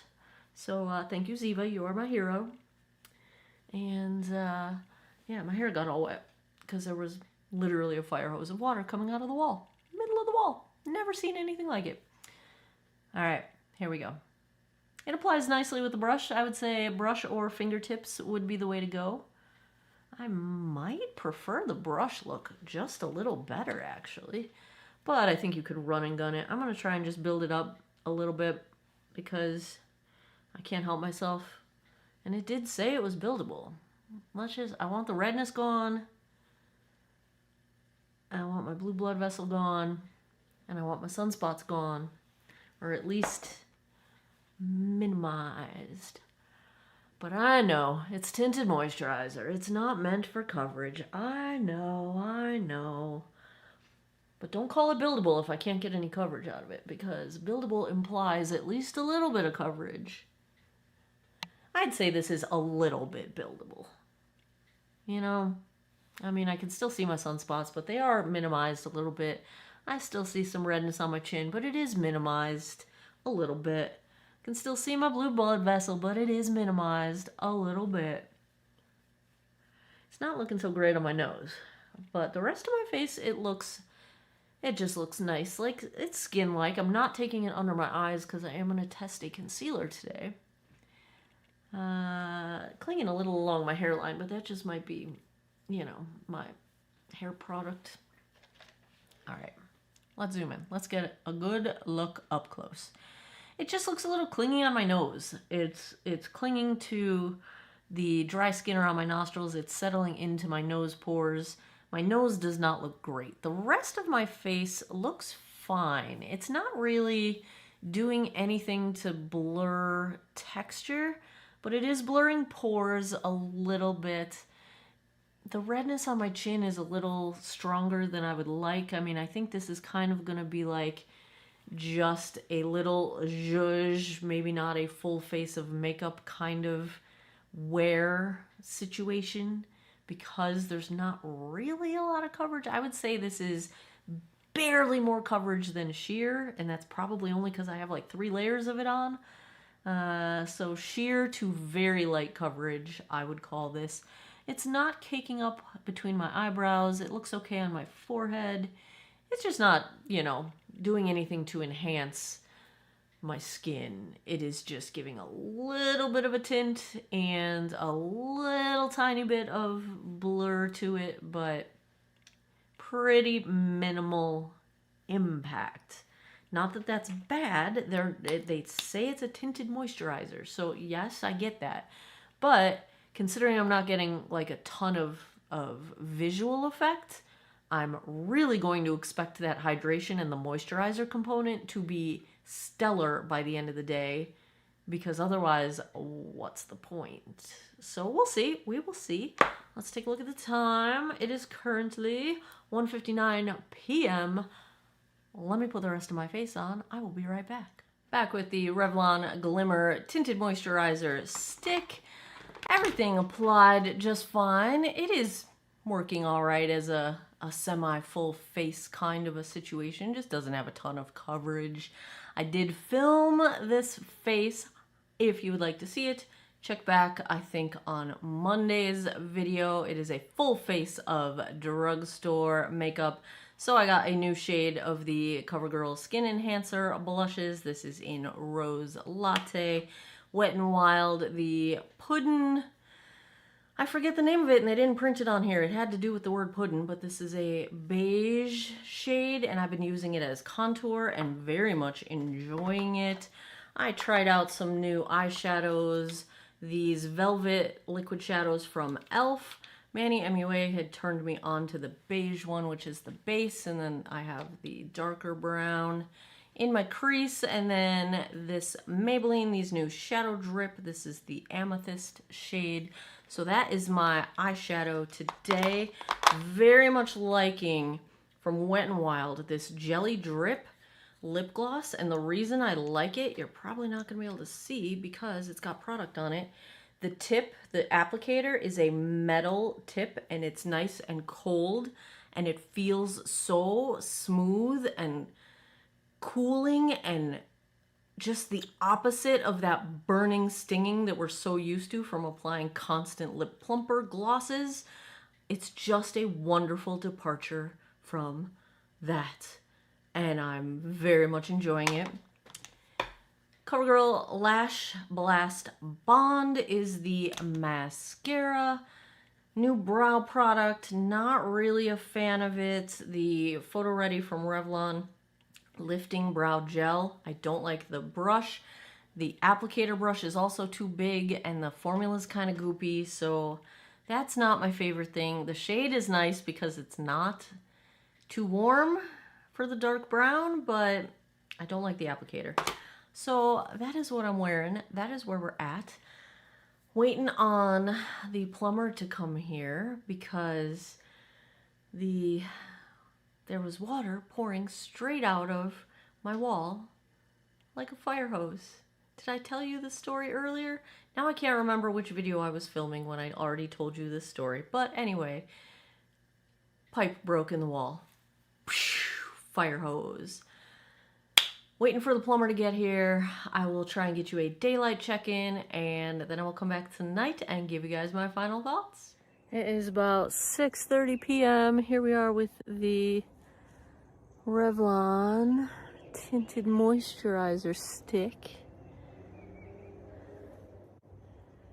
Shade match seems fine. Wonder if I could get into the sun. Here we go. Can I get it without getting my shadow in there?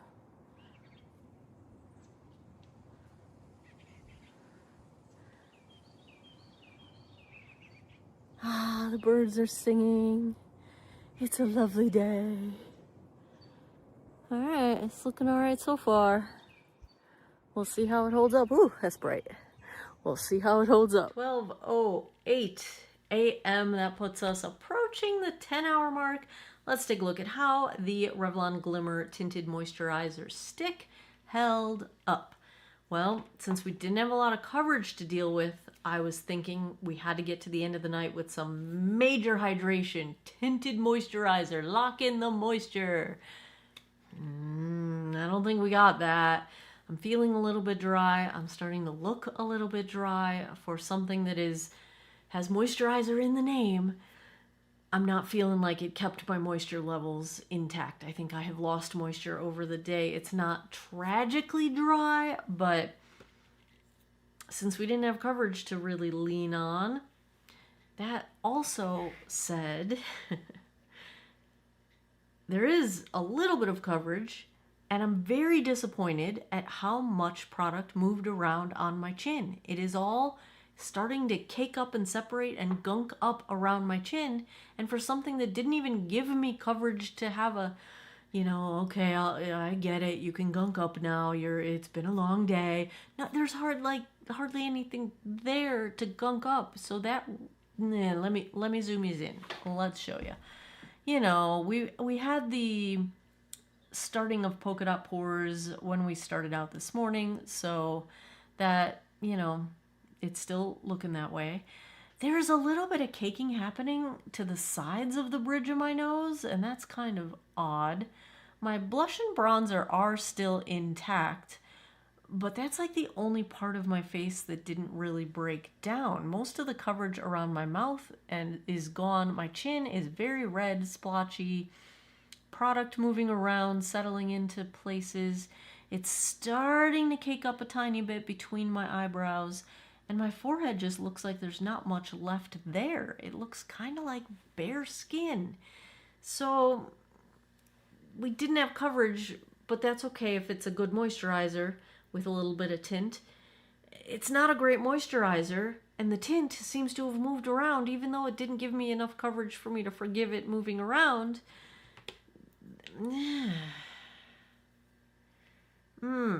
If I had to give a grade to the Revlon Glimmer Tinted Moisturizer Stick, it's a pass for me. Like a pass meaning no thanks. I'm gonna go C. It's not terrible, but it's just not excelling at anything. It's not great with coverage. It's not great with moisture. So what it's average. I'm just going to say average. It's a C. That might be a little generous, but it's fine. It's just not, I wouldn't be embarrassed to be seen in public with this face, but I wouldn't want to run into my future spouse either. So, you know what I'm saying? Nah, we're going to go C. There you have it. Another episode of Foundation Fest is in the books. If you like foundation reviews, if you had fun with this one, give me a thumbs up down below. Let me know in the comments, what should I buy next? I keep a running list. I buy stuff all the time. And as always, thanks a lot for taking some time out of your day to geek out over makeup with me. I appreciate your time, and I hope you guys all have an awesome day or night wherever you are in the world. Take care of each other. Bye-bye.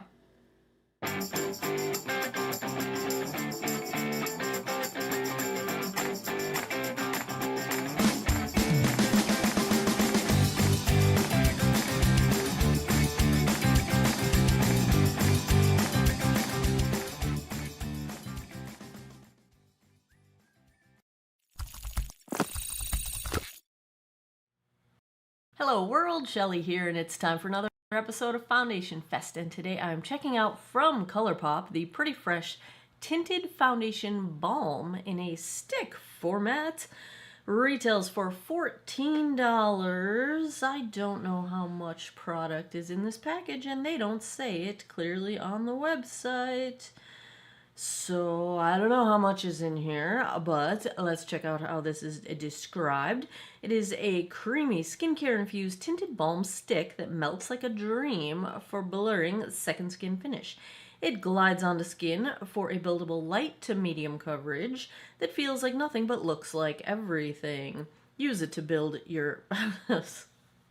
I read this line as, use it to build your house. What? There's construction going on next door. My brain's a little scrambled eggs right now.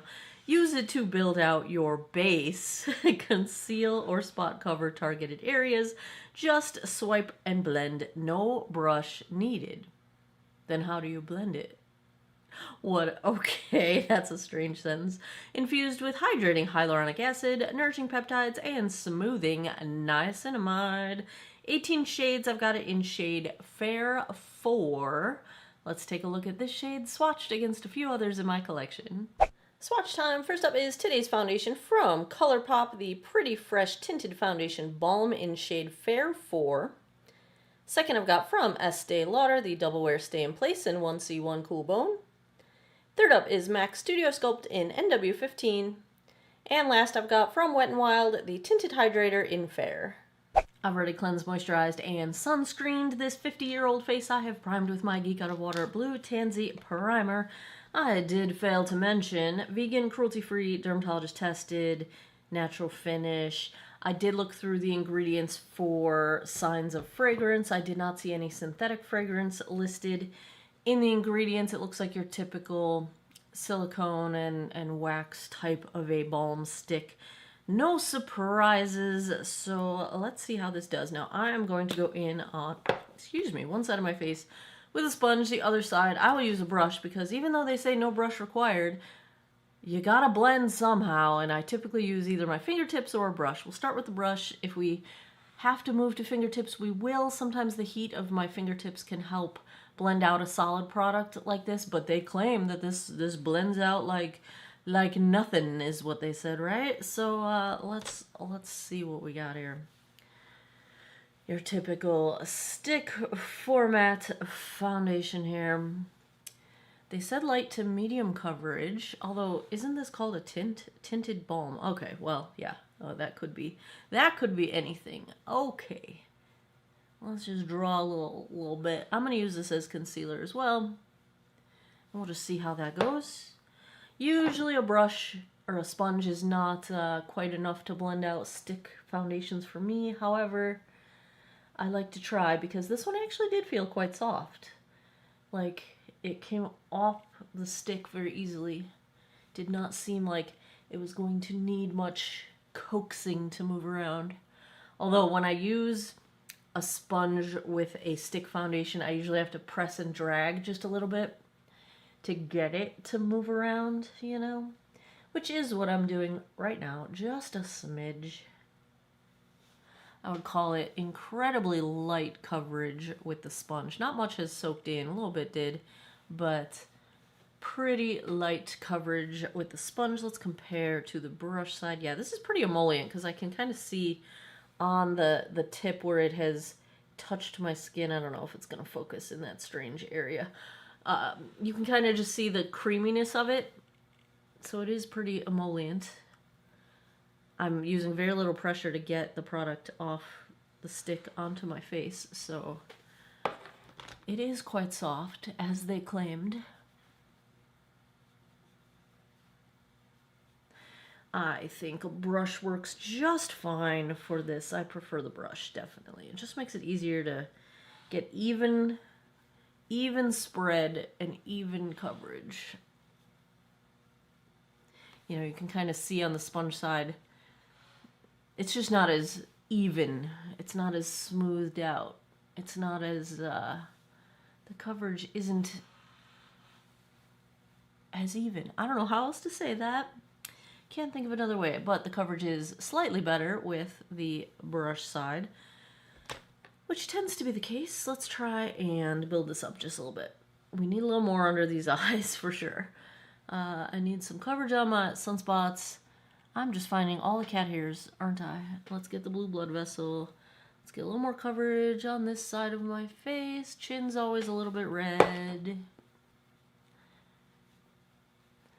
Does it build? Let's see. Yeah, it builds. It builds. Sides. It's building up. Watching those sunspots fade just a smidge. I would say this is like a light to middle medium coverage when it's built up. That's where I feel like this one is landing on my scale of coverage. It does blend out very softly. Like, it's nice and it's a creamy texture. We need some nostril coverage. Again, I don't know why I do this during allergy season. Why do I even bother? I don't know. I'm just going to blow my nose in like an hour. Speaking of, pretty sure I forgot to take my allergy medicine this morning, so that has to happen. Remind me when I'm done. Whenever I say that when I'm filming, even though I know you guys aren't going to remind me in half an hour because you don't see this for days, but it does help me remember, so thank you. As soon as I turn off my camera, I'd be like, "Yo, yes, they reminded me." I don't know why. It just works. So I go with it. All right, here we go. Here we go. Let's zoom in. I'll show you what I'm looking at here. Oh, another cat hair. Wow, the cats must have been hanging out on my vanity and got stuff all over my brush. So, looking at this up close.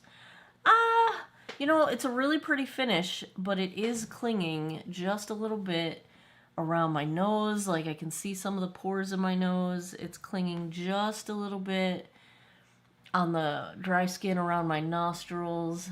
It's just a little...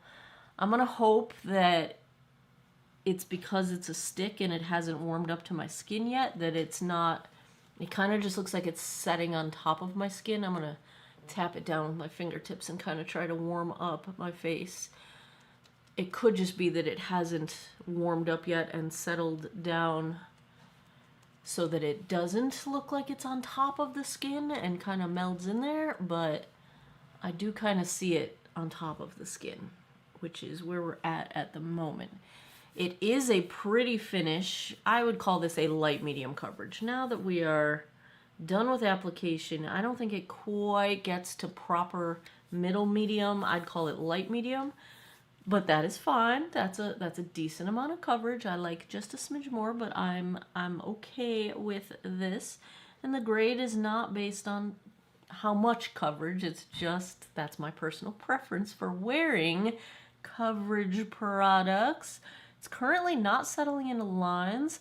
I would say it is nicely smoothing on texture, just a little bit smoothing on pores. They're still visible to me, but it's not accentuating them except the ones on my nose that haven't settled down yet. But we'll see how this goes. So far, we're in an okay situation. Let's check the time. It is, I can't find the time, 11:12 a.m. Let me go put the rest of my face on. I will be right back. Back with the ColourPop Pretty Fresh. Because it's so emollient, it has been moving around just a little bit. It was settling into my chin line.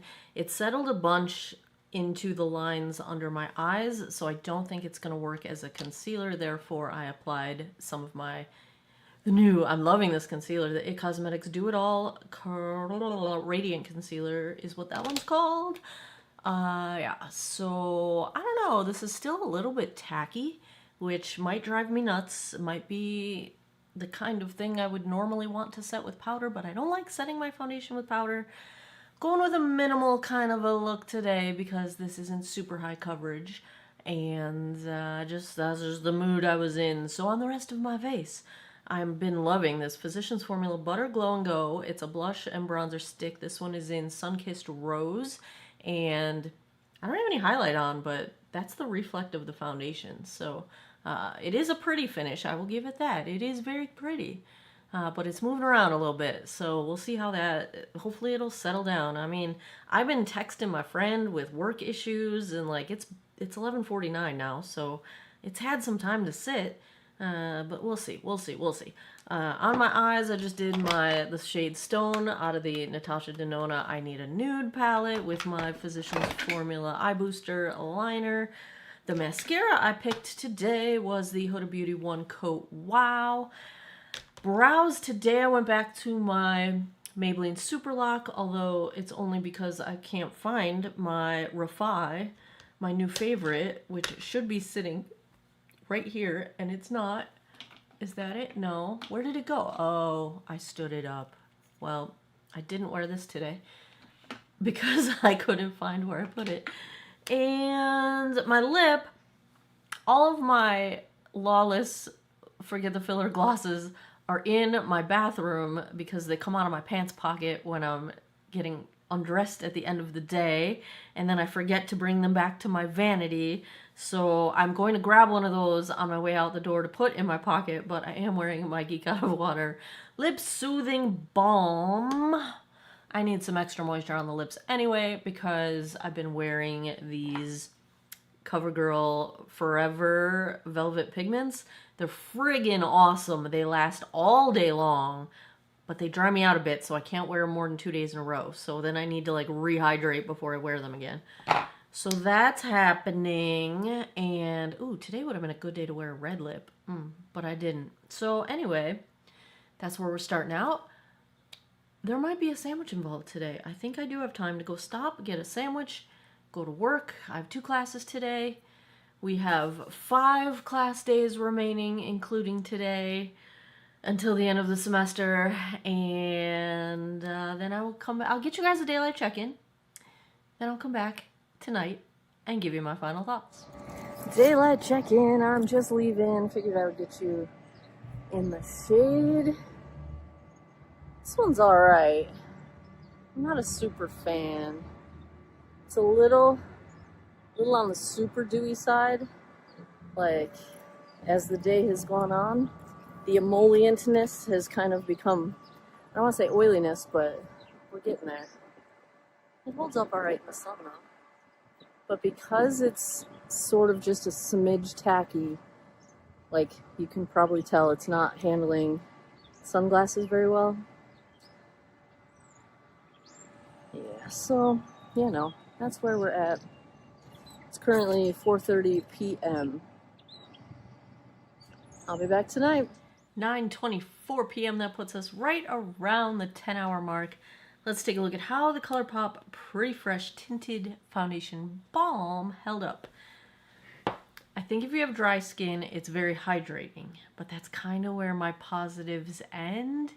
I do feel like it would need to be set with powder to stay put, and you know me, that's not something I'm likely to do. I don't like to have to powder anything, and I have so many things that work fine without me powdering them that I'm probably not going to do that. Let's talk about what's going on here. So, I get my mirror fixed so I can see my face. Basically, you know, we're 10 hours into the day, and even a couple hours ago, it was at this point where I feel like when I look up close, I can tell that the product is separating. And I don't know if that's like oil separation from the rest of the components of the balm, or if it's just the product breaking down. But like when you zoom in, pay attention to it's breaking down here in between my eyebrows on my forehead. This area of my cheek right here has some product sort of like gunked up and like it's breaking apart. It did that on my chin as well. You saw in my daylight check-in when I'm driving with the windows down, I wear my hat backwards so that my hair doesn't blow in my eyes, and I wear it really high on my head. But if you see, all the product is gone from where the hat was touching. That I wouldn't normally consider terrible. I would really expect transfer in that case, but it also transferred a whole lot off my nostrils where my sunglasses were, and I did not blow my nose today, and it's missing basically on my entire nose, around my mouth, my chin's breaking down. It didn't stay put really.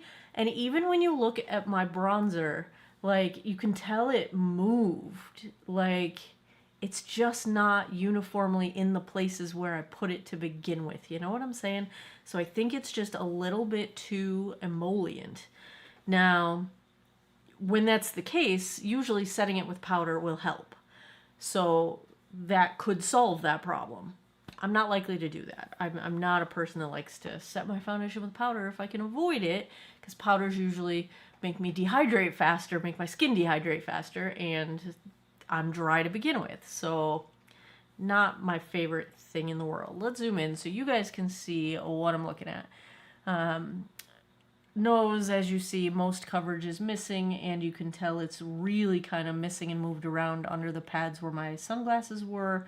And the non-nose ring side of my face, it's kind of like bunched up and moving around. It's settling into some of the pores on the sides of my cheeks and in my nose, which, on my nose, not in my nose. And blush bronzer kind of missing in some spots. It just didn't stay put. Chin, missing coverage, settled just a little bit into my deepest chin lines, but I wouldn't say it was too bad in the settling. But it's just missing in a whole lot of places and separating on my forehead. It's just, it didn't stay put. It transferred a bit. It stayed a little bit tacky throughout the day. My hair's not long enough anymore for me to like know if it's stuck to my face because I usually brush my hair away from my face. So I don't know if it was that amount of tacky, but like anytime I touched my skin, like I can still feel it. There's just a little bit of stickiness to it. Yeah. These are potentially solvable problems, and I will try it again with powder, and if I have any massive change of opinion, I will do an update video and let you know. But if I had to give a grade to the ColourPop Pretty Fresh Tinted Foundation Balm, I mean, it's like a D plus for me. It's like I'd almost wear it. Like maybe I'd wear it if I only had to go out for a couple hours and my skin was feeling really, really, really dry and I wanted that extra moisture to it, because it does feel very hydrating. It didn't play nice where I put the concealer on and then blended it in. That's kind of part of the problem, I think, with what's bunching up here. It's got to go below average. It's not quite there for me. And I wish it was, because I've liked some ColourPop complexion products in the past. And it seems really hydrating, and I have very dry skin, so I really wish it didn't move around on me. But if I need the extra hydration, I'm not going to add powder, which will take away the extra hydration. You know what I'm saying? Like, that's just not... I don't think it's going to work for me. We're going to go D plus on this one. I'm sorry, ColourPop. I wish I loved you. I'll keep you posted if anything changes. But I've got over 300 foundation reviews, and in my whole set of foundation reviews, there's been like twice where something has changed to an extent that it's worth mentioning to you.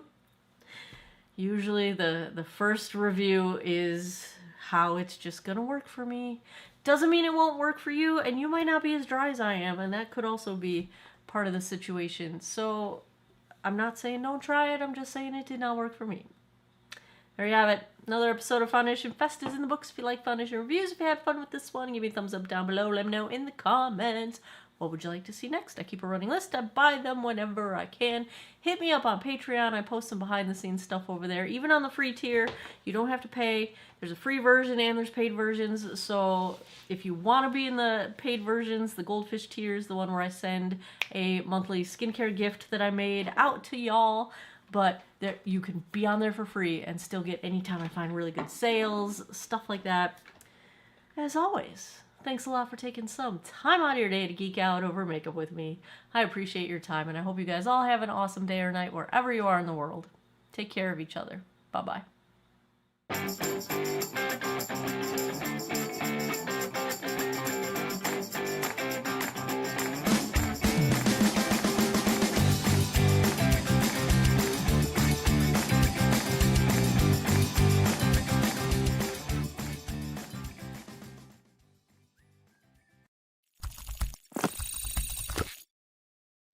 Hello world, Shelly here, and it's time for another episode of Foundation Fest, and today I'm checking out from NYX the Make 'em Wonder Soft Matte Buildable Foundation.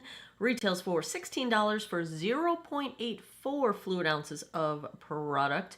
That's like a $19 an ounce foundation. Comes in 45 different shades. Lots and lots and lots and lots of variation. Like this is the 7th lightest shade, just to give you context. I've got it in shade Light Ivory. They claim, goodbye catfish, hello skincare infused foundation. NYX Professional Makeup Make 'em Wonder Foundation provides up to 24-hour soft matte buildable coverage that covers everything but feels like nothing. So I looked into the skincare here. They say looks like real skin, just smoother, more even, and brighter, infused with vitamin C, known for its brightening power to make your skin shine, and hyaluronic acid for instant hydration and non-cakey feel. Here's the problem. I can't find any vitamin C in the ingredient list. So I went through the ingredient list, and you've probably heard of some of the main forms of vitamin C. Ascorbic acid or L-ascorbic acid probably being the superstar one, but the one that's finicky because it's not very stable and it's short shelf life and yada yada. But like some other ones you might have heard. I made a list because I looked through for all of them. Sodium ascorbyl phosphate, magnesium ascorbyl phosphate, MAP, which I've used in some of my products, my shimmer lotion last summer, ascorbyl glucoside, 3-O-ethyl ascorbic acid, tetrahexyl decyl ascorbate. None of these are in there. Those are recognized common forms. I can't, I'm looking. I don't see any vitamin C in this ingredient list. Hey guys, editing Shelly here. I could not help myself. I had to dig into this vitamin C situation because either I'm uncomfortable that it's not accurate, or maybe there's a vitamin C derivative that I'm not familiar with and I could learn something about a new ingredient. So I went down the rabbit hole on this vitamin C thing. Got my notes behind me here. So, is there vitamin C in this formula? There is guarana seed extract in this formula. Does guarana seed extract have vitamin C in it? Trace amounts of vitamin C? Yeah, trace amounts. In a formula like this, practically irrelevant. So this is what I call something called ingredient laundering, where something you're saying is technically true, but there is no benefit, like not the benefit that you are implying to be true. So let's break this down from an ingredient standpoint. So guarana seed extract, it's more often used in formulations for like caffeine depuffing, that kind of a situation. They're not lying by saying there is a detectable trace amount of vitamin C in guarana seed extract. That is true. But would that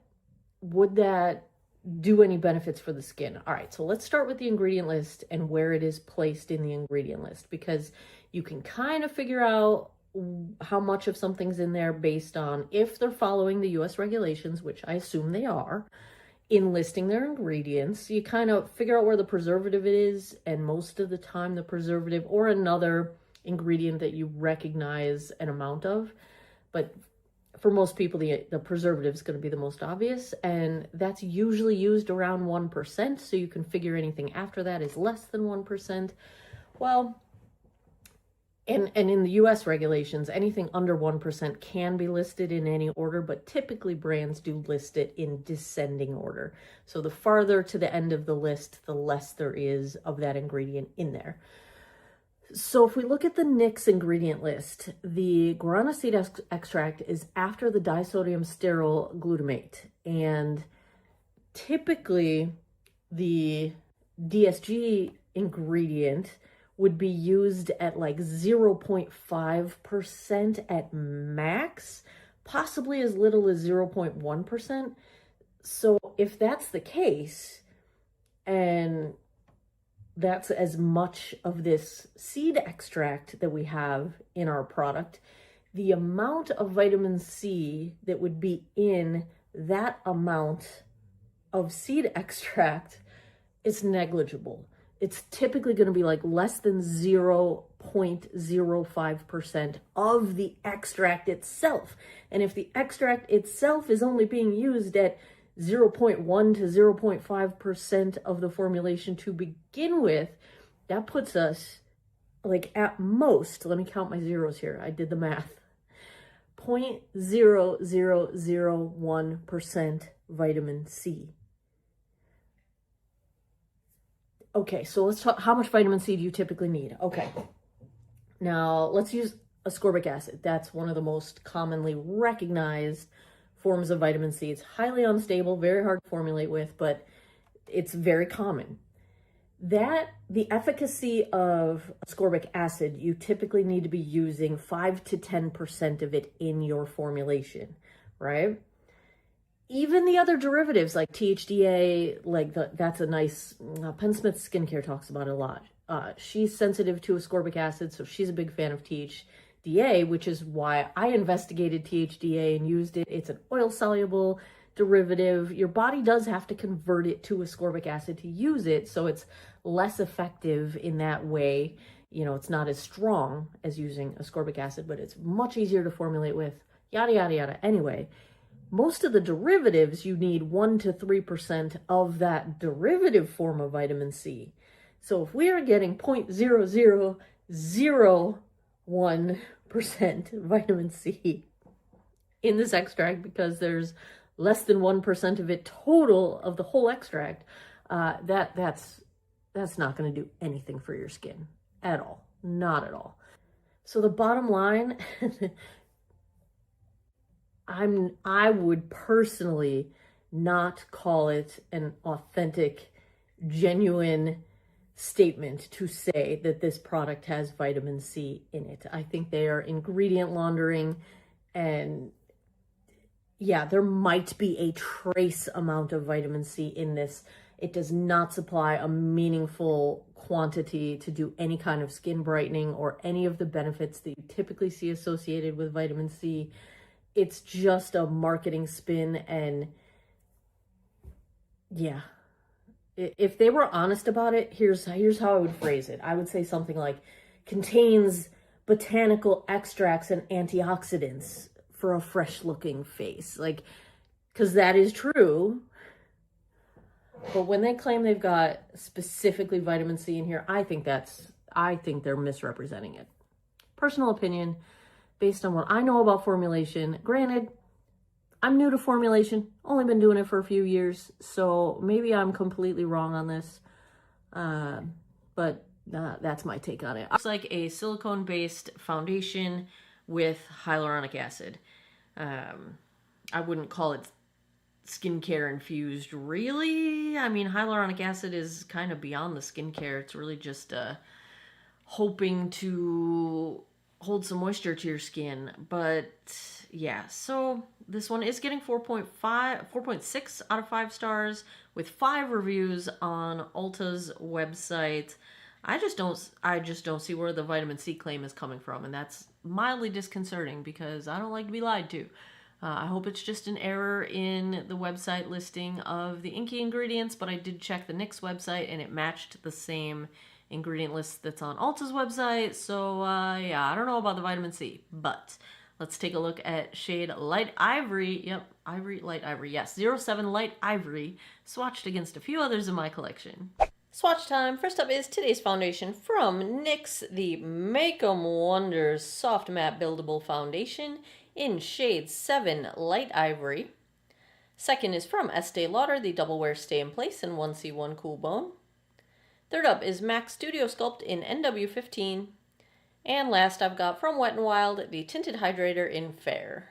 I've already cleansed, moisturized, and sunscreened this 51-year-old face, which I had to do after reapplying all of my skincare after my failed review of the Revlon Photo Ready. Check that one out if you missed it. What a disaster. I have primed with the Maybelline Grippy Serum Primer. It's a hydrating primer, just enough grip. It's a little less grippy than some of the more well-known grippies like the Milk Makeup and the e.l.f. one. I like this one a little bit better. It's a little less grippy, which to me reads as less sticky. But it does grip things very nicely. I will go in on one side with a damp sponge. The other side, I have this cute little CoverGirl brush that I picked up at CVS, and I'm really enjoying it because it's nice and fluffy and soft and just dense enough. But first, let's get a look at this on the palette. I did already shake it up, but I'll shake it up for the camera just to prove it to you. Because sometimes I get that comment, well, you didn't shake it. And it's like, well, I shook it off camera because shaking shakes my whole camera. And I don't want to give you guys, like, an earthquake situation. There we go. Just the littlest bit of drip. Oh, I might need a little more product than this. We'll find out. They say this is buildable. Oh, gosh. Is this going to be too light, too? And this is the 7th lightest shade? This isn't even fair. This is in the light category. Wow, I'm going to be shocked if this one's too light. But they do have 45 shades. Oh my. This is definitely more of a fair shade, in my opinion. Let's see if we can sheer this out, because I am not going to be able to wear this at full power, because it is a bit too light. Yeah, these run on the light side. This is like going to be winter shade levels of lightness for me. Yeah. I'm not gonna be able to build it up. It's a little too light for me to build up. But I think I think I'll be able to pull this off. A little bronzer, we're gonna be okay. Because it looks nice on the skin, actually. It does have a nice finish. Clinging just a little bit to I'm just like a little more textured back here. I'm clinging just a tiny bit on my nose, but very minimal clinging going on. And I do have a little bit of dryness on my upper lip right now. Yeah, finish looks nice. Aside from the shade's a little too light for me. And this is shade 7. And it's not even a fair shade. It's light ivory. I thought I was doing a good job picking this one. But it's a little too light. And I don't think I'm going to need more product. This one actually sheared out nicely. So, and went quite a ways. I got more out of it than I expected. Which is good because that's less product per use. So you're not going to end up wasting a lot of product. Unless you put too much on your palette like I did. Yeah, coverage is a little bit higher with the brush, which is to be expected. This brush is really nice for like tint level foundations. Yeah, I'm going to have to warm myself up with bronzer. I'm just going to take the little bit left and try and build up a little bit on my sunspots. Actually, it did a pretty good job on my blue blood vessel. But let's just try to get these sunspots hidden just a little bit. It builds nicely. It's got almost a powder finish to it. So when you build it, the smoothness is kind of coming from the blurring of that diffused powder look. It's my favorite way to see a matte, you know. When it's going to be a matte foundation, I like that sort of velvet diffusion approach. I do feel like I'm about to put on drag makeup or something. Like I'm pulling a Chapel Roan here with the white base, but but I'm not doing drag makeup. I'm doing my face. I'm gonna have to bronze the heck out of myself. But let's zoom in so you can see what I'm looking at here. Little bit of clinging to pores on my nose. It may or may not end up settling into my nose pores a little bit. It's minor if it does. However, texture is incredibly smooth. Pores and texture look very, very smooth. And that is impressive for a lighter coverage product. Although this does seem quite buildable. My sunspots are almost invisible. Clings a tiny bit to texture, but not as much as a typical matte foundation on me. So I would say so far right out of the gate, this is performing better than a typical matte on me. Me and matte foundations have a hard time getting along. So I'm encouraged. This is a good first step. Gosh, I wish I got the right shade. Oh, I tried. I thought 7 shades in was going to be enough. In the light category, like this is even lighter than my winter shade. Like I should really probably take it way down my neck, but we're gonna bronze up. All right, let's check the time. It is 11:37. I am going to go put the rest of my face on. I will be right back. Back with the NYX Make 'em Wonder. Make 'em wonder about what? Make 'em wonder if there's any vitamin C in here. sorry, I can't.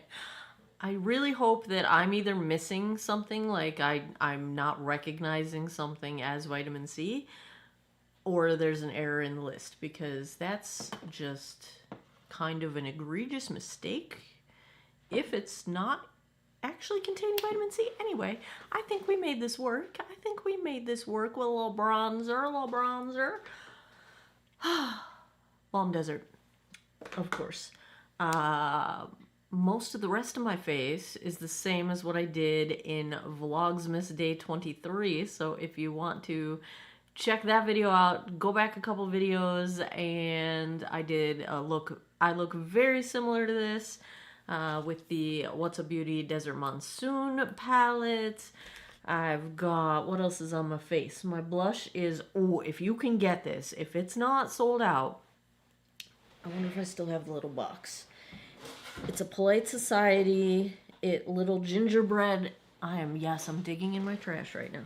It's a little gingerbread house thing that came with the Polite Pop's blush stick and a mini of balm, of their Polite Pop balm. But this is the gingerbread, and then this is not the balm that comes in that kit, but this is another one of their Christmas balms, the gingerbread flavor of Polite Pout, and I love this shade and I love this combo. The highlight I'm wearing is the Rare Beauty Mesmerize. My mascara is the brand new from What's Up Beauty. Watch Me in Burgundy. Yes, burgundy. I'm obsessed. You know I don't throw that word around. What else am I wearing? Is that all the things? I have Maybelline Super Lock in my brows. I tried the Aldi Benefit Dupe brow pen again, and it just doesn't do much of anything. So that is that. I also tried that in the Vlogmas Day 23. I tried all this for the first time that day. So yeah, that's my face. Gonna go get my Christmas Eve on. I'm filming this on Christmas Eve. We are doing Olive Garden for dinner today. I actually cannot wait. Gotta go to the shop, pack a couple orders, get to the post office one last time before I take the day off for Christmas tomorrow. I took my little barrettes out, but I kind of want them. But I know I'm gonna drive myself nuts because I have a habit of like running my fingers through my hair. And I'm gonna end up doing that even though I have a barrette in. Should I just put one barrette in? They're so cute. I got them at CVS last year. I think they're Claire's. Little Christmas trees. There's a Santa too. I know I'm gonna drive myself nuts if I put them in. Okay, we're gonna go do the day. Gonna go do the day. I will get you a daylight check-in hopefully if the sun doesn't set before I remember. And yeah, then I will come back tonight, give you guys my final thoughts. Daylight check-in. Let's get some full sun while we can. I think it's about 4:30, so I think it's been almost 5 hours. I'll step out of the sun. It seems to be holding up fine. I feel like my forehead lines are a little dry looking, and it feels just a tiny bit dry. Is there a squirrel yelling at me? I think I just heard a squirrel yelling at me. And a dog barking. But minor dryness. Very, very, very, very minor. Not uncomfortable yet. But still looks smooth. Yeah, you see how it just kind of freezes my lines in place? That happens with a lot of matte foundations for me. But it feels good so far. Super lightweight. I think it still looks good. Heading to dinner. Catch you guys later. 8:47 p.m. Does that make it like 9 hours-ish? Let's take a look at how the Knicks, I was gonna say hold them up. What is it called? Make them wonder. No idea. Let's see how Make them Wonder held up. I think it held up fine. I've lost a little coverage on my chin, a little bit on my nose. I did have to blow my nose, so let's not hold that against the foundation. Blush bronzer highlight still intact. Quite well, actually. Nothing seems to have moved around. Wow, Ziva's making her entrance. I'm watching Tati's live stream, her Christmas giveaway, and I have it muted because if you leave, you're not eligible to win. Anyway, I'll get back to that, right, Ziva? Yeah, so let's zoom in. Let's get a good look up close. Ignore the missing coverage on my nose. I did have to blow my nose. Blush bronzer highlight, like I said, still very well intact. You know, it's broken down a little bit around my mouth and on my chin. That is not unusual, but it is not caking up anywhere. It looks fine between my eyebrows. My forehead actually looks good. Up close, I don't think it's doing anything where I was mentioning it freezing my forehead lines in place a little bit.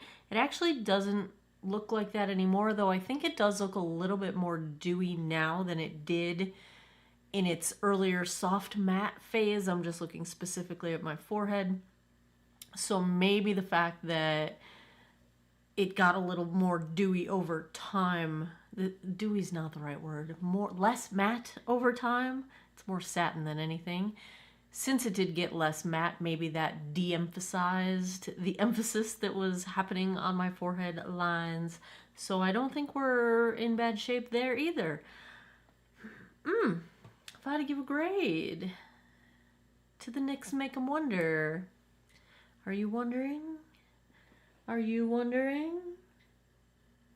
I'm gonna go A minus. I'm gonna go A minus. I think really the only situation here is I feel a little bit dry. It's not terrible. It would not make me not wear it because we're in wintertime now. So I think it's fine for dry skin. If you're ultra dry, maybe keep it as a shorter wear foundation, but I think it performed fine with texture, fine lines, dry skin. We good. We're gonna go A minus on this one. There you have it. Another episode of Foundation Fest is in the books. If you like foundation reviews, if you had fun with this one, give me a thumbs up down below. Let me know in the comments. What should I try next? What should I have on my radar? I keep a running list. I buy them whenever I can. And as always, thanks a lot for taking some time out of your day to geek out over makeup with me. I appreciate your time, and I hope you guys all have an awesome day or night wherever you are in the world. Take care of each other. Bye-bye. What are you doing? What are you doing?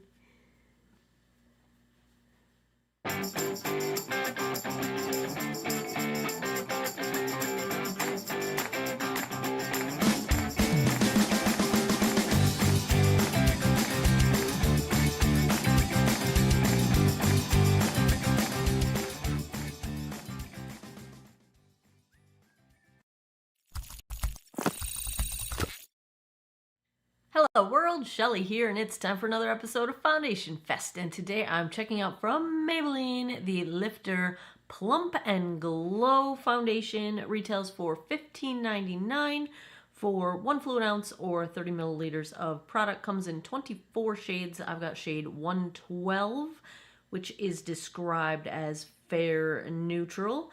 The product description: Maybelline Lifter Foundation, 90% skincare formula with niacinamide and hyaluronic acid for plumpy and glowy skin. Okay, first of all, if you're a person that appreciates marketing strategy, this is kind of genius to call this a 90% skincare formula. So what does that mean? Well, with marketing, things don't always mean anything. But looking through the ingredients, like, yeah, 90% of these would be the same as a skincare serum or maybe a lightweight skincare lotion. Genius. Like, yeah, it's the same formulation you would do. And then you add in the pigments and the things that keep the pigments suspended and all that stuff to make it a foundation. But, like, I've never seen someone make a claim in this angle of marketing, and bravo, Maybelline. That's kind of genius. Yeah, kind of genius. Now, the skincare that's in here, it's hyaluronic acid, niacinamide. There's some natural extracts in there. They've used shea butter. Not necessarily a skincare ingredient, but like a really nice thing for like lotions. I love shea butter in my lotions. So this is kind of skincare that would be pretty standard for most people. Hyaluronic acid, niacinamide, even though niacinamide is in everything right now. Whatever. Why? Whatever. I'm kind of getting tired of the skincare and the makeup. It makes it harder to regulate what your actual skincare routine is now that all of our makeup has skincare in it. I used to think it was like a nice little more is more kind of a thing, and now I'm kind of not liking it anymore. I kind of wish we would go back to makeup is makeup, skincare is skincare, and I don't know. It's hard to track your skincare when you have little tiny amounts of all different things popping up in your makeup on top of what you might carefully curate as a skincare routine. Some of us put a lot of effort into tracking how different ingredients and products work on our skin. And anyway, now I'm getting on a tangent. This is getting some really good reviews out of the gate. Ulta's website, 4.5 out of 5 stars with 131 reviews. I don't see any added fragrance in the ingredient list. Nothing alarming to me. Like I said, it looks a lot like a typical, skincare serum or lotion. It is a dimethyl and silicone based foundation. Yeah, yeah, let's take a look at shade 112, swatched against a few others in my collection. Swatch time. First up is today's foundation from Maybelline, the Lifter Plump and Glow Foundation in shade 112. Second, I've got from Estee Lauder, the Double Wear Stay in Place in 1C1 Cool Bone. Third up is MAC Studio Sculpt in NW15. And last, I've got from Wet n Wild, the Tinted Hydrator in Fair. I've already cleansed, moisturized, and sunscreened this 51-year-old face. I have primed with the Maybelline Grippy Serum Primer, also with 2% niacinamide. Yeah, we already talked about that. I would say compared to other grippy primers, the Milk Makeup and the e.l.f. ones, I would say are a little bit more grippy, but this has been on my face for about 5 minutes, and I do actually really like the grippiness of this. It's just a tiny bit grippy, and I feel like the other ones can feel a little bit too tacky sometimes, and so I'm kind of digging I'm digging the vibe that I'm getting from this so far. It is supposed to be a hydrating formula. It's my first time trying it, so we will see. I usually don't try a new primer with a foundation review, but when they are of the same brand, then I make the assumption they're supposed to work together if they sell them both. So let's go ahead and try this out. I'm going to give it a little shaky shake. I already gave it a shaky shake off camera, but sometimes the evidence needs to be presented. Oh, where's my little palette? Let's check out the consistency here. Now, you don't know this, but I filmed the swatches after this, so you've already seen the swatches, but this is the first time I'm pumping the product out. So here we go. She's thick. She's thick. She's not dripping.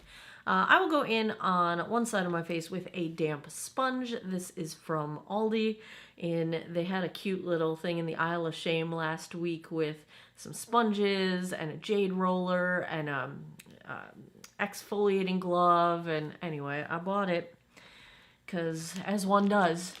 And for a brush, I think I'm going to try, I used it one time yesterday. I got this little CoverGirl brush. It's supposed to be for the Olay Balm foundation that they've got, but I just thought it looked like it would make a really nice foundation brush, and I got it at CVS on their website. So we're going to use that because I used it yesterday, and I really liked it. So let's start with the sponge side, shall we? Now, I am usually shade 112 in Maybelline stuff, some of their other foundations, so seems like that's going to be a good fit in this one. I do love when brands are consistent with their shades, like when all of their products use the same shade numbering system, so that like if you know that you're a 112 in Maybelline, then you can just always buy 112. MAC used to be like that.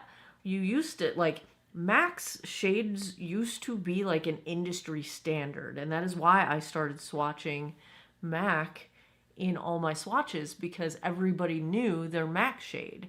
And it's not really as true anymore because their shades have had a lot of variation in the last few years, but that bums me out. But Maybelline seems to be sticking with it. Very sheer application with the sponge. I'm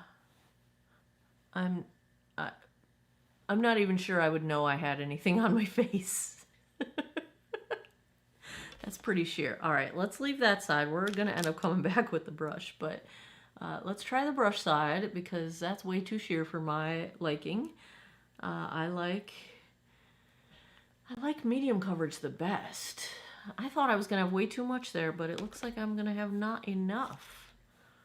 But let's continue. Let's see what we got.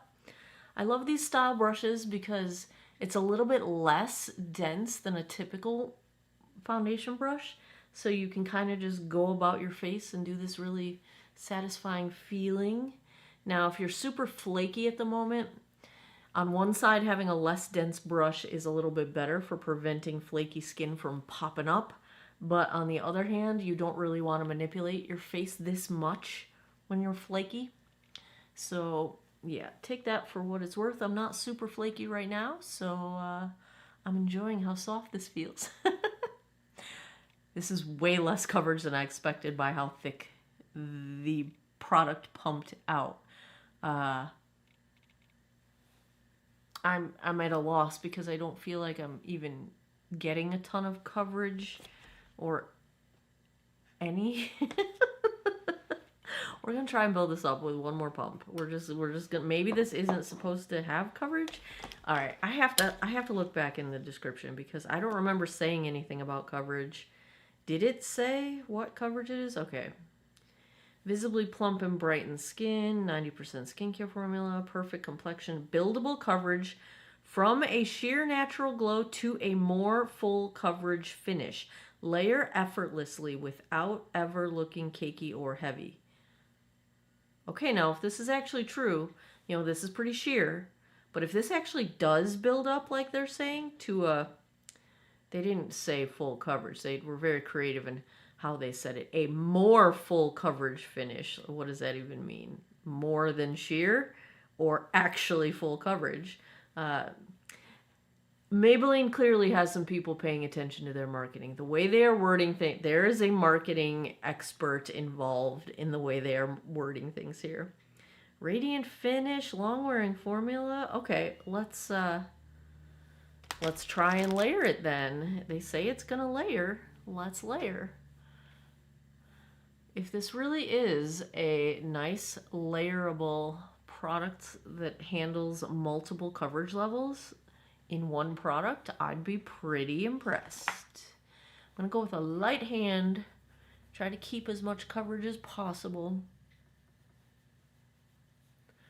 which with this kind of brush, it feels so nice. I highly recommend this brush. I am loving this brush. This is exactly what I hoped this brush would be. Soft, glidey, not pokey, less dense. Did I say soft? It's soft. It's gonna be vegan because I think everything CoverGirl is vegan now. Okay, it's building up. Okay. This is a really pretty finish. I just wonder how many layers do you need to get to medium coverage? Because I'm tempted. Well, let's not do a whole nother layer, but let's finish what we got on the palette here. Because I need to cover my blue blood vessel. I would like a little more coverage on my sunspots, and I need the redness on my chin to go away. So let's try to get that happening. And I'll just use what's left on my face. All right, that's all we... I mean, that was kind of a lot of product, but if this is as versatile as it claims, then I'm okay with that. Because I like versatility. And can you imagine, like, for travel, that would be fantastic. Like, you wouldn't need two different foundation products to handle, like, your just everyday run out the door look and your full, like, proper night out look, you know? You could just use the same one. This is building. My sunspots are almost gone. I'm dropping things everywhere, but this is building up. I'm shocked, really, actually, because for it to be so dewy, but also start out so sheer and build up so nice, it is building up very nicely. I can't tell that I built it up. You know what I'm saying? Like, I'm just getting the coverage, but it still looks very skin-like. This is Maybelline, like. Okay. I also bought the Lifter Concealer, which is what I just dropped, and I'm going to review that today too, so stay tuned, because when I come back with my full face on, I will also have the concealer on, and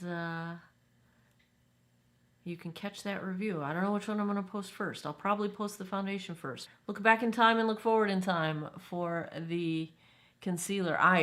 This looks really nice. I'm really kind of dumbfounded right now. Like,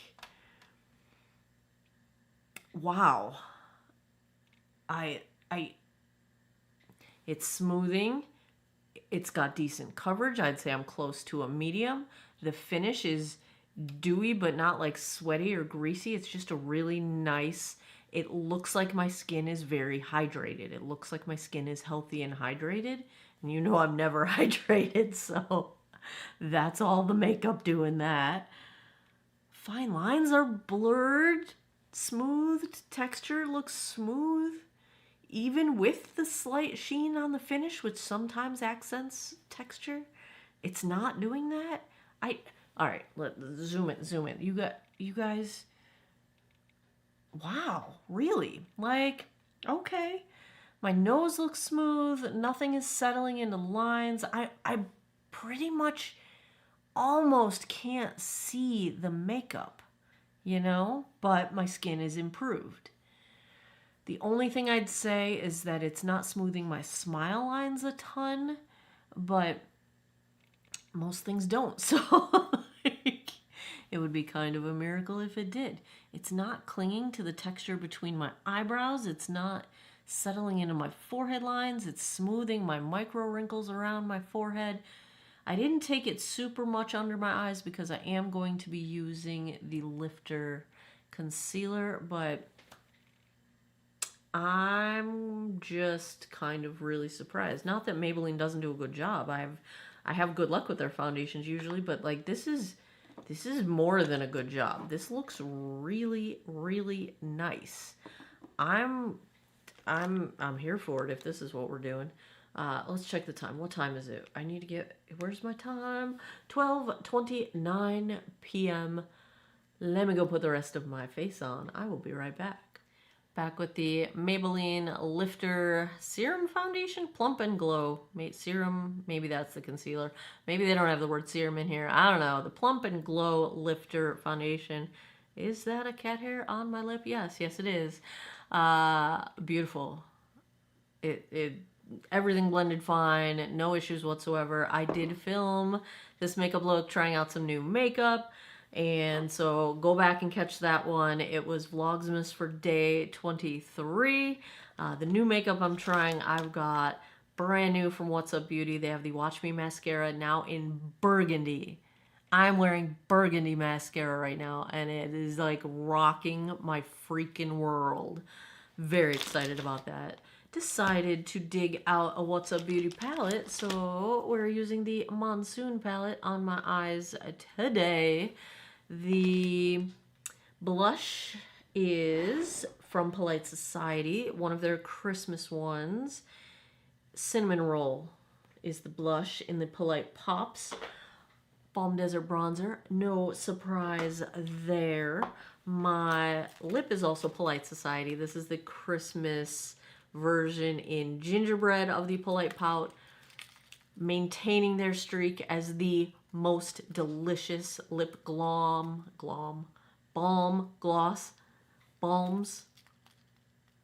words escaping me. Delicious, has a little super cute little clasp if you want to clip it onto your bag so you don't lose it.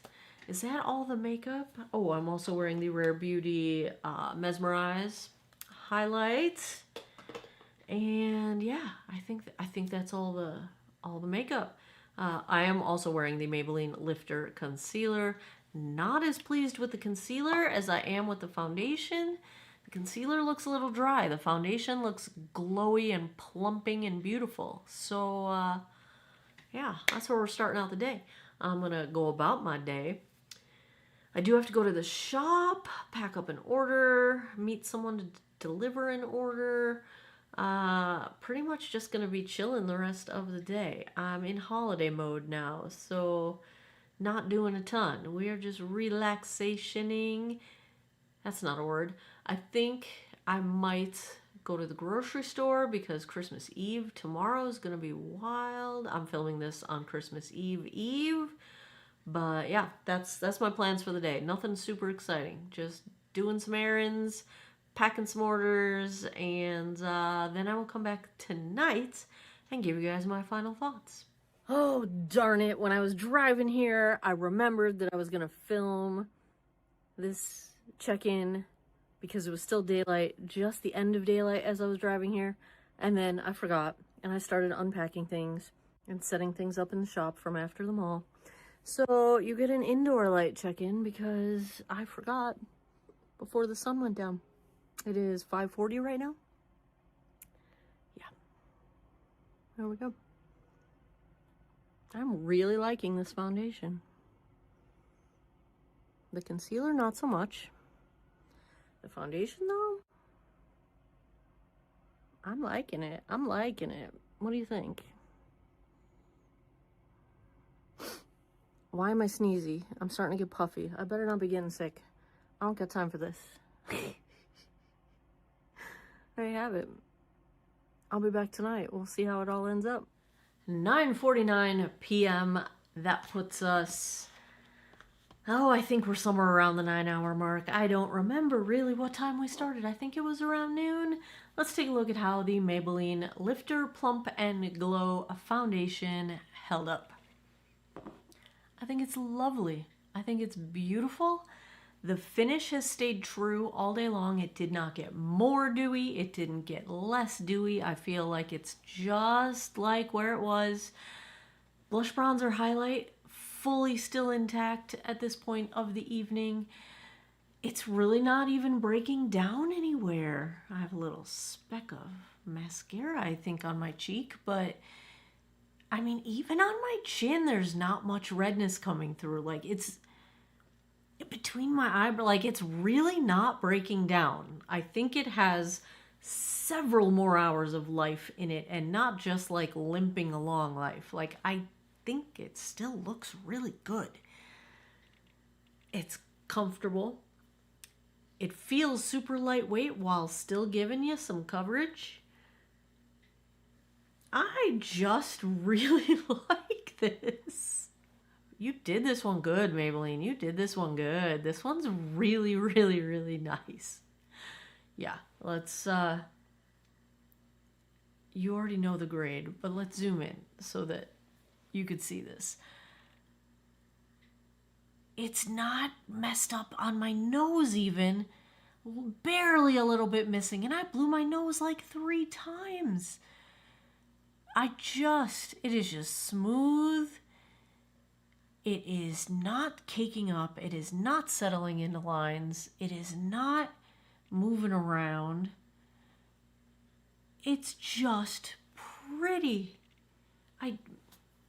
Bravo. If I had to give a grade to the Maybelline Lifter Plump and Glow, it is totally an A.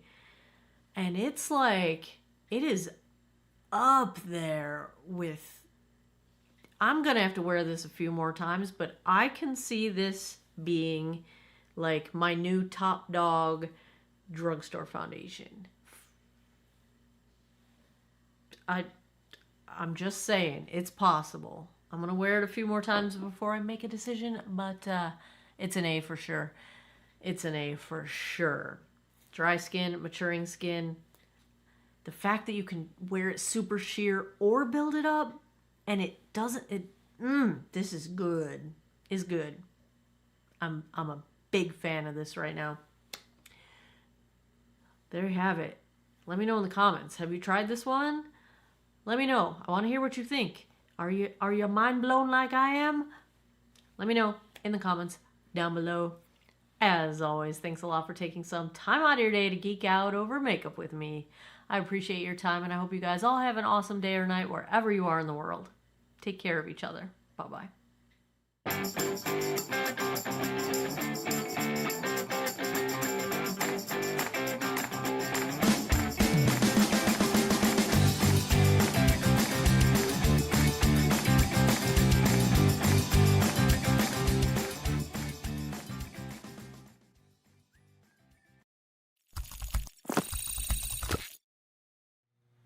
Hello world, Shelly here, and it's time for another episode of Foundation Fest, and today I'm checking out from Essence the Magic Filter Glow Booster. Retails for $5.99 for, 0.47 fluid ounces of product, so that's about 12 bucks an ounce. Still drugstore pricing, but interesting choice there to make a half ounce size pump Bottle comes in 7 different shades. I've got the lightest shade, which is light 10, described as champagne pearl, clean according to Ulta, cruelty-free vegan. Essence Magic Filter Glow Booster perfects your complexion with a glowy finish. Worn as foundation under makeup or worn alone, its light coverage conceals impurities and redness, perfect for crafting your favorite makeup look or embracing a natural glow. This currently gets 3.4 out of 5 stars with 59 reviews on Ulta's website. Impurities? Impurities on your face? I think they meant imperfections? Impurities? You don't conceal impurities, you clean them. Like, you purify them. Like, I'm just a weird choice of words. Okay, let's take a look at shade 10, the lightest shade, swatched against a few others in my collection. Swatch time. First up is today's foundation from Essence, the Magic Filter Glow Booster in the lightest shade 10 Light. Second, I've got from Estee Lauder, the Double Wear Stay in Place in 1C1 Cool Bone. Third up is MAC Studio Sculpt in NW15. And last, I've got from Wet n Wild, the Tinted Hydrator in Fair. I've already cleansed, moisturized, and sunscreened this 50-year-old face. I have primed with my Geek Out of Water Blue Tansy Primer. Also got some of my also Geek Out of Water Smoothing Lip Balm. Soothing lip balm, not the smoothing lip treatment, because that's in the other room, and your girl is not in the mood to get up and go get it. Lip balm. Lips are just a little dry, because I've been wearing my CoverGirl Velvet Pigments, and they dry me out a little bit, so I just give my lips a little extra love. Hold on, I need some caffeine. Also, why am I wearing a hoodie at the end of May? Yeah, because we're going to be lucky to hit 60 degrees out. Was it 86 degrees a couple days ago? Yes, it was. This weather in Virginia this year is so bizarre. Anyway, foundation time. Well, let's take a look at the consistency on this one. I know, I'm pumping it from scratch. I know you already saw the swatches, but I don't film those until the end of the video. So you saw them already, but this is my first time pumping this out as I film. Ooh, she thick, girl, she thick. All right, do you see my camera's focusing on my cup over here? That was so weird. Why? Now, I do have a damp sponge for one side of my face. I have my IT Cosmetics 115 brush. For the other side, I have a feeling I'm going to need more product than this, but we'll find out. I could be wrong. Now, if this is a shade match for me, being the lightest shade kind of means there's going to be a lot of people more pale than I am that this will not work for, because I'm not the palest of the pale. I'm usually the mid to darker side of fair, or the very, very lightest side of light, depending how many shades a brand has in their arsenal. This one only has 7 shades. I feel like we might be heading back into the land of brands making fewer and fewer shades. I'm guessing partially due to costs and economy issues, but 7 shades, while they do go pretty light to dark, if this is the lightest and it does seem to match me, if you're more fair than I am, you're not gonna really have a match in this, unless you want to wear it really sheer. Then you'll have a little more wiggle room. I just stabbed myself in the forehead with my fingernail. Do you guys do that? Like, do you do such clumsy things to yourselves? I do it all the time. All right, there's no coverage with the sponge at all. It does have a glow to it. You know, it has, I am looking glowier, dewier, shinier on this side of my face than this side of my face. But I would say that was no coverage with the sponge. I literally cannot see any coverage. So let's try the brush side. Yeah, I'm gonna need just a little bit more. I did one more pump. I feel like maybe I didn't pump the pump all the way down in my initial pumps, maybe. This seems to have, as I spread it with my fingertips, a sort of a gel-like texture. So maybe that is part of why there's not a whole lot of coverage. They said you can build it up a little bit. I'm hoping for light. I'm hoping for light coverage. Because they said sheer if you apply with fingertips. Which that doesn't make a whole lot of sense to me because fingertips absorb the least amount of product. Your brush absorbs a little bit, your sponge absorbs a bit more, but your fingertips really aren't going to absorb any product, so you would think you'd get the highest coverage using your fingertips. That is true with most products. All right, coverage-wise, there's pretty much none. Yeah, this is not a coverage product. I'm not even sure why they bothered with shades because I don't see any coverage. I don't see any coverage, like not even light coverage. I don't see any, like, look, you can still see the redness of where I stabbed myself in the forehead with my fingers. I'll try building it up. We're gonna use, should we use fingertips? Just so we don't lose any product into any device? Let's... Yeah, it is sort of a gel texture. Do you see how it spreads out as a... I don't know if you're going to be able to see it on camera. This is really just a highlighter. This is a glazed donut situation. Not... how do I describe this in a... It's not in a bad way. You know, I've tried some things that were straight up glazed donut and just looked awful because they had like a smear of glaze. This doesn't have, it doesn't have a color tint or a white tint or any kind of color tint to the glaze. It's more just shiny, like it's clear glaze.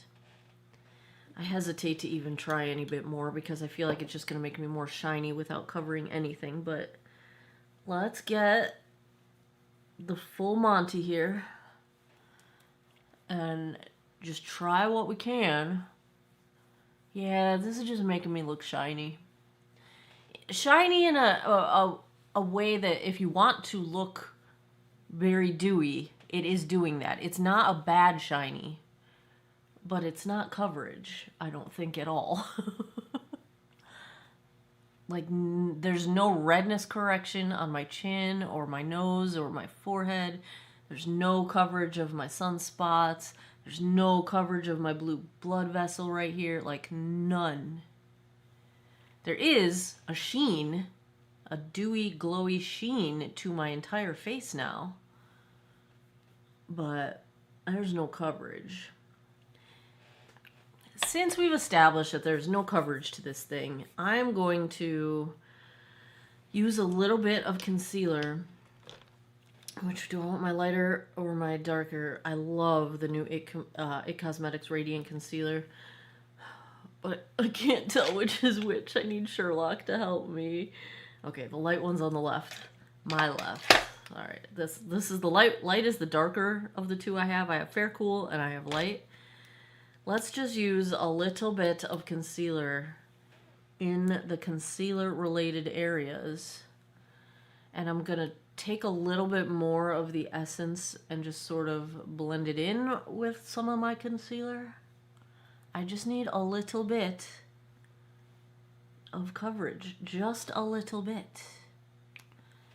Alright, let's see what we can do with this. I'm going to use my little It Cosmetics brush. What is this number? I know you're going to ask me, so I might as well look and tell you now.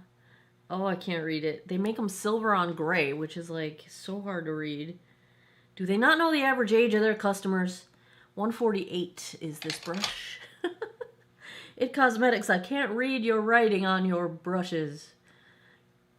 I am losing the ability to read without reading glasses. I'm not completely there yet, but I can't read like makeup boxes or like any tiny print. I just can't read it anymore unless I have readers or trusty Sherlock. Yeah, this is helping. I just need a little bit of coverage, y'all. I just need a little bit. The redness on my chin, my blue blood vessel, my sunspots over here. And today, since I stabbed myself in the forehead, that little spot on my forehead. Now, to make sure I don't lose the glow, I'm going to take what's left and just kind of go over those few spots to kind of blend it together. Yes. Okay. Here we go. This will be a doable face for the day. Let me get a good look up close. I will say, on the upside, because it's pretty invisible coverage, it's not, like I really can't see product on my face, which is good.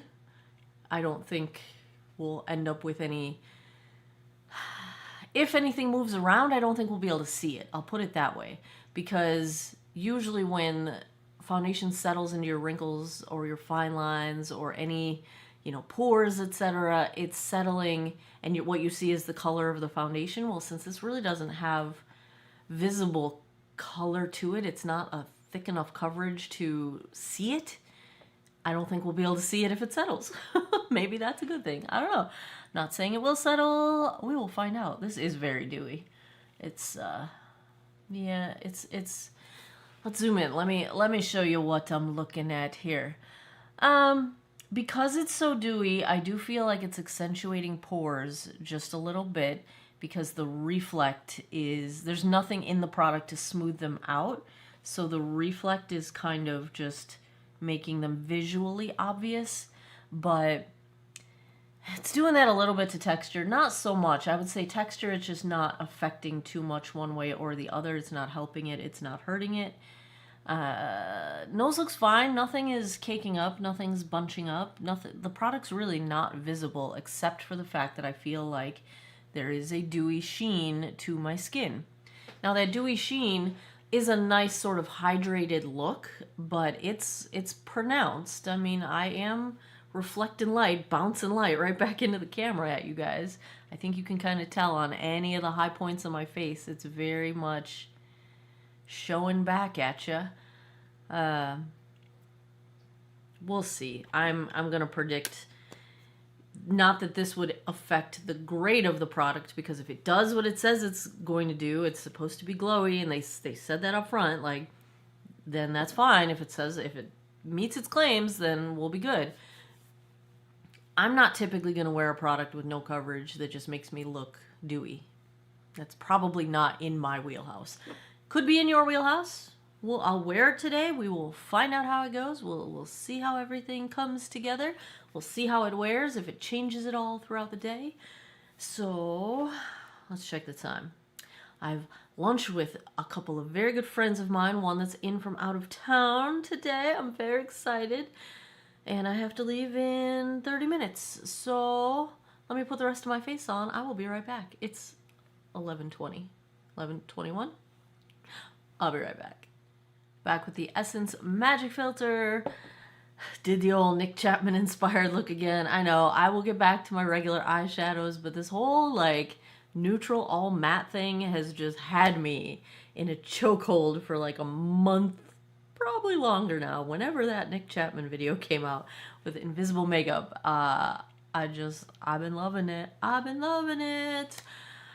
So when I applied my bronzer and blush, the powder taking away some of the glare of the reflect from the dewiness made my texture look smoother. But if you're going to powder over this, then kind of what's the point?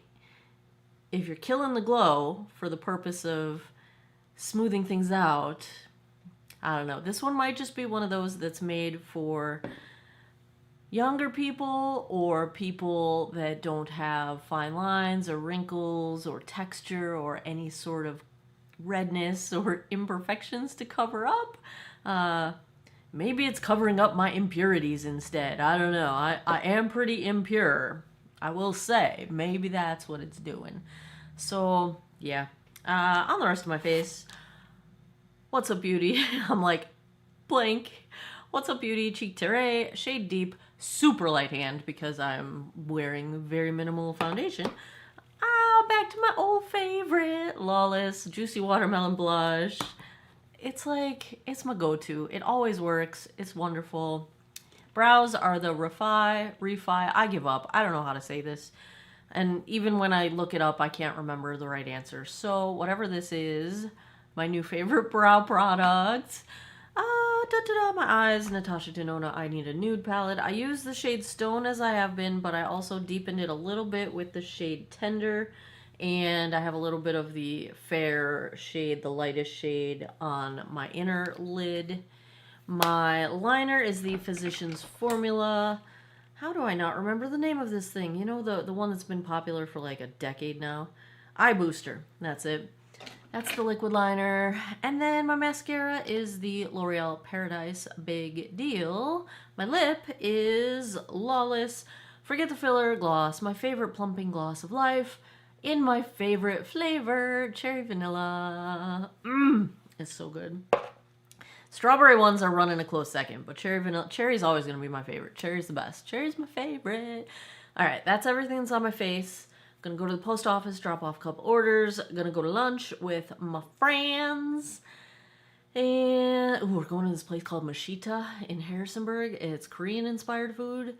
And they have, I just call it cloud bread. I don't know what the real name of it is, but it's this bread that is just a fluffy cloud. And I look forward to it with, like, my entire soul. It's so delicious. Anyway, if you find any flakes of hair on my face, it's because I just decided to trim my bangs while I was sitting here because, I don't know, I did a terrible job. I should have done it in the mirror in the bathroom. I don't really care. They grow so fast it doesn't matter. I'll fix them later. And, yeah, so that's the plan. We're supposed to get some rain this afternoon. I'm looking out my window right here. Clouds are coming in, so I will try and get you a daylight check-in. It might be a cloud light check-in, but that goes well with cloud bread, so that's okay. And then I'll come back tonight, give you guys my final thoughts. Hey guys, it's about 3:17 p.m. downtown Harrisonburg. Here we go, daylight check-in. There's no coverage to really shade match, but I feel like the glow is gone.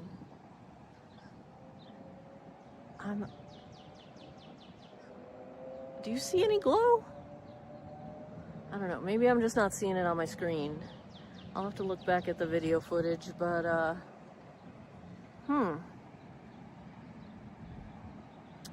if the glow is gone, then what was the point?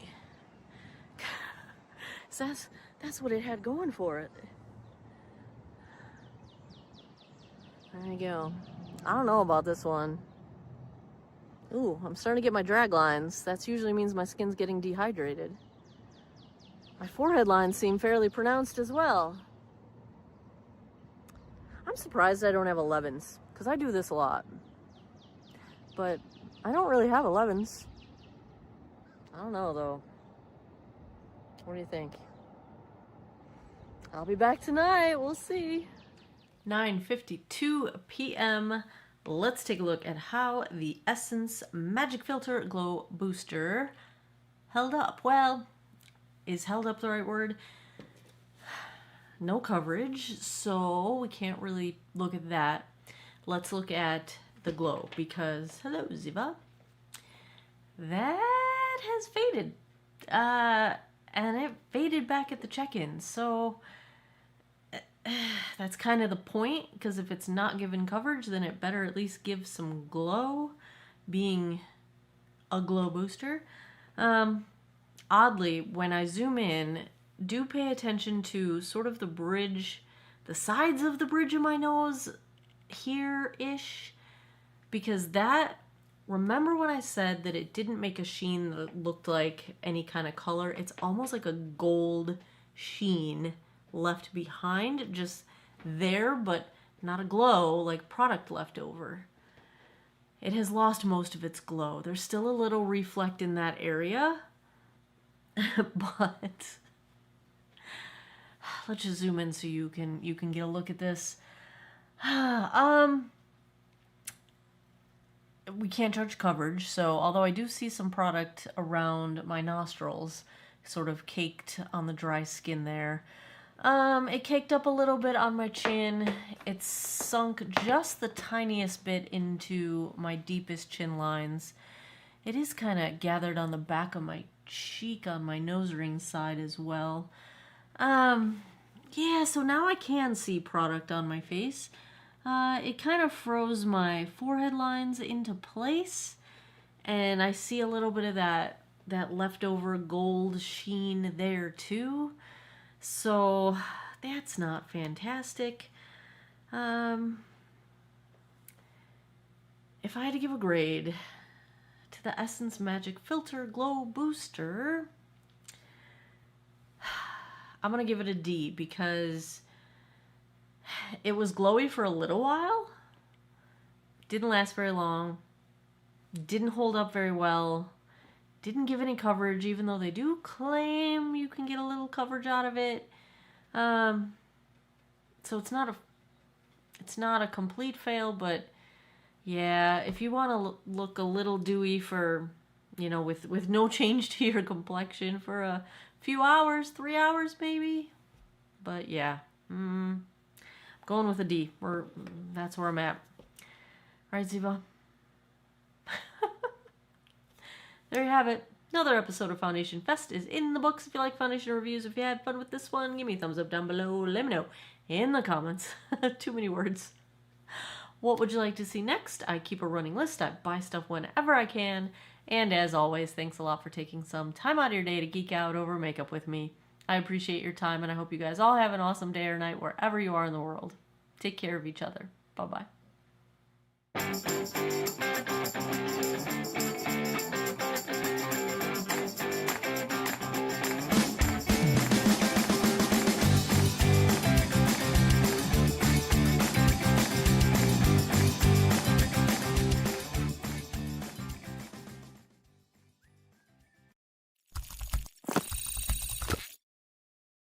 Hello world, Shelly here, and it's time for another episode of Foundation Fest, and today I'm checking out one from the drugstore that's been around for a couple years, but I've never tried it.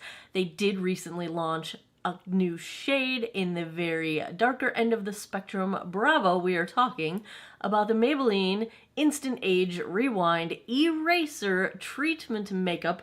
Retails for $14.99 for 1 fluid ounce of product. Comes in 16 different shades now. I've got it in the lightest cool shade, which is 112.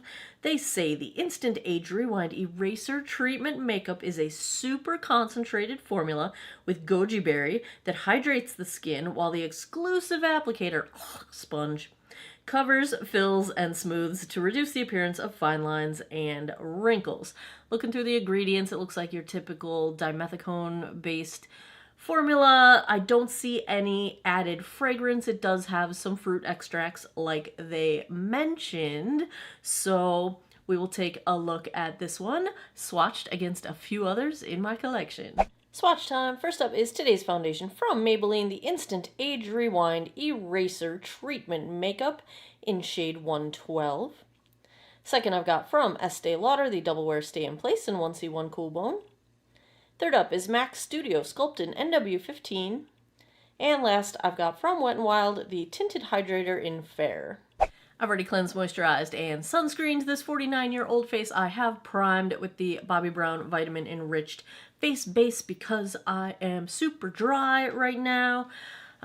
Excuse the disaster going on here. Trigger warning, pet loss. I will put a timestamp on the screen if you want to skip this very brief little bit that I'm about to discuss. But my eyes are puffy. I've got, all the crying marks around my eyes. I slept in my makeup, and then 3 white closed comedones popped up. My cat Polly, not Ziva, one of my other cats, Polly, died unexpectedly yesterday. Cancer. I keep my language on this channel clean, so I will not say any more about that, but if you saw my Instagram yesterday, you know my thoughts. Happened very fast, very unexpected. I'm not going to talk about it anymore because I will cry. And she had a tumor in her larynx that was inoperable, and she couldn't swallow, and she was having trouble breathing. So hug your furry friends, your feathered friends, your scaled friends, your human friends. Hug yourself, hug your Jeep, hug whatever you love, because the things you love are not guaranteed to be there tomorrow. So, okay. Thank you for letting me distract myself with sharing makeup with you guys. Because I love you guys. And I hope you're here tomorrow. Anyway, let's get back to makeup, because I'm gonna lose it. That's why my face is a mess. But I've got the lightest shade in the cool range. Let's get some of this up here. You know, you just twist it a bunch until the product comes up. I'm not a fan of sponge applicators. I'm just not. I think what I'm going to do, I don't think I'm going to be able to apply the whole bit of the sponge side with this sponge. So I think I will use I just have a dry sponge here on one side, and then we will go over with a brush on the other. This is my BK Beauty 101 favorite foundation brush of late. And so let's just, that's a lot right there. So I'm just going to stop dabbing that, because that, well, it looked like a lot. Maybe it's not as much as I thought it was. It looks like a lot of product. Am I just losing my mind? I don't know. Yeah, see that, like the sponge, I don't think you can really apply with it. Like you can dab it on, but I feel like you wouldn't be able to blend it out with that sponge, because it's not spongy enough. I don't know. Am I making any sense? God, my forehead feels like it's bruised. That's how bad it's been. Whew. I'm not going to totally use this as concealer, because I'm also going to film a new concealer review from the drugstore today. Hint, hint, nudge, nudge. Was just about to show it to you, but I already lost it. Here it is. I think this is it. Flexwear Full Cover. It's one of the Revlon Color Stay line. So I would call this light coverage with the sponge. I'm getting a little bit of polka dot pores on my nose. But hi, Ziva. Say hi to your friends. Give them some proof of life. Yeah, I'd say light coverage with the sponge. Let's get a little bit more up here and try the brush side.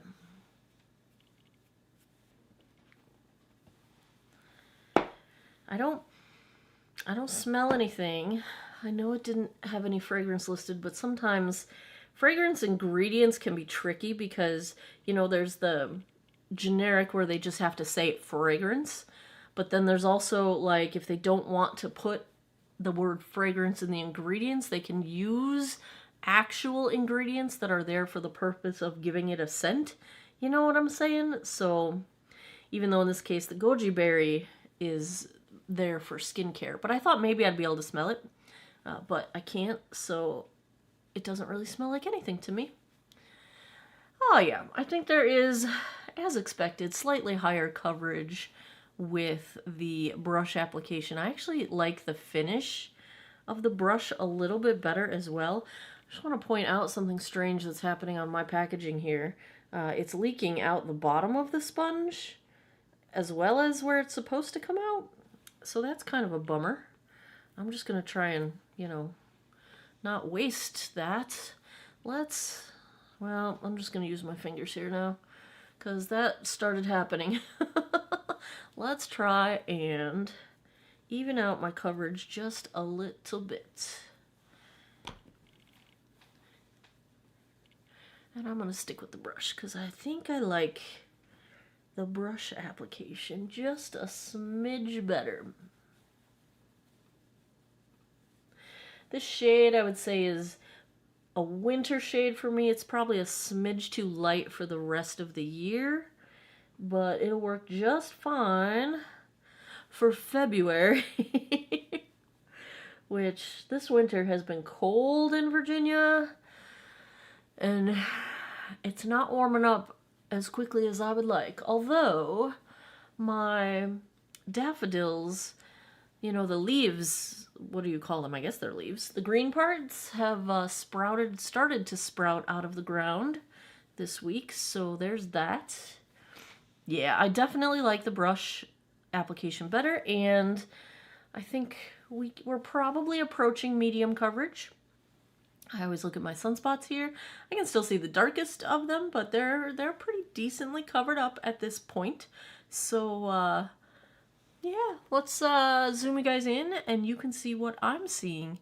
It looks, with 2 layers, just a little heavy. Like I can see the product on my nose. That's really the main part where I see it. I see it a little bit on my texture, but it is doing a decent job at smoothing pores, blurring them out a bit, and it's a little clingy to, like, my chin area has a little bit of spot to it, and my nose feels like it's on the verge of some polka dot pores.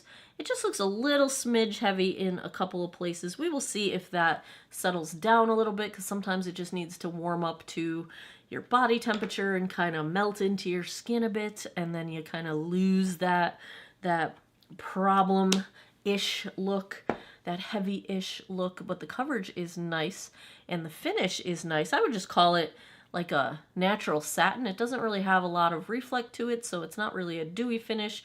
I wouldn't call it matte though. It doesn't look flat. It's not taking the life out of me. So, and it's covering everything up. So, let's take a look at what time it is. It is 1:50 p.m. Let me go put the rest of my face on. I will be right back. Back with the Eraser Treatment Makeup from Maybelline. Unfortunately, this hasn't melted together or done any of that good stuff. I actually kind of like it less than I did. It's really heavy looking on my nose, and it's like accentuating my smile lines over here, kind of freezing them. But then when I try to, you can see I just touched it, and I've removed product. And I filmed 2 other videos since you've last seen me, so this face has been on for at least an hour. And so I really don't like that bit of transfer that I'm getting. That's a little bit alarming, but it's not settling into lines. That's just, that's where we're at right now. But this face, let me tell you some things. Balm Desert Bronzer, love it. Lawless Juicy Watermelon Blush, love it.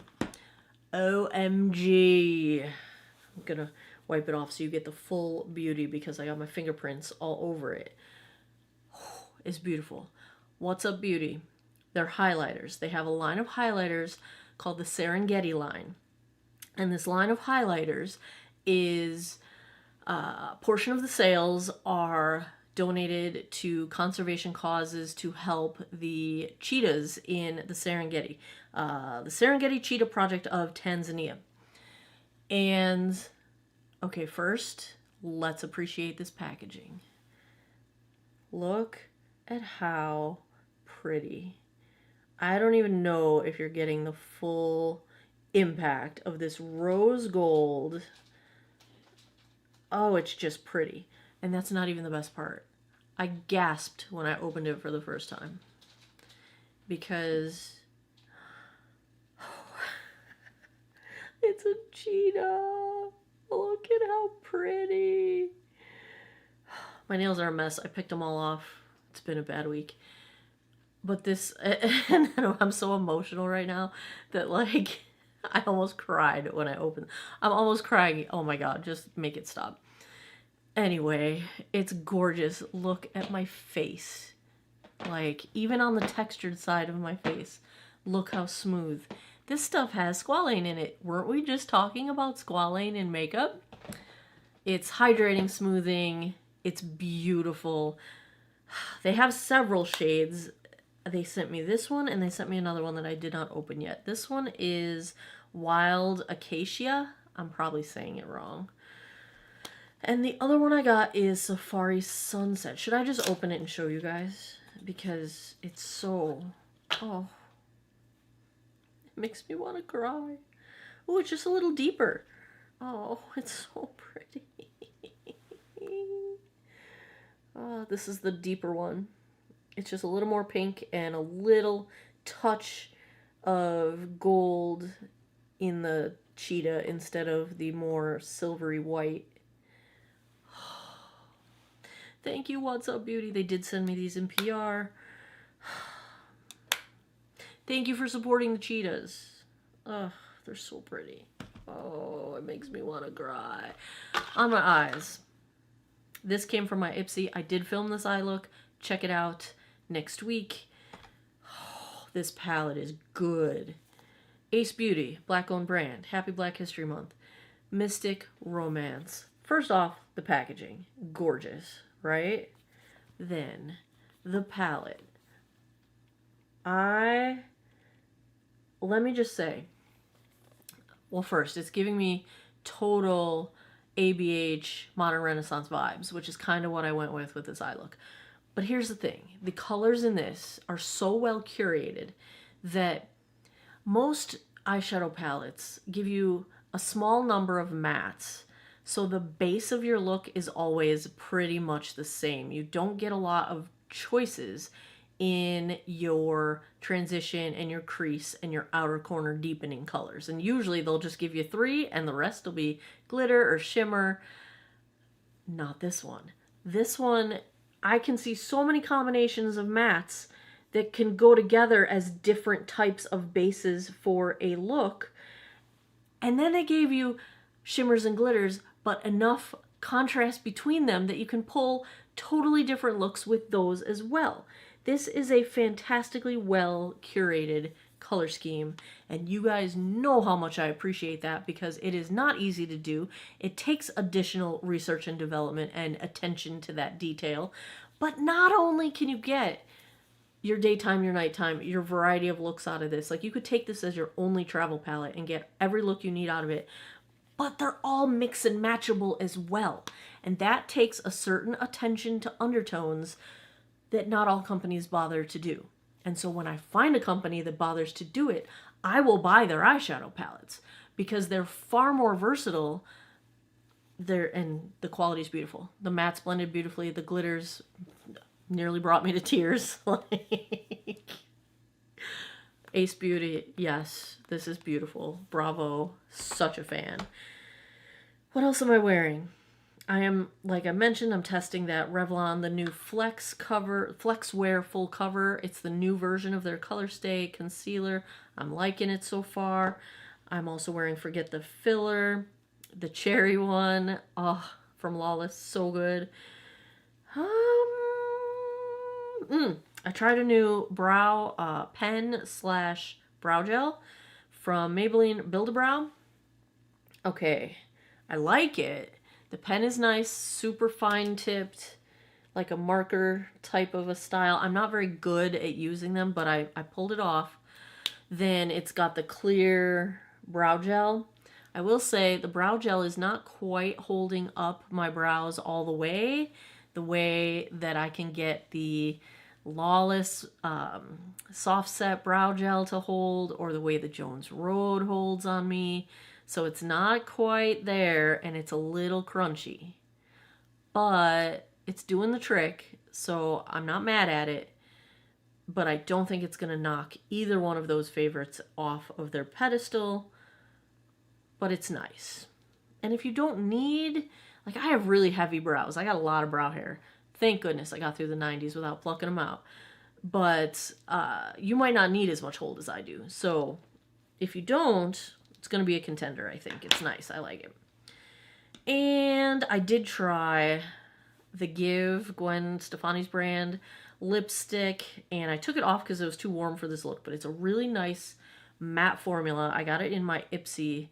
This shade is Lovable Me, and it was a super nice nude. I'll just give you a little swatch here. A little too warm for this look, but I will definitely be wearing this. It went on beautifully, and I liked it. And is that all the things I'm wearing? My mascara. No, I just can't remember anything today.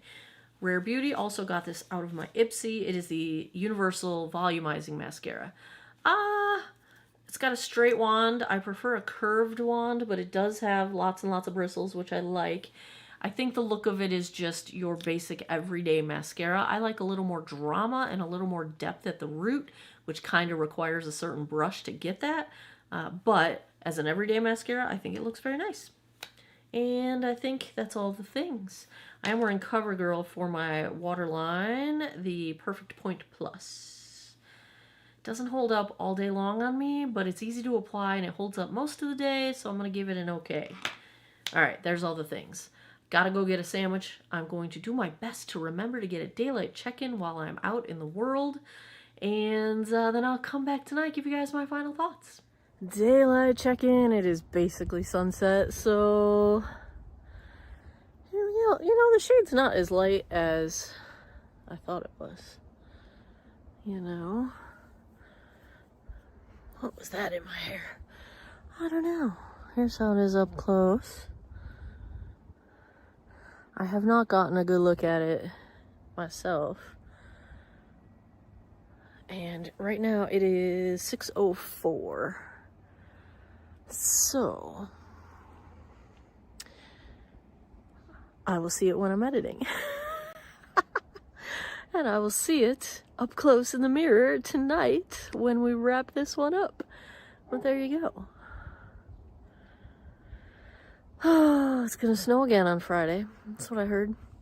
Which to you is, it's probably, in your time, it's probably snowing right now. 'Cause that's when you're gonna see this. I'm so sick of winter. Let's be done. Let's be done, okay? No more winter. How about that? Alright, I'll be back tonight. 9:36 p.m. I think that puts us somewhere around the 8-hour mark. I don't exactly remember. You know, let's see how the Maybelline Eraser Treatment Makeup held up. Settled a bit into my deepest lines. It's not degrading super gracefully. I mean, it hasn't been that long of a day. And I did have to blow my nose, so I'm missing product on my nose, but I think it would have done the polka dot pores thing that it's doing had I even not had to blow my nose. I think the blurring of pores and texture is about the same as it was, but like my chin has polka dot pores happening. It's really it moved around on my upper lip, so it's really not looking great there. Blush, bronzer, highlight are still intact, but it just doesn't look good. It's not terrible, but it's not, I wouldn't wear it again, you know? So, if I had to give a grade, oh, I forgot. Let me zoom you guys in. Let's zoom in. You're gonna have to sit on the edge of your seat for the grade. Yeah, so here's the nose situation going on here. I mean, yes, my nostrils are missing product because I blew my nose, but you know, the bridge of my nose is not looking good. It's kind of caking up on there, and even in between my eyebrows is like caked up a bit. Moving down, chin, I've lost a ton of coverage, but it's not that it disappeared, it's that it kind of just settled into a bunch of my pores, which I don't think I have particularly large pores on my chin. Settled into the deeper chin lines. Like I said earlier, I'm missing coverage on my smile line where I was trying to touch and smooth out the product that was gathering there earlier. Yeah, yeah, it sits on the skin a bit, doesn't really, it's not doing me any favors. That's kind of the nutshell. It's not doing me any favors. It's not doing me like super dirty, but it is not doing me any favors. Okay, so if I had to give a grade to the Maybelline Eraser Treatment Makeup, you know, it's disappointing because the Instant Age Rewind concealer is really nice on my under eyes. But this one I don't like. I do not like it. I'm gonna give it a D plus. I'd call it below average, but it's probably close to average. My standards, having tried so many really good foundations at this point in my life, I probably have slightly higher standards than I might have otherwise, but yeah, I can't get behind this one. Sorry, Maybelline. But I will say, this perfume oil that was in my Ipsy smells so good, and it still smells amazing, and I need to show you. I don't know how to say this. Maison Louis Marie, number 13. Nouvelle Vogue. I'm not getting Sherlock out. I can't read it. Maybe you can. It smells amazing. That's all I have to say about that. That was in the icon box that was curated by Gwen Stefani, who I also adore. All right, there you have it. Sorry, Maybelline. I'm gonna go D plus. Not gonna be my favorite. As always, what should I try next? Let me know in the comments. What drugstore launches have you heard are coming? Like, what do I need to keep my eyes out for? Let me know down below. I also have a new worksheet for tracking and planning out your skincare routine. I will link it in the description box if you are interested. And as always, thanks a lot for taking some time out of your day to geek out over makeup with me. I appreciate your time, and I hope you guys all have an awesome day or night wherever you are in the world. Take care of each other. Bye-bye.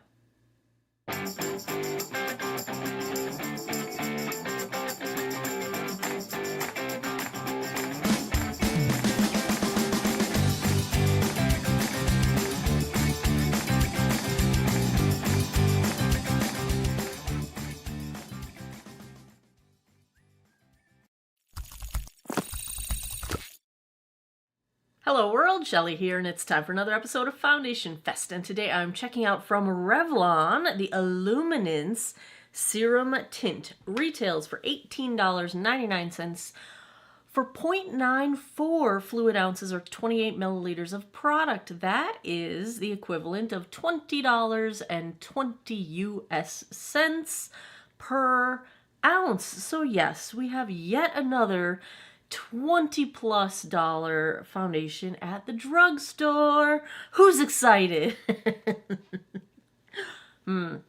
16 different shades. I have the 4th shade Buff Beige.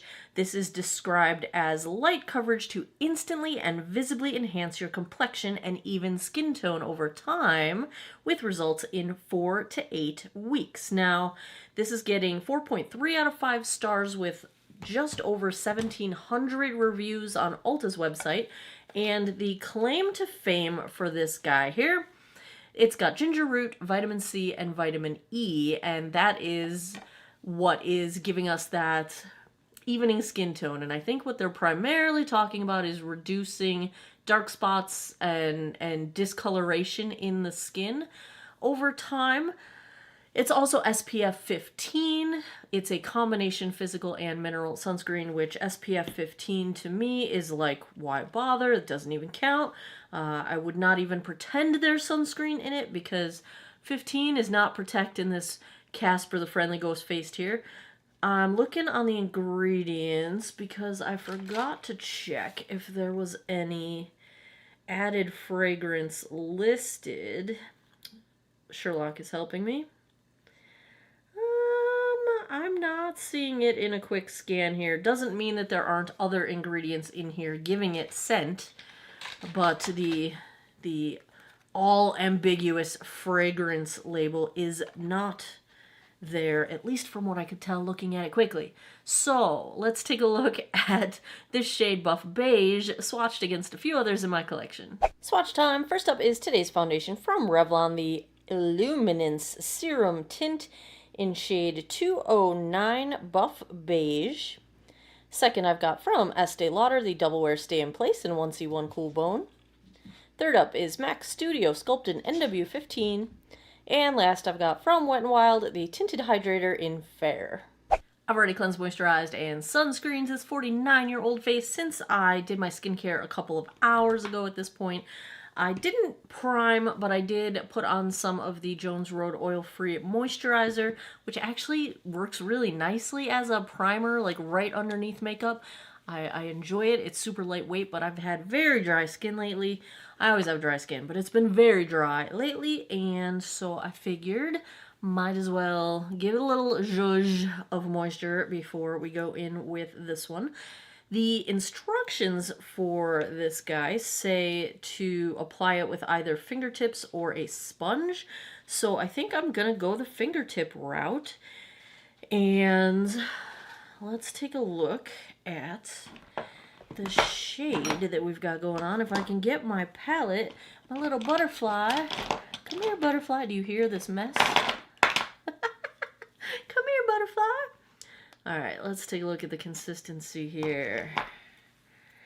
Pardon my nails. I picked them all off. It's been a rough couple of weeks over here. All right, not too thick, not too thin. Let's do one side. Oh, I think the shade is going to work for me. I love it when a shade works for me. Because, you know, when you're online, sometimes it's just like blindly guessing at what shade will work, because even if it's a brand you're familiar with, that does not mean there is any consistency in their shades. See example, recent MAC releases, which after being known as the standard for creating shades that are consistent from one product to the next, they just, you know, toss that right out with the bathwater. And yeah, anyway, I'm going to take a little bit of this on my under eye as well, because this is going to be a pretty light makeup day. We're going to keep it simple.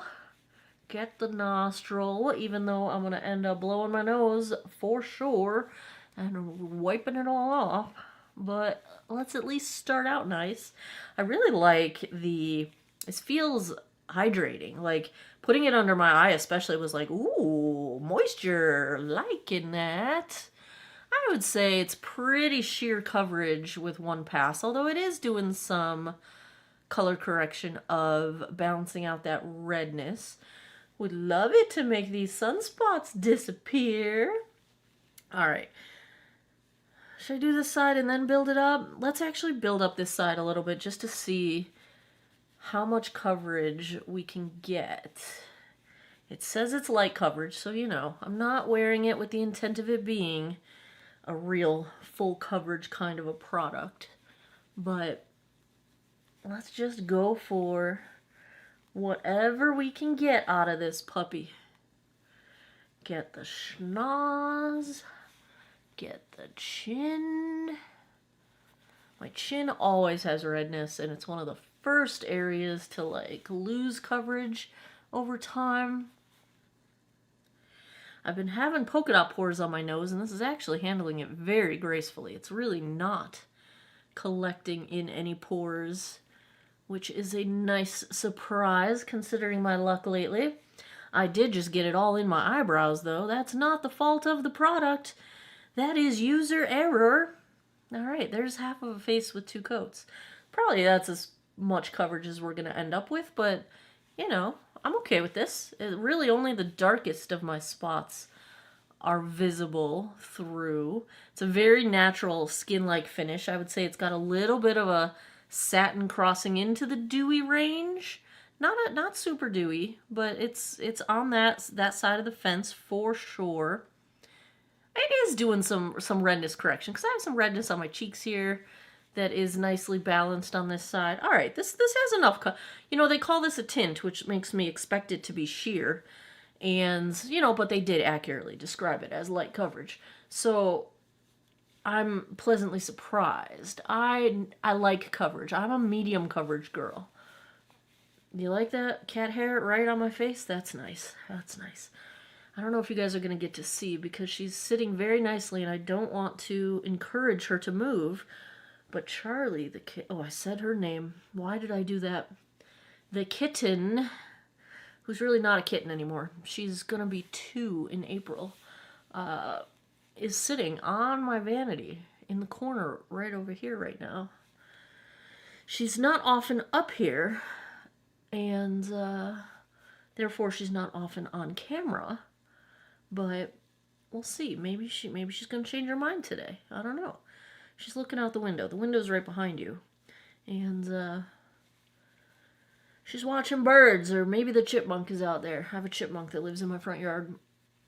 I'm just trying to use up all of what was on that pallet, since this is nicely buildable. Another cat hair. Wow, I'm just a mess today. I like this. I really like how this looks. This looks really nice. Like, I like this. I like this. All right, let me zoom in so you can see what I'm looking at. Oh, I gotta blend out my nose first. Let's make sure we don't leave a bunch of mess on the nose.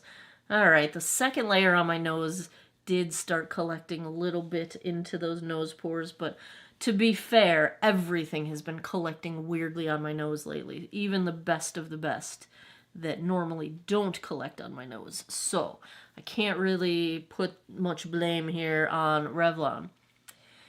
Let's see. It is giving me some nice color correction on my chin. I'm having polka dot pore issues on my nose and my chin lately. So this is not a surprise.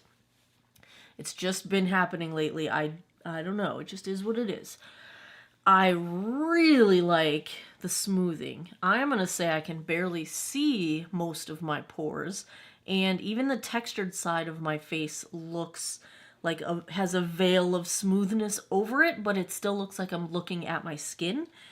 It's not caking up between my eyebrows. Ignore what I got into my eyebrows. That was also user error. It's not caking up on my forehead. It's not settling into my forehead lines or my smile lines. It's not settling anywhere. It's looking really nice. It's not a ton of coverage if you're going to use it for concealer.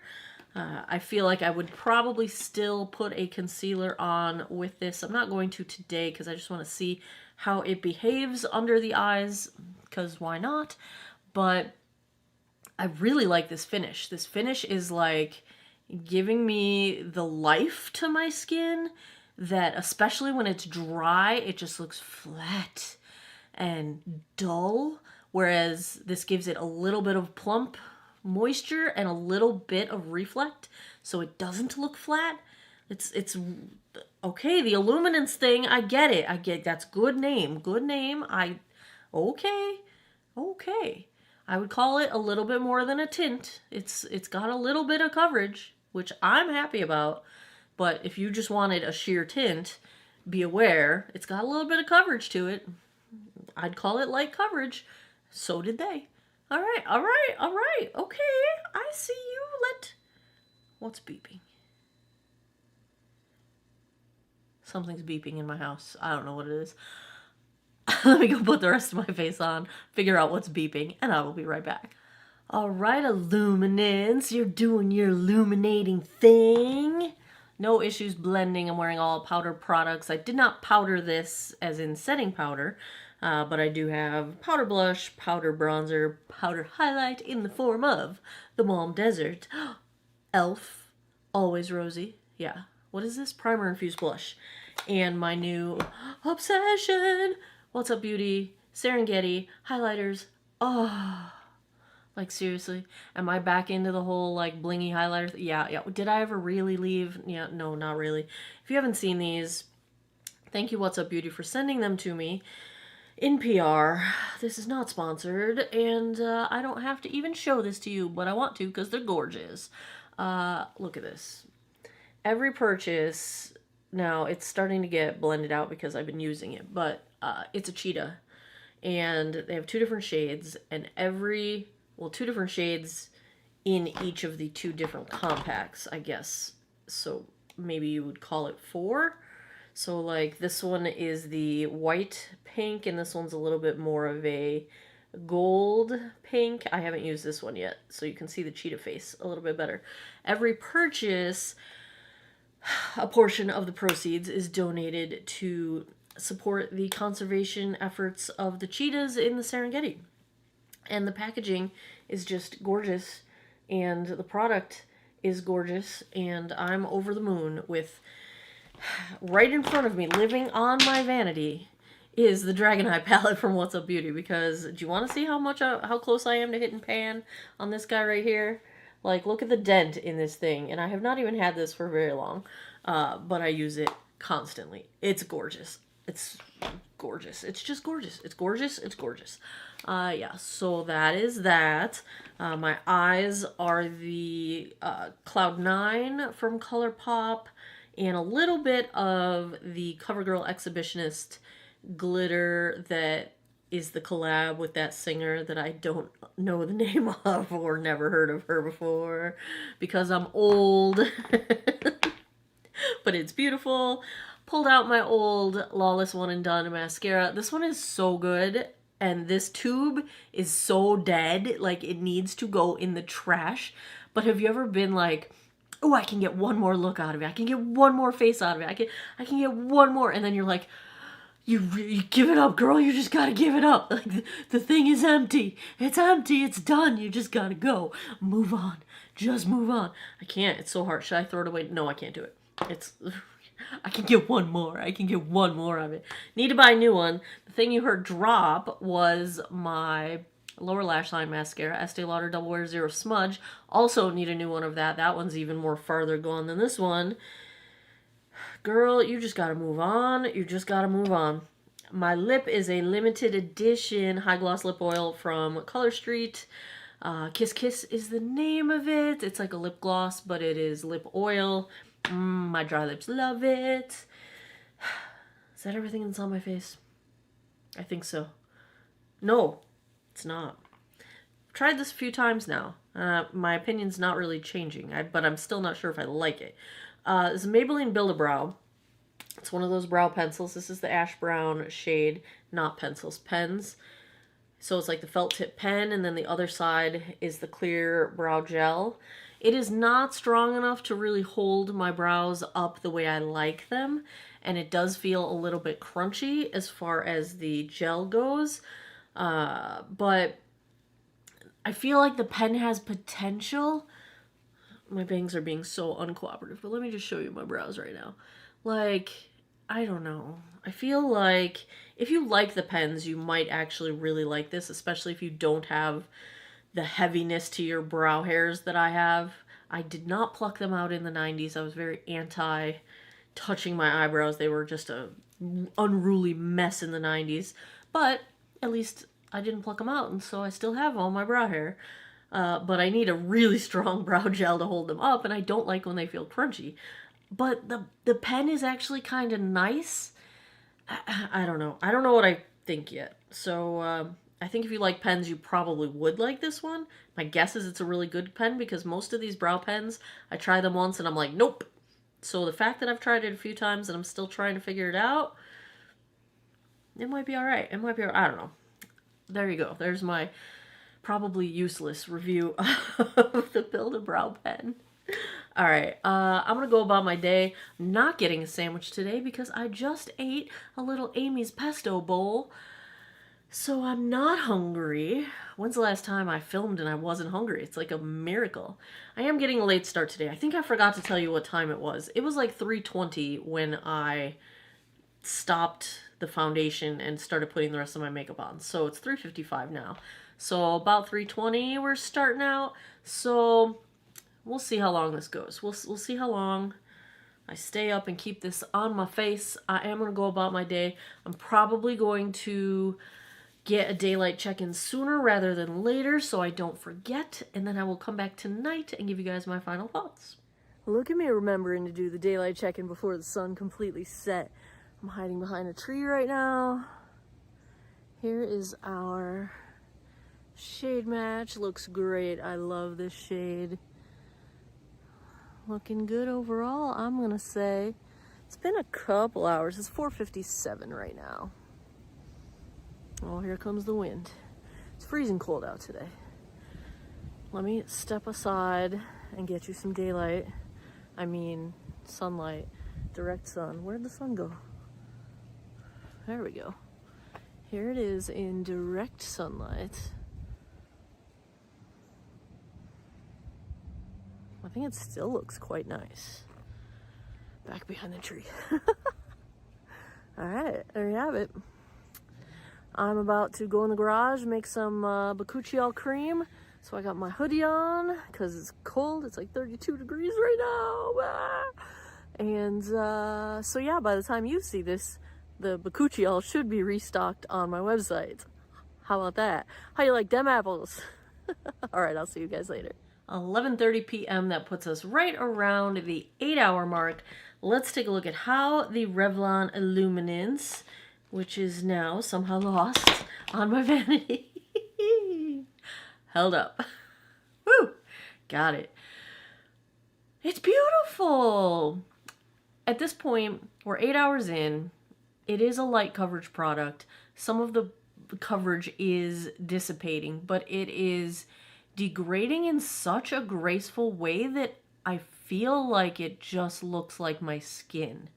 The product isn't gunking up, it's not moving around, it's just starting to disappear in some places, but that's what I want. I want a graceful degradation when a foundation is making it towards the end of its line. Now, do I wish it could wear beautifully for 16 hours? Well, of course I do, but I don't think this one would make it that far. But I'm not mad at it because I think it's looking quite nice. Let me zoom you guys in so you can see what I'm looking at here. I did have to blow my nose. Shocker. What else is new? I shouldn't even bother saying that anymore because we all know that's going to happen. So yeah, ignore what's missing on my nostrils, but it didn't get messy on the bridge of my nose or anything like that. It didn't cake up anywhere. Blush, bronzer, highlighter are still intact, so it served as a good base to those powder products. My chin is showing a little bit of the redness through. That's kind of where I'm saying that it's losing its coverage a bit, but it's not settling into lines. It's not settling into pores. It's not really accentuating anything I don't want it to, and it still looks very hydrated, especially under my eyes. I've lost coverage there, but they look practically as well hydrated as they were this morning. Yes, Eva. You really just have to take the hard way all the time, don't you? There's a much easier, more graceful way to get up there, Eva. It's also why I have claw marks in the back of my favorite IKEA chair. But it's all good. It's all good because that is life with a cat, right? Right? She's like, you're talking to your friends again. Let me come up and see them. She knows. She knows. So if I had to give a grade to the Revlon Illuminance Serum Tint, I gotta give it an A. I really, really like it. I really, really like it. I have pretty good luck with Revlon foundations, so I can't say I'm surprised. I'm a little surprised just overall at the fact that we are over the $20 price point in foundations at the drugstore. That seems to be the new norm, and it's not normal for my wallet or my heart. I'm just not there yet. Like, I don't feel like my income keeps up with the prices of things anymore. Anyone else feeling that? Like, holy cow, my cat food bill. I was checking pre-pandemic versus now. The only difference is one kitten.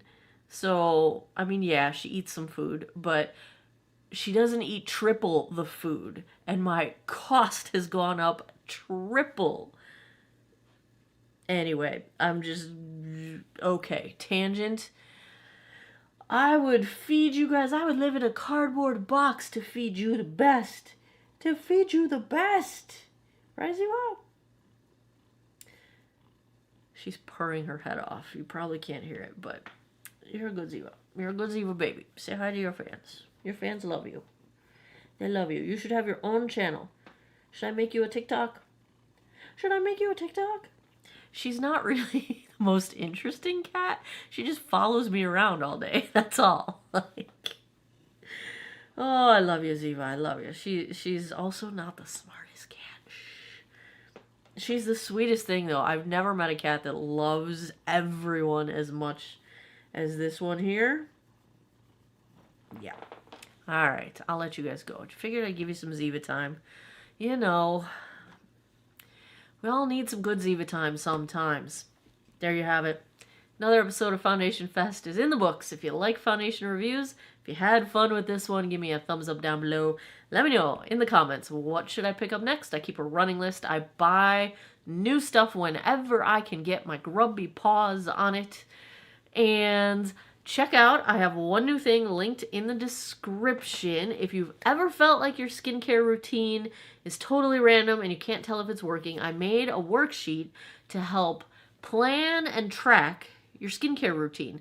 Now, do I fill out a tracker like that every week? Not anymore. I've got my skincare routine basically memorized at this point. But when I started out, I did. When I was testing things and trying to find the right products for me.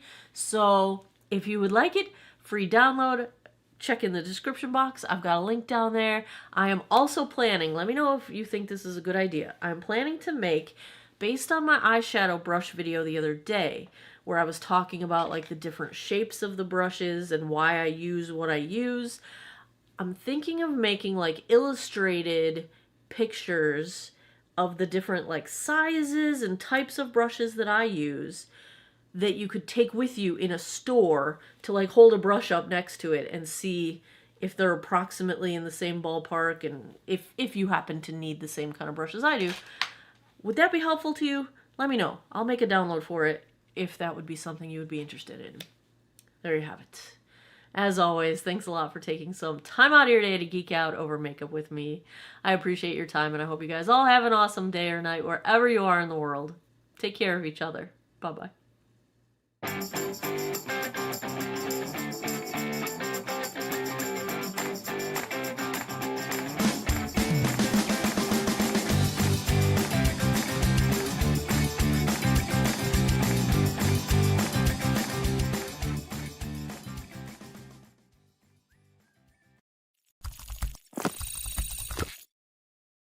Hello world, Shelly here, and it's time for another episode of Foundation Fest, and today I am checking out from e.l.f. the Halo Glow Skin Tint Mineral Sunscreen. Someone's delivering something at my front door. Turn that off.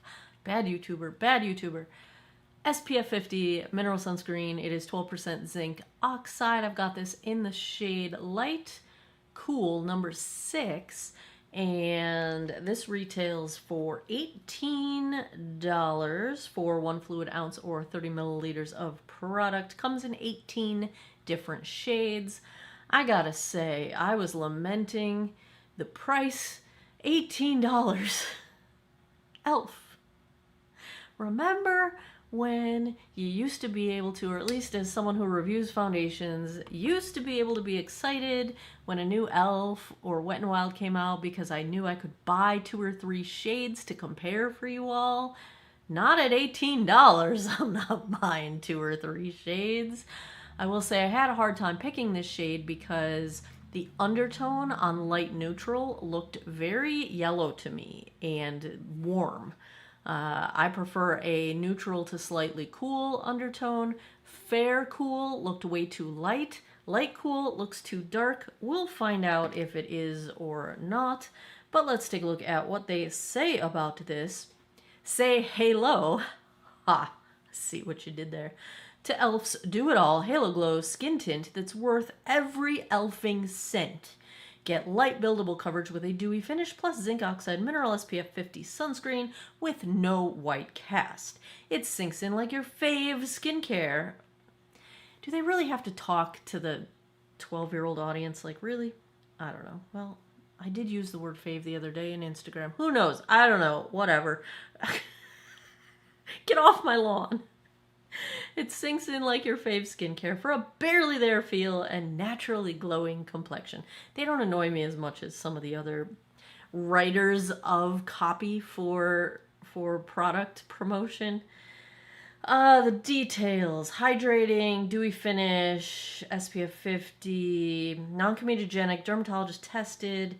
They've got 6 shade families with 3 undertones each. They did a cool, neutral, and warm for each one. Water resistant up to 80 minutes.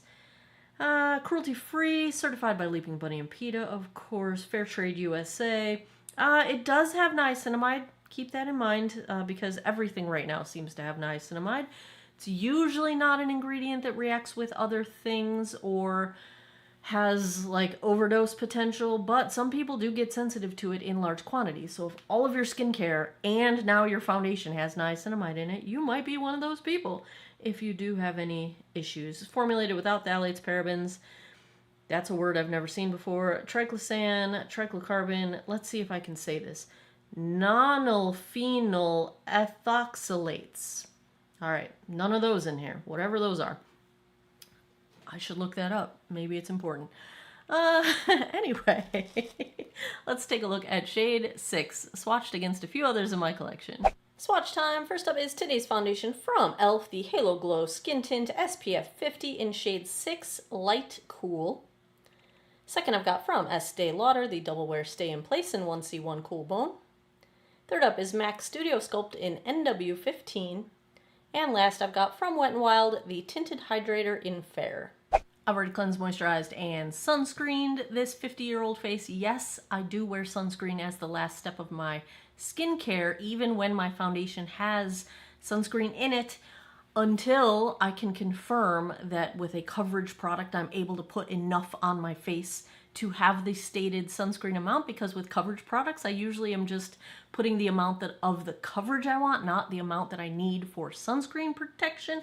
I will say, however, the only one in my whole life, the only coverage sunscreen I have ever tried in my whole life that I can wear the proper amount without worrying about coverage getting weird on me is the new Merit one. We'll see, maybe this e.l.f. one is too. We're gonna find out. Because usually you can't. The coverage gets too heavy and too cakey because you applied the proper amount for sunscreen. Anyway, so I have primed. I did treat my lips with the Geek Out of Water Smoothing Lip Treatment. It's like a serum, so it's going to sink into my lips. It's not meant to be a balm.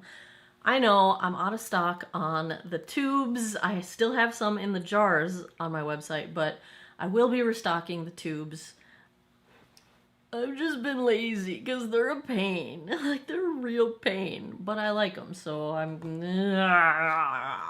Primer is Geek Out of Water Blue Tansy Primer. Let's try this skin tint. Now, that's a nice...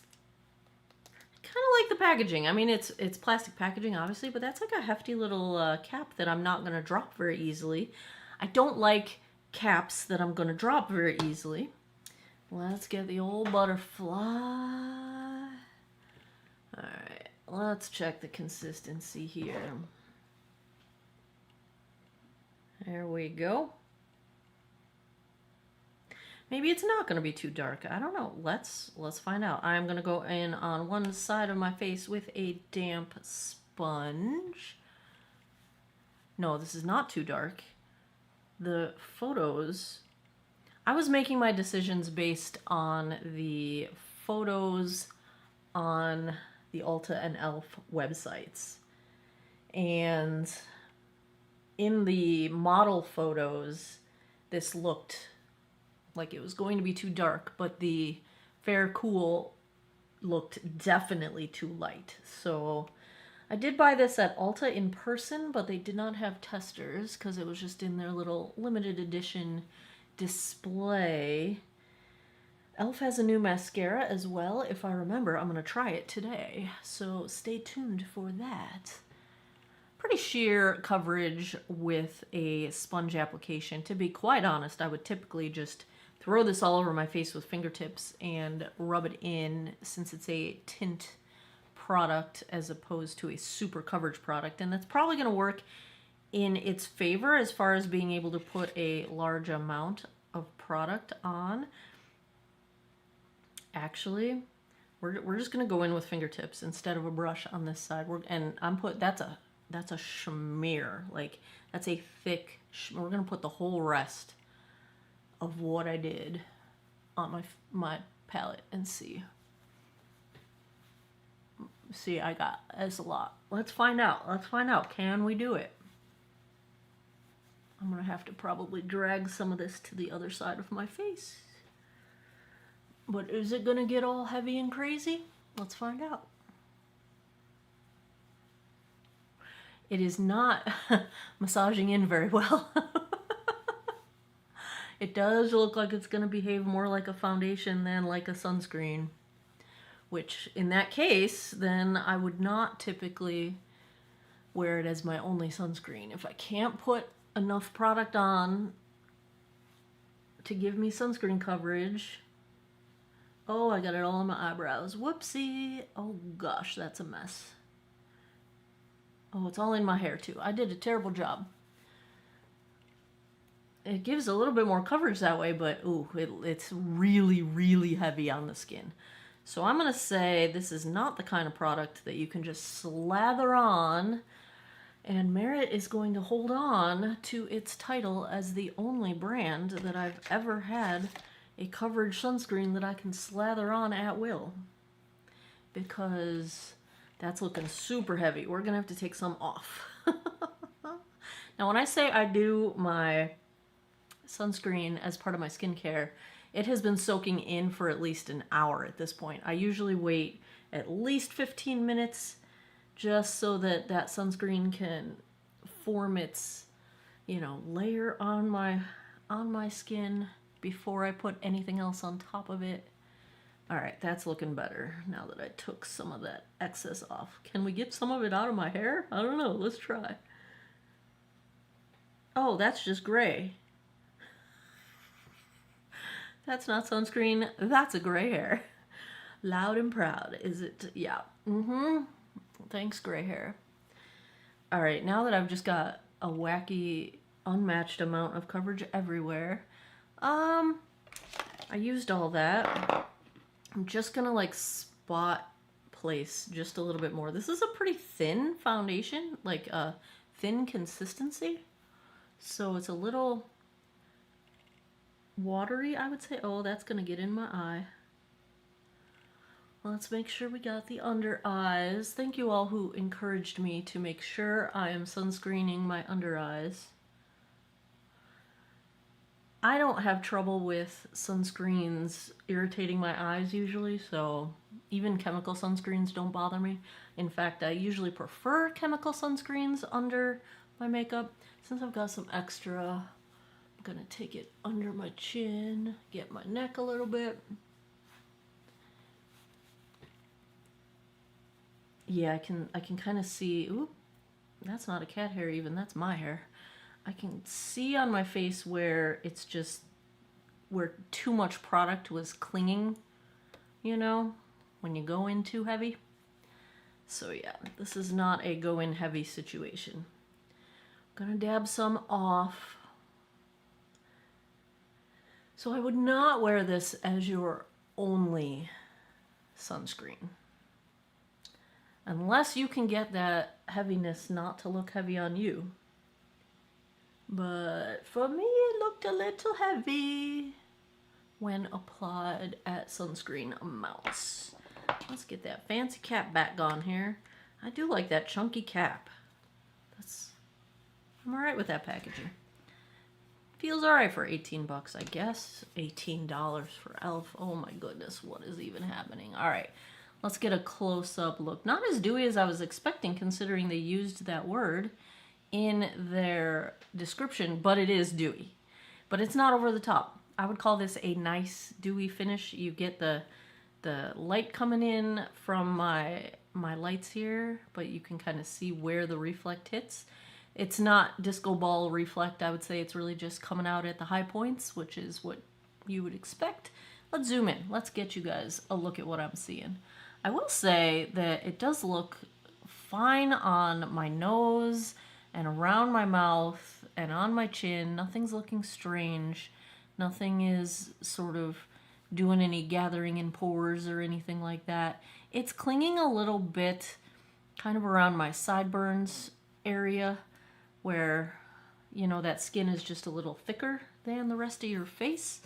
It's not clinging between my eyebrows. It's not clinging strange on my forehead. It is settling a little bit into my deeper forehead lines on the side that I applied heavier product. So I have tapped that out a couple of times now.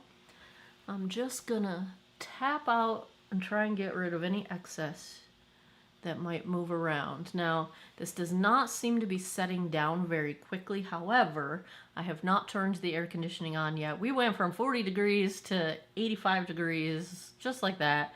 So I'm trying to just have a few days before I succumb to air conditioning, because once the air comes on, it's going to be on until friggin' fall. So I'm trying to enjoy some fresh air. So it is warm in here, and it's probably 78 degrees in here. So I am warm. It is warm. It is humid. But yeah, it's not drying down super fast. So we will see if it sets down enough that it doesn't move around. I don't plan to set this with powder. So, all right, let's check the time. It is currently 12:42 p.m. Let me put the rest of my face on. I will be right back. Back with the e.l.f. skin tint. I have had to continue tapping it out of my chin lines and my forehead lines. I'm done with the tapping. It's going to settle. It's going to settle. It is what it is.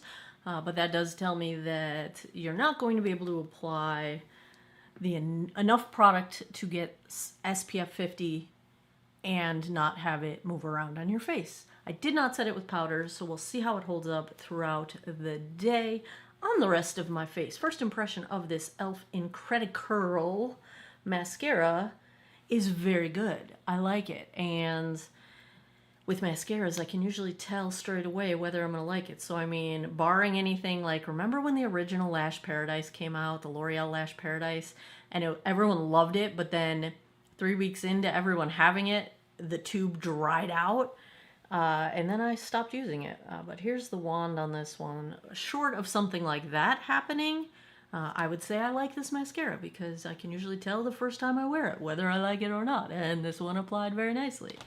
On the rest of my face, we have the Balm Desert Bronzer, because it's summertime, and I love this bronzer. Got out some e.l.f. This is the Primer Infused Blush in... I tried to remember. I tried, you guys. I'm blaming everything now on perimenopause. We're just going to go there. Always punchy. Can't remember anything. Like, anything. Brain out the window. Out the window. My eyes. Got this yesterday at e.l.f. at Ulta when I went to get the e.l.f. from Morphe. I haven't bought Morphe products in a very, very, very long time. Years.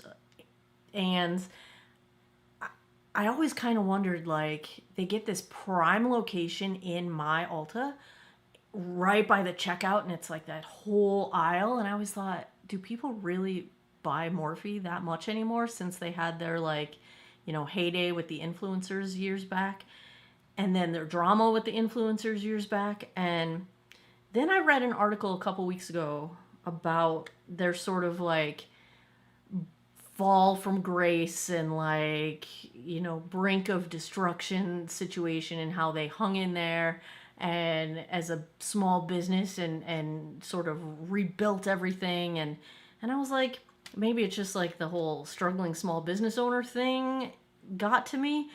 So when I saw these, and they have a bunch of different colorways of these eyeshadow palettes, I was like, okay, let me give it a shot. They did come with a free brush that I forgot was sitting here, so I did not use the free brush.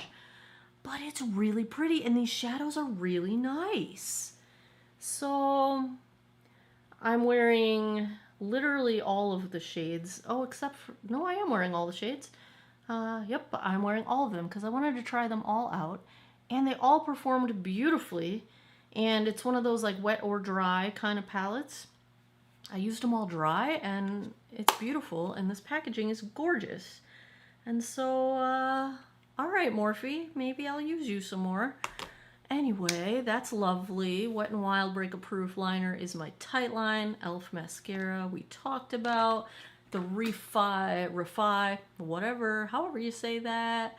Brow gel. I need to get more of their stuff because I heard their mascara is awesome as well. Then I heard a couple other things of theirs are awesome. I just need to check out that brand some more because this is my new favorite brow product. And my lip is the Shocker CoverGirl Forever Velvet Pigment in the shade, I have no idea, I think it's Pink Skies. And that's coming from my memory. Why does my memory remember that and not something I looked at moments ago? Skies Pink. I was close. I was close. I love these things. They hold up all day. Yeah, so I just got a call from my realtor, and I am about to go meet with him to go over the draft of the lease for the retail location, which I don't know. Am I about to go sign a lease? Maybe I am. Maybe I am. Maybe I'm not. I don't know. Maybe that's why he wants to go over it in person. I don't know. I don't know. But yeah, so I'm about to go do that. I will get you guys a daylight check-in. And I feel like I'm forgetting something about my makeup. What else am I wearing? I don't think that's it. I think that's all the things. I feel something's missing. Even when I look at my face, did I forget to put something on? My face? Why do I feel like I'm missing something? I have no idea. I told you. It's all messed up here. Things are not firing on all cylinders at all. But my eyeshadow matches my shirt. It says I'm magical. This is one of my custom designs. I made it myself. I love it because I'm magical. Okay, can you tell now I'm nervous? So I'm gonna go to my realtor's office. I'll get you guys a daylight check-in, and then I'll come back tonight and give you my final thoughts. Hey guys, it is 5:21 p.m. and here is where we're at. This is the shade. I think, well, the sun's going behind a cloud. I think I can step into the sun here. Hold on. There we go. There is some sun. It is definitely a dewy finish, but it's not over the top, I would say.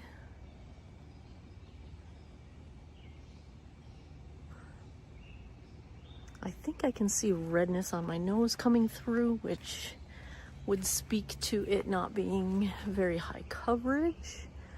But mosquitoes, I think it still looks nice. Blush seems to be holding up. Shade match seems fine. All right. Looking a little dry, but not too bad. Not too bad. I'll be back tonight and we'll see how it ends up. 9:04 p.m. Let's take a look at how the e.l.f. Halo Glow Skin Tint SPF 50 held up. I think it held up wonderfully. I figured I might as well, since we're at like the 9-hour mark-ish, do this outro because I'm having a hot flash and might as well get this done before my face melts off. The internet always says, like, whenever I search about hot flashes and menopause and whatnot, it always says things like, you know, a hot flash lasts approximately 5 minutes. Mine lasts a half hour. I'm so not into this whole thing. Not enjoying it. Not enjoying it at all. Yeah, so let's talk foundation. I feel like I'm breaking out in sweat as we're sitting here. Anyway.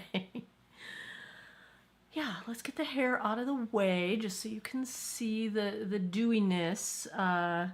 It is dewy. I thought it was less dewy, but I haven't really started sweating yet, so this is all the foundation. It is warm in here, but I've been reading and sitting still for the last couple hours, so this is not sweat and exertion. This is just the foundation. I think it's a nice amount of dewiness. I don't think it's over the top. I do like the finish quite a bit.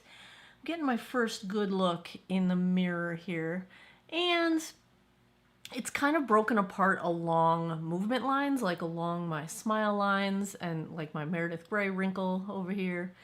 Not so much around forehead, nothing weird between my eyebrows. It held up okay.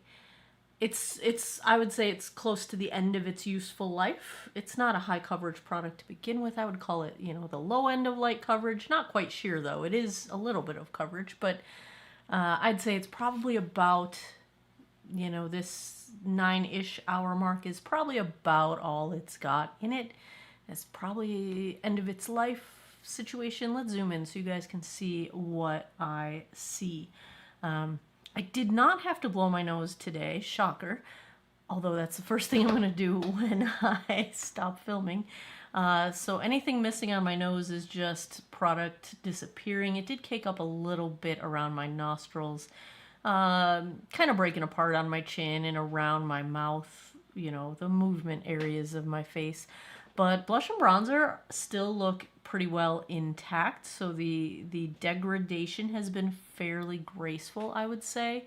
It's not caking up between my eyebrows, which is a common place for that to happen for me. It didn't settle any more into the lines on my forehead, though you can see it a little bit in there.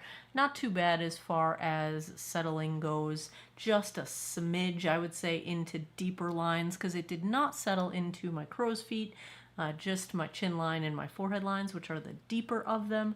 So, and I don't feel any more dry than I did before. I feel just a tiny, tiny, tiny smidge drier than when I started, so I don't think it's quite keeping up with my levels of dehydration throughout the day, but not bad. So I think if you have dry skin, it's fine. If you have maturing skin, it settles a little bit into the deeper wrinkles, but nothing drastic, nothing that would prevent me from wearing it. But like I said earlier, I would definitely wear it in conjunction with sunscreen if you are going to spend any time outdoors, because I don't think you can apply the full amount of sunscreen and still have coverage that looks nice and not heavy or cakey. So just be aware of that. If I had to give a grade to the e.l.f. Halo Glow Skin Tint, I'm going to go A-. I like it. It's fine. Now that I've got the Merit to compare to, like, they knocked that out of the park, and so it's going to be tough for me to not judge. I used to just believe that you never could wear a coverage sunscreen product on its own because you couldn't apply enough of it, and now I've been proven wrong. So that's a higher bar has been set for this kind of a product. But I do like it. I think it's nice. I think it feels nice. I think it looks nice. And I think the shades on the website are pretty hard to decide, because this is much lighter than the shade looked like in the model photos on the web, which seems to be, that's been happening lately. Like, it's always been hard to guess your shades online, but I used to be able to tell pretty well from swatches and model photos. But anyway, we're going to go A-. I like it. I like it. I'll wear it. That's where I'm at with that one. Have you tried it yet? Can you get it at your local stores? Have you seen it? I haven't seen it in CVS yet, but I did pick mine up at Ulta, and it was a freshly put out display. Only a couple were missing, so it should be rolling out soon. If you don't have it near you already, let me know in the comments. What do you want to see next? I keep running lists. I buy stuff whenever I can. Oh, should I give you the update on... I didn't sign the lease yet because I'm waiting for it to get sent to me digitally for the DocuSign thing. But we went over the lease. We agreed on everything. Yeah, when it comes, I'm going to sign it. So... I'll keep you posted. The first place I've been posting all this stuff is over on my Patreon. So if you follow me over there, you'll see my updates over there. There you have it. As always, thanks a lot for taking some time out of your day to geek out over makeup with me. Hi, Ziva. I did not see you get up there. I appreciate your time, and I hope you guys all have an awesome day or night wherever you are in the world. Take care of each other. Bye-bye.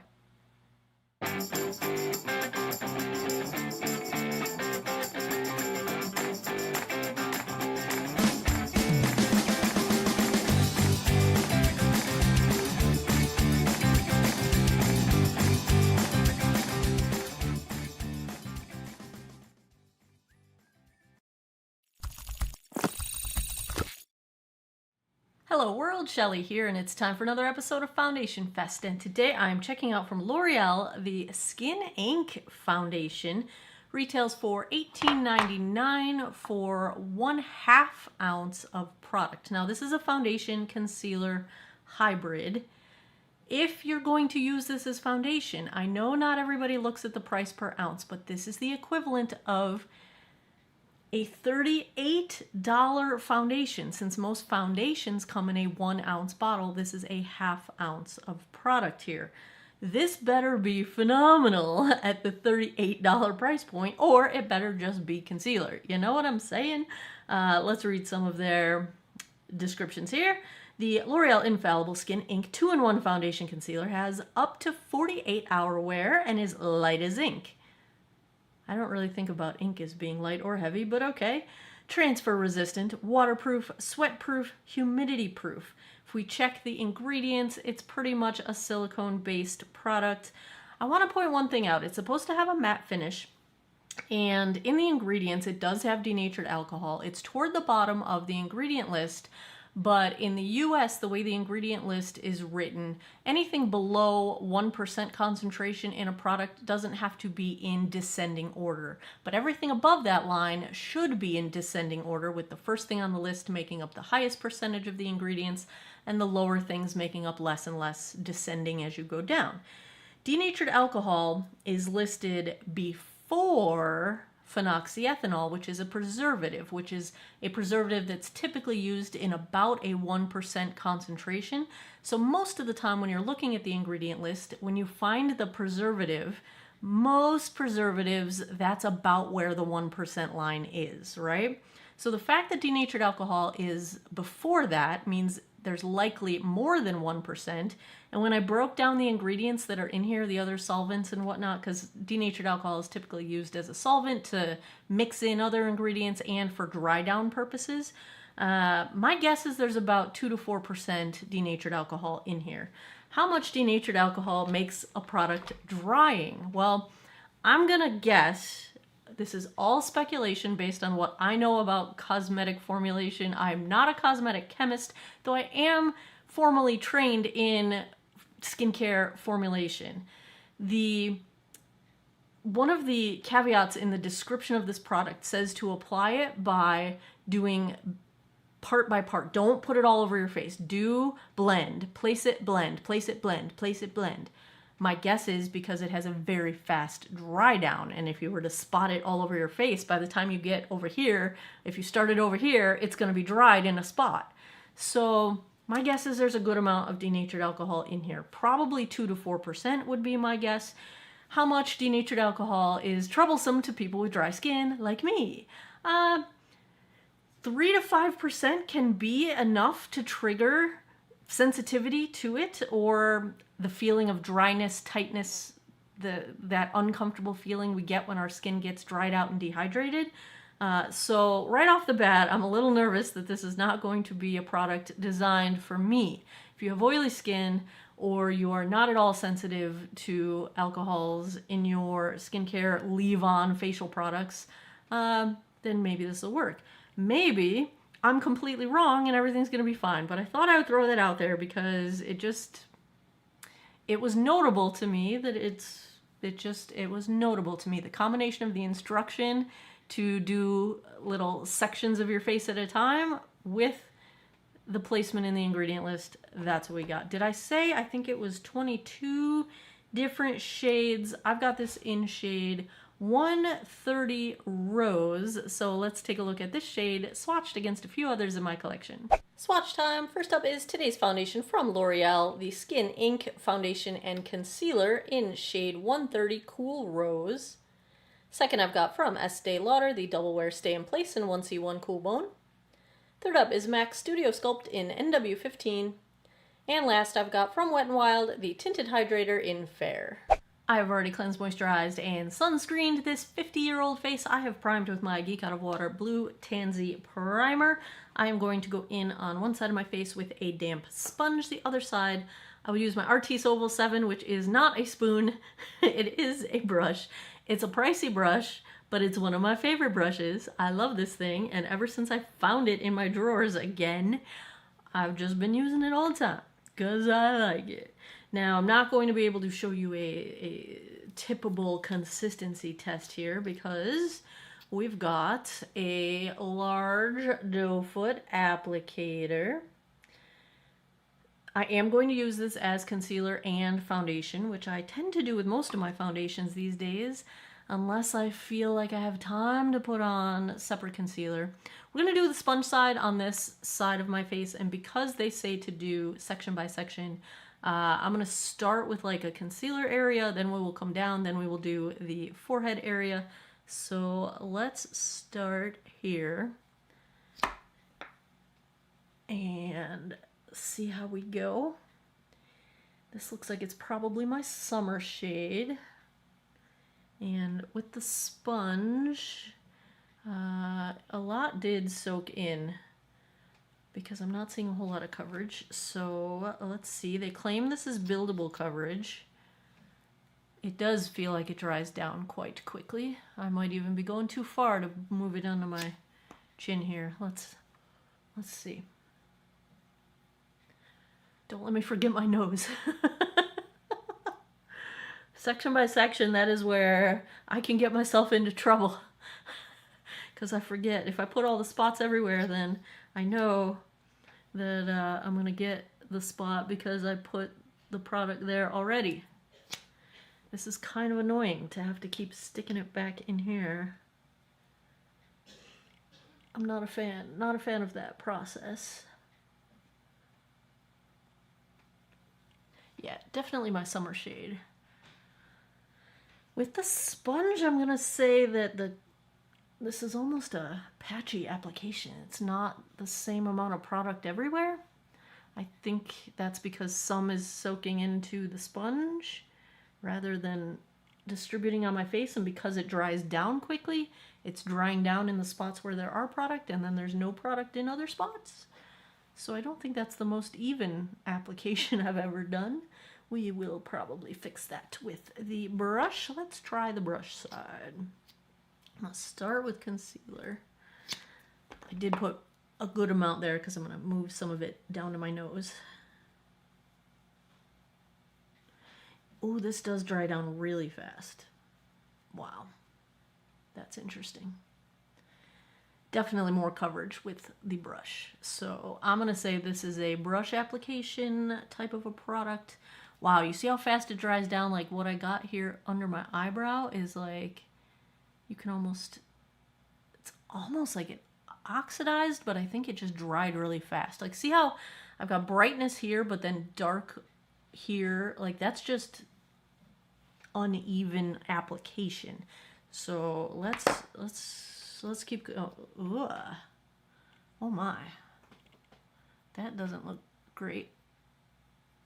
You really have to make sure this blends evenly before it dries down for sure, because the unevenness looks splotchy. You know what I'm saying? All right, let's see how fast we can. You know, this doe foot doesn't pick up a ton of product, so like that could be good or bad.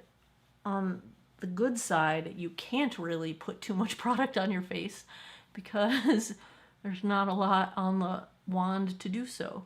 On the bad side, you really have to do little tiny sections and work quickly, which is interesting. All right, let's get this side here. This also seems to blend better with smoothing it out rather than like lifting your brush, like keeping the brush down seems to help. Spam calls. I had to turn off sending all my unknown numbers to voicemail because my cat's been in and out of the hospital. Not Ziva and not Charlie, but Daffy. So if I miss some videos here and there, that is why. I'm kind of hanging on by a thread right now. It's touch and go. We don't know how much longer she's got, and I'm gonna stop talking about that because it makes me upset and I cry. So I didn't get much on my upper lip here, so we need to address that. We need to even out the coverage. So let's just get a couple spots real quick. And it does seem buildable, so like that built up nicely on my sunspots there.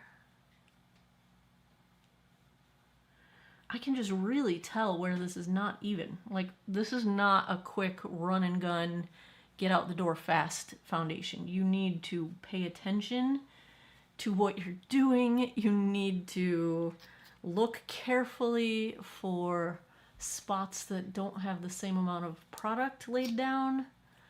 Since this is seems to be drying a little bit darker. I'm going to take it down my neck a little bit because I'm still pale.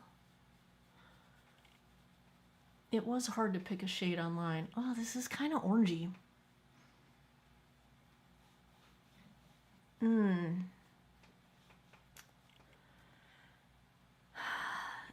So it's looking orange along my hairline and orange around my mouth. And this was what I thought was going to be a cooler undertone, which it's kind of an orange. See, it's really not easy to get even coverage. Like I keep seeing white spots. You know what I'm saying? How many times have I said, you know what I'm saying? Why do I keep saying that? I will try not to be annoying. I know, I'm annoying anyway. Okay. I need a little help in the concealer department. We're just gonna do one dab there, one dab there, and get a concealer brush. So this is an IT Cosmetics brush. So I can try and hide some of that dark circle action. I will say I'm not a fan of the application process of this foundation. They are correct in instructing you to do section by section because it does dry down quite quickly. But that is an annoying process to me, and it lends itself to easily missing spots. And I don't like missing spots. Okay, we got it's on the face. Let's look up close. Let's zoom in. We can look together. It's heavy under my eyes for sure. It just, I don't know if it dried down too quickly and I was not able to blend it out, or it is freezing my under eye lines in place, which tends to happen with things that dry down really quickly because it doesn't really smooth over them. It just freezes where it's at. It looks really heavy in my inner corners. My nose actually looks okay. Up close it does look like I have a lot of makeup on, but you know, for light as ink, I really feel like it's obviously sitting on my nose, but it looks smooth, but it looks like makeup. It is not really doing any favors for my texture. Pores do not look very visible, so it's fairly well smoothed on my pores, but it has frozen my forehead lines into place. It's kind of accentuating the lines under my chin. I'm guessing because when it dries down, if your wrinkles are in a position of any kind, they're going to get the product drying that way. So if you've got fine lines, it's not doing it really around my crow's feet, but it is doing it under my eyes.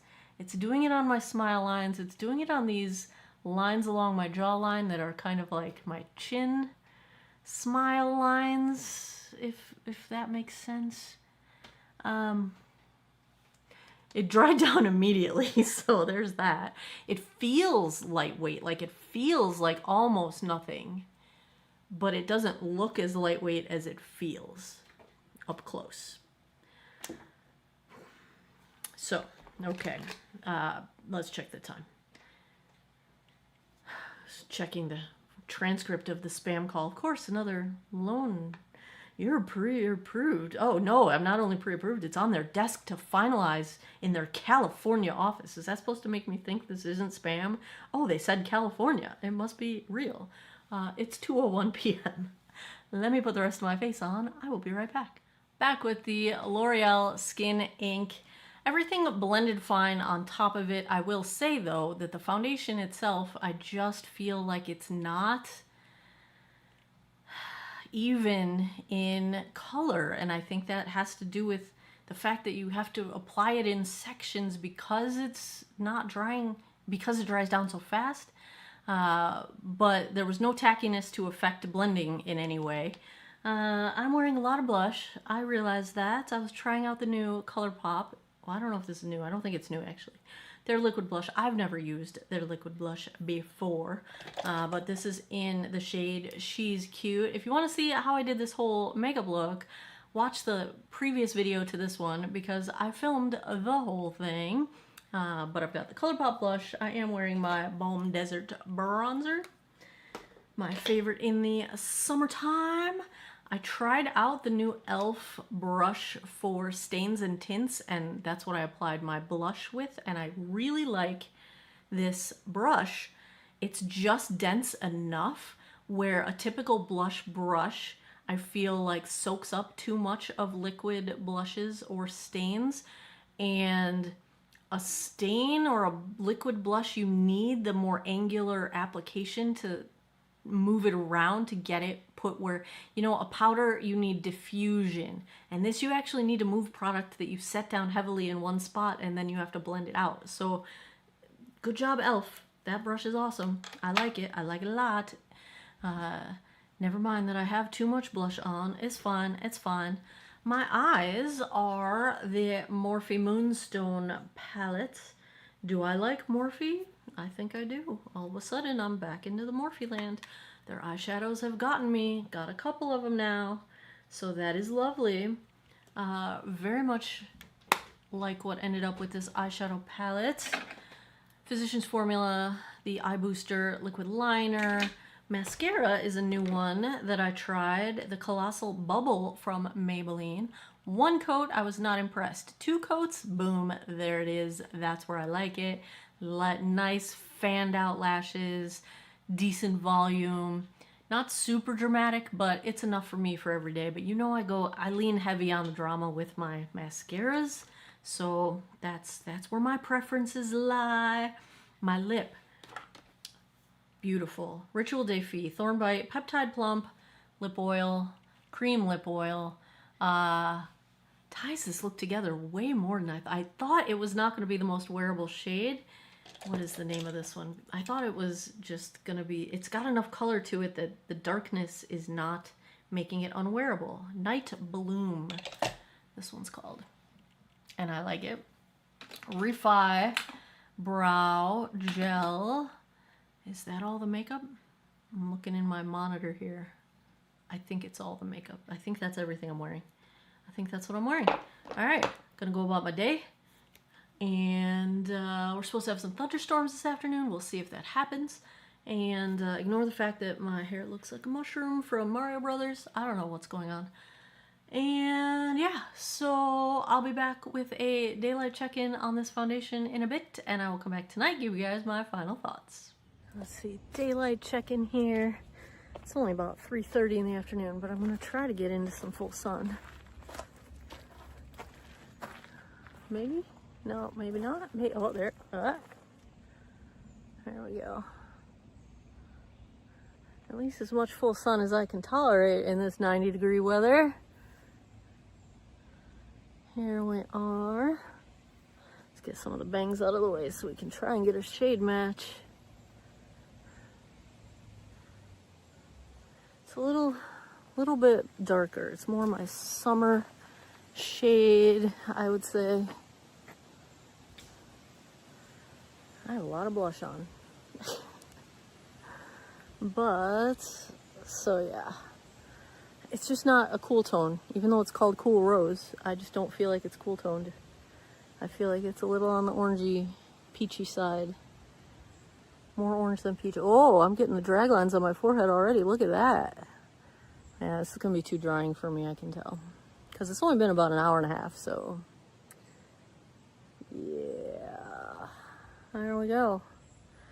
I'll be back tonight. We'll see how long I can wear this. Ooh, the drag lines are already coming here too. Yeah. It's drying me out. This lip oil, though, not drying me out. That feels wonderful. I'll see you in a bit. 9:46 p.m.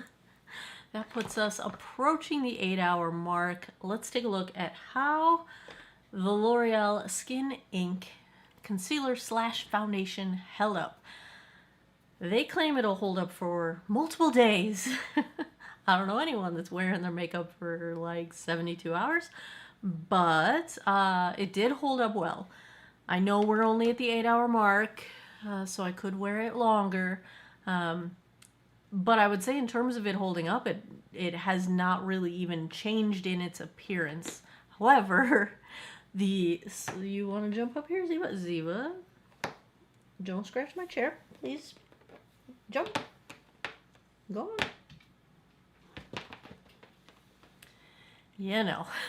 Gotta have Ziva.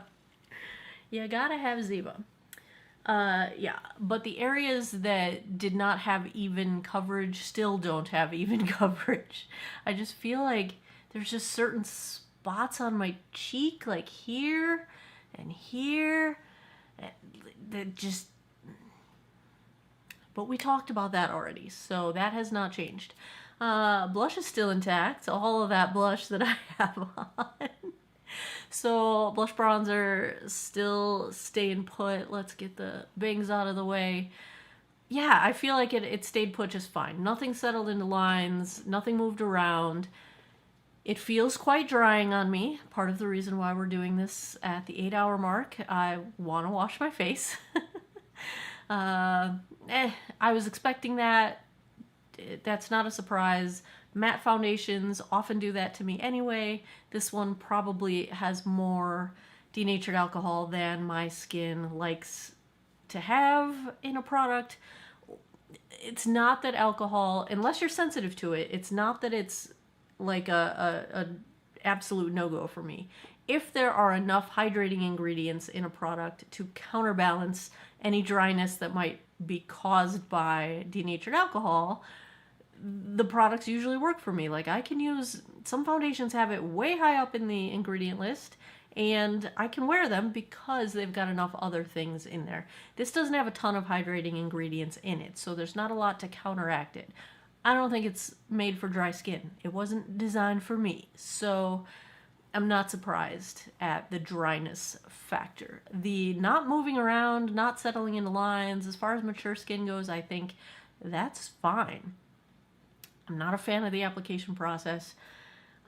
I'm not a fan of how fast it dries down. I like having a little time to work. I like having the ability to just move the product around for a while until I get a nice smooth canvas on my face. You know what I'm saying? I don't want to have to like do this patch and then this patch and then this patch and then this patch. It just, I don't get, and that could be operator error. I could just be terrible at applying my face in sections. That could just be me. I'm not gonna say it's not entirely the product. It could be some operator preference and operator error in there, but that's kind of where I fall on this. Let's zoom in so you guys can see what I'm looking at here. I did have to blow my nose a few times today, and it held up surprisingly well. I don't feel like there's a lot of coverage left on my nose, so maybe that's why it doesn't look very obvious that I was blowing my nose. I do feel like the coverage around my mouth has sort of disappeared on my upper lip and around my mouth, because I feel like that skin is brighter than the rest of my skin. And because this foundation was a little bit darker, I feel like I'm just, I didn't wipe my mouth or anything like that. So, yeah. It froze my lines in place. So like my smile lines, my under eye lines, my forehead lines, they're just a little more prominent looking than they are with other foundations. So I don't like the emphasis on that because I think it does age me a bit when you can see all of my lines. I'm glad I'm aging. I'm not anti-aging. The alternative, this is much better than the alternative. I'm glad I'm here. But I don't want to accentuate aging. You know what I'm saying? I would like to minimize the appearance of the age on my face as much as possible. And this one is calling out my wrinkles. It's calling out my lines. They're there. I know they're there. I just don't want to call them out. I don't mind if you see them. I just don't want like neon signs on them, you know? My nails are so bright. I usually wouldn't wear a shade like this because it doesn't quite go with my skin tone, but they're so fun, I can't handle it. Anyway, squirrel.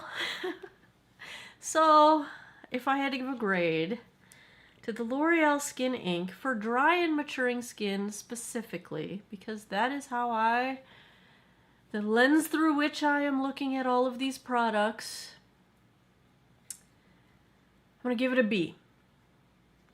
The drying factor is going to prevent me from wearing it very frequently, but I do feel like if I had to wear something that I needed to wear well all day, I might pick this because I feel like it has not degraded really much at all, even on my chin, which degrades pretty quickly on me.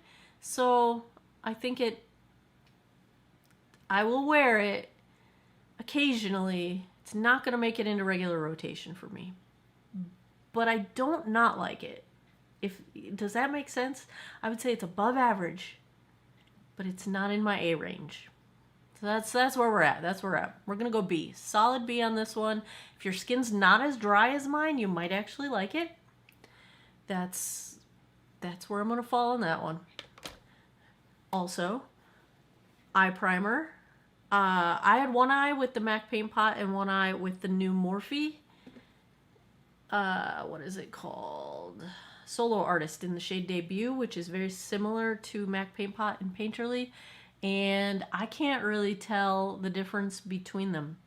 So if you're on the new Morphe bandwagon, I hear they have a new owner. Is that why they're revamping everything? Well, I'm here for it because I'm liking the new things I've tried from them lately. So there's that. As always, thanks a lot for taking some time out of your day to geek out over makeup with me. I appreciate your time, and I hope you guys all have an awesome day or night wherever you are in the world. Take care of each other. Bye-bye.